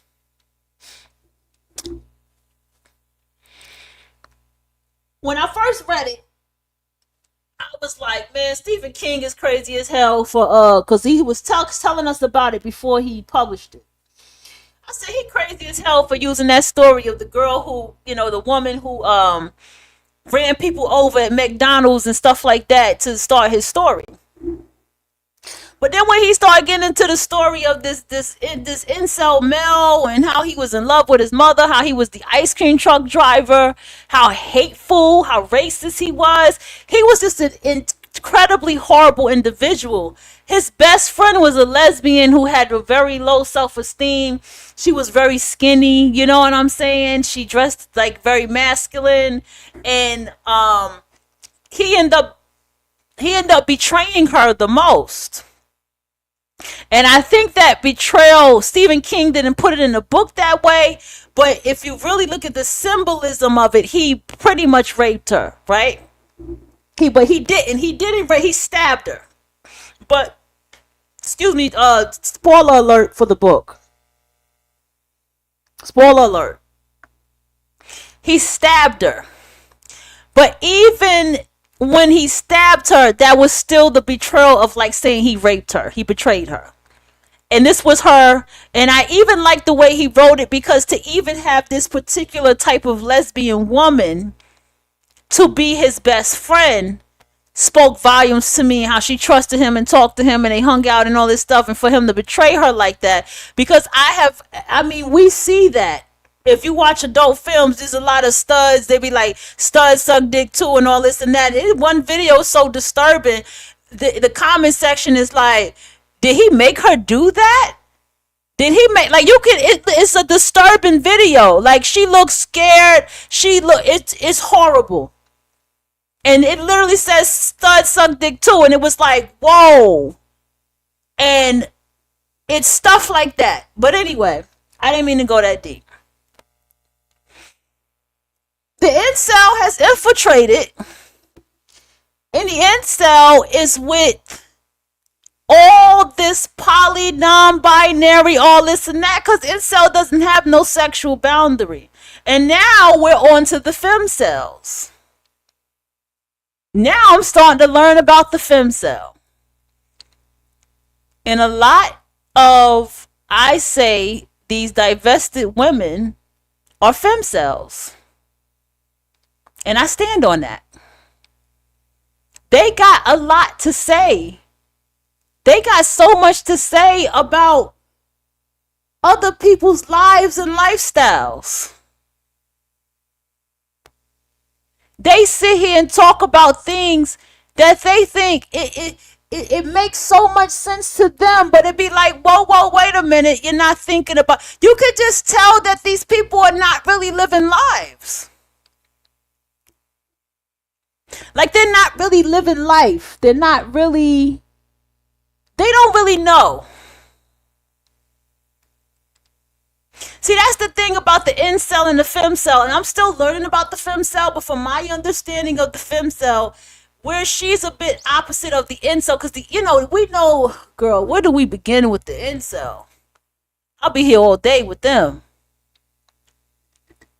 But let me keep it focused. Clearly, it's all a game. And it's all a male's game in the whole non-binary world, because there's no such thing as non-binary. Everything has a binary code, right? And it's all a game of males who do not have easy access to women, males who do not know how to talk to women, let alone grown women, and males who have been subconsciously, if not really, sexed up by their mamas, who probably was fucked by their daddy. Go watch Soft White Underbelly to understand where I'm coming from with this. And because you have these particular type of males, it was perfect for them to build the world of this whole thing. You know where other incel males are at? In the world of divestment. These are the white males that could not get women, point blank, period, not even their own. So now the black woman is the next hot thing for him to get. So now he's going to go out there and get her. Incel doesn't have to be the guy in the basement with the crusty drawers on. The incel can be the guy at the job. The incel can be the working man. The incel is not limited to what his tax bracket is or whatever his figures he works a year. And that's how it all goes. Because one thing about the incel and the femcel is they always have to talk about sexuality and sex. Like we are 11 years old. As if we're kids and giggling over the word pussy and dick. And vagina and penis. They don't have no adult brain about sex and sexuality. Oh, look at Taylor Swift. And I saw a comment that said, I miss Miley Cyrus when she used to have her little beaver teeth. I said, Miley Cyrus is a grown-ass woman. She's not a 4-year-old kid. That's cute on a kid. The fuck you mean? I don't like the way, she fixed her teeth. Huh? That's a part, that's a part of adulthood too, when you start fixing your teeth, right? Going to the dentist and getting your teeth whitened and stuff like that. That's an adult thing to do. That's a part of success too. And then it goes on where you have these women who want to drag women for how they dress and what they got on and all this and that. The femcel and the incel has that in common. And let me tell you what else the incels are very, very smart, right? These incels know how to go into the world of polyamory and non-binary and all this stuff, and they come into the world, and then what they do, they try to set all their rules about how the world is supposed to work within this free-spirited world that everybody's in. They come around and try to tell everybody that this is the way that it's supposed to be. Because a lot of them come from very religious backgrounds as well. That's what the incel and femcel does. No, we're not sluts. We're it's like this and that they always have to come and make sure everybody knows that it is like this, and make sure we make America great again, as if it's been great. I think all those definitions are based and different from the white Christian national vision of marriage and sex-based equality, and as such, those definitions accept that fact. Hold on. I think all of those definitions, I heard that part, are based in their difference from the white Christian national vision. Oh, you said version of marriage and sex-based equality, right? Heteronormative relationships. That's what that is. And as such, those definitions accept the fact that, or else they accept it as true and have to see themselves as at odds with their culture. Yes. But Christian culture has been at odds with many people's culture. They have been the biggest bullies of other people's cultures, but we're not going to talk about that, right? We're not going to talk about how in every culture, everybody, no one ever had no one solid, only one God that was a male. Are we going to talk about that? How other cultures always had love and respect for women, especially women and the children especially too, in the different aspects of nature and animals. And Christianity said it was one God, and this is the one way it is, and then he said this is his son, and then this is the way. This is what Christianity did. But we're not going to talk about those bullies, right? We're going to act like that. Now, let's go. This is what the incel femcells do. We are divestment. And this is what we do in divestment. When you didn't even create the word. That's crazy. That's crazy work. Clowning spiritual women. When the spiritual woman is the one who created, the one who was the one who said it first. When she was the one telling black women to stop fucking these men. And that effect, leave black men alone. Period, point blank. She crawled for you bitches to fucking, she walks for you bitches to run a fucking muck on divestment and claim it for yourself and just put another word behind it. This is what she did. So what I'm saying is, to get beyond that viewpoint at all, you have to accept a baseline. I think that baseline is artificial to begin with, and it's owned by white heteronormative culture. Heteronormative culture is not even heteronormative culture. That shit is performative. Heteroperformative culture. So either that definition of normal is part of the construct that owns us all. Heteroperformative culture.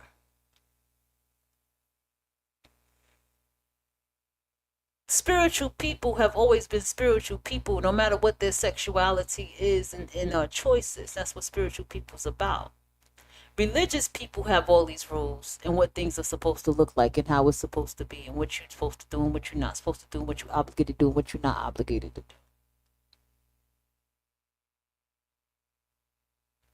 That's what religion does. And this is why I'm saying out loud, you get beyond the thing that owns you if you base yourself on being different from it. Well, you can still live your life freely. You can still live your life freely. Remember, I told you, when you go in the work world, it's a performative world. You are the character that they want you to be at work. I talk about this all the time when you go to work. Like I said, I don't owe nobody the truth at work about nothing, because Y'all are people that are my co-workers. And that's our relationship together. We come here to work together. I'm not here to give you my business and who I'm with and this, that. I'm not here to do that.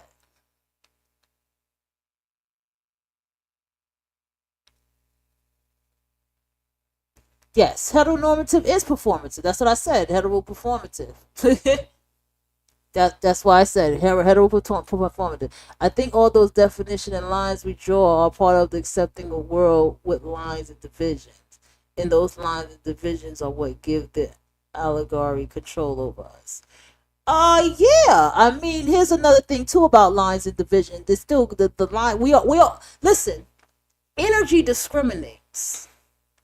When you begin to live your life as a certain frequency, you build lines and divisions off of that. When you go to work and you sit by yourself at the lunch table and you don't really engage with people or sit down with them at lunch and you go sit with yourself, that's lines and divisions. You get what I'm saying? When you carry yourself a certain way, and I'm just talking about this because that's the best example I could pull right now. When you walk outside in this world and you dress a certain way, look a certain way, and talk a certain way, and do things a certain way, that's lines and divisions. That's what energy does. And what you focus on, you become more conscious of. Lines and divisions. I couldn't tell you what heteronormative people are doing over there. I could not tell you what they are doing. I could not tell you about a baby shower reveal. I couldn't tell you about none of that shit right now because that's not in my world. That's not my life. None of it is my life. Yes, I'm somebody's mother, but still, none of that's still not my life. My life is literally making sure school grades is good, making sure, listening and being a mother. That whatever my duty is as a mother to the children. That's my life. My children are not dating people at their age. They don't have boyfriends and girlfriends going on over there. They're focused on what they need to focus on, and they understand that is not nothing they need to focus on. They're not even thinking about that. But you got somebody right now, their daughter has had a boyfriend since she was 14. You got somebody out here right now, their son is dating at 15 years old. You got somebody right now, they are a grandmother while their daughter is only 21 years old. Yeah, that lad, that's what's going on out here. So when you don't live your life like that, you navigate differently to people. And the number one thing you do is you're not going to give information about yourself too much because you know what's going to come with it. And you know what's going to come with it. Motherfuckers going to feel some type of way about your lifestyle. That is so different, that it's not the way that their life is built or the way that they think life is supposed to be. That's not your business. You think Trump give a damn about making America great again? You think Trump give a damn about the people? Trump was smart. Trump knew he had idiots following him, and he got his presidency by being a good businessman, good marketer. Listen.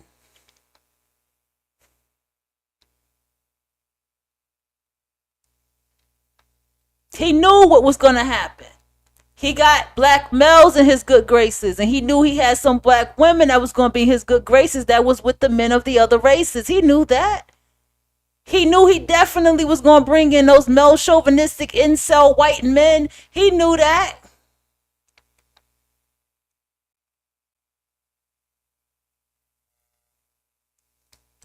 All I'm saying is, basically, as a whole,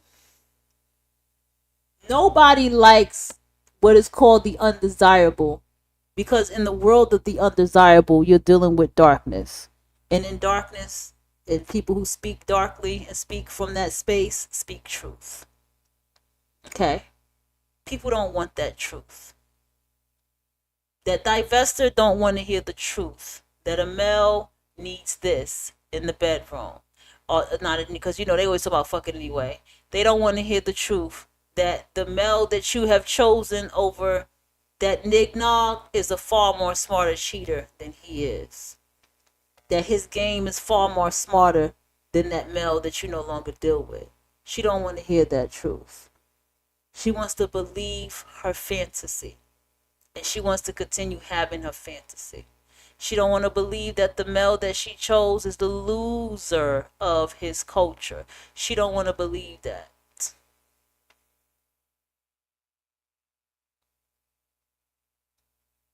She don't want to believe that there are women decentering men. She don't that's the whole point of what I'm trying to say here. But let the 304s tell it. Let the pimps tell you what it is out here. A pimp even told you that a woman cheats smarter than you. Have you never noticed the pimp is not ever biased? The pimp is never biased. Look, that woman cheats smarter than you. Her cheating is a different kind of cheating. Even told men, if she say this to you, then that means this is what she wanted from you. She's saying she's single, but she got male friends, and that means she telling you what she wants. He's telling women, telling them.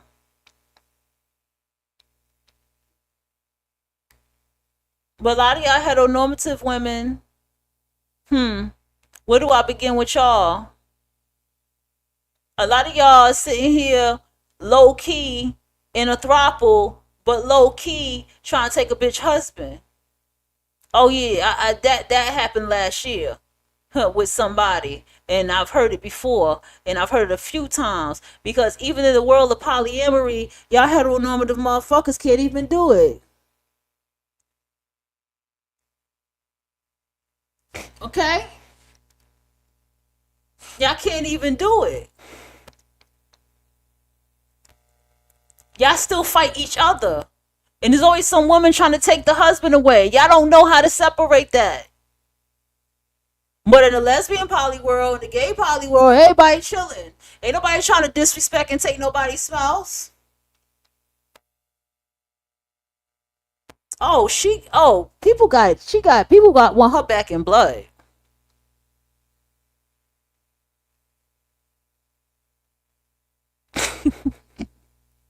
He said they could be a cave troll for all you care. I'm fucking dead. I don't want no cave troll. I mean, Wendy got karma laid on her ass, though. That's for all the shit she has done throughout the years. Everybody is going to have her come around and talk, and she's going to, remember, she likes the spotlight, so she gonna still come around and try to keep going.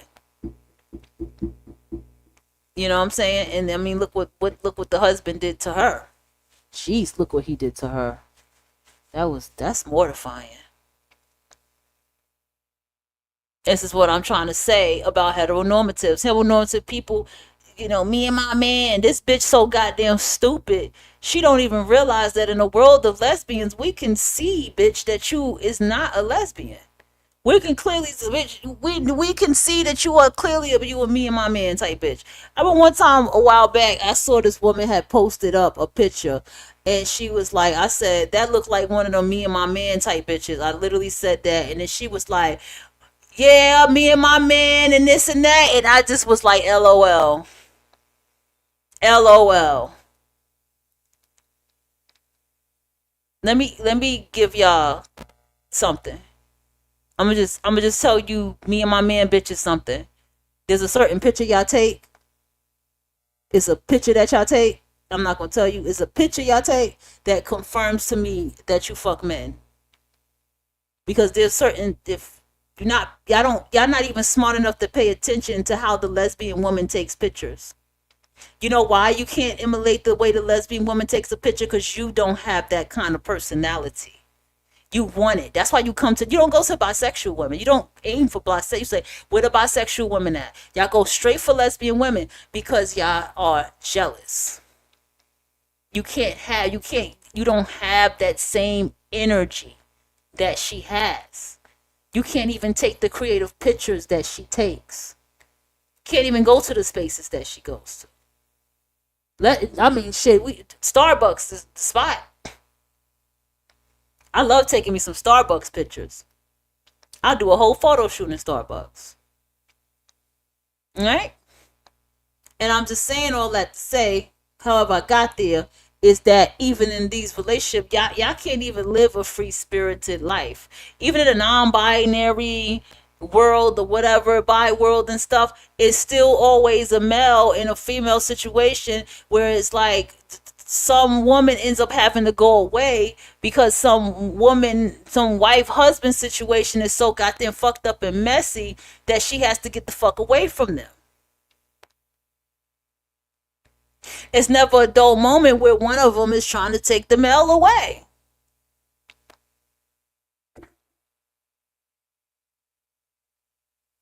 But y'all get mad at the hoe and the prostitutes, right?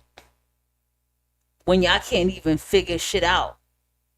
Y'all running around bringing other people into y'all bullshit because y'all shit's so fucked up. Y'all can't fix it. Y'all can't fix it and y'all can't figure it out. How does that work? You can't fix and you can't figure out what you have going on in your own relationship. So now people gotta go online and see you. Two raggedy motherfuckers trying to get somebody to join in on some shit with y'all. And then y'all sit here and y'all still want to shame people who are like this. Y'all sit here and y'all still want to throw away and ignore the people who are like this, and because y'all hide. Y'all are the biggest hiders. So yeah, this woman may be like, oh, two pussy minimum, and you deal with him, then you have to be in a poly relationship. Look at this shit and find the worst example that they can find. But it'd be like, bitch, what's really going on over there? What you got? And that husband of yours. I seen bitches that, me and my man bitches, I look at their faces and I'm like, bitch, you look angry as fuck. You do not like women. You are literally on here doing this to keep him happy. You are literally on this site with you, bitch, your face is angry. You are on this site to give him what he wants. How pathetic are you? How weak-minded are you? Bitch, you ain't nothing but his hoe and he the pimp.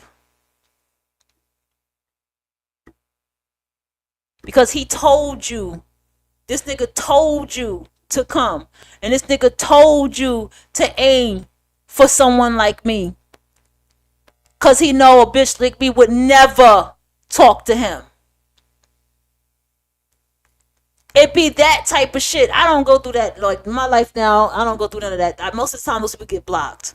But the point is, this is what's going on in performative hetero performative world. And oh, don't the wife sound delusional? We're not gonna go there. Alright, y'all. I did a great show. Men know they don't have quality women. Oh no, he don't. That is a show in itself. Men know they don't have quality women in his life. Men know they don't have quality women in their life. A man knows he don't have a quality woman in his life. There we go. That's a show. That right there is a show. But with that being said,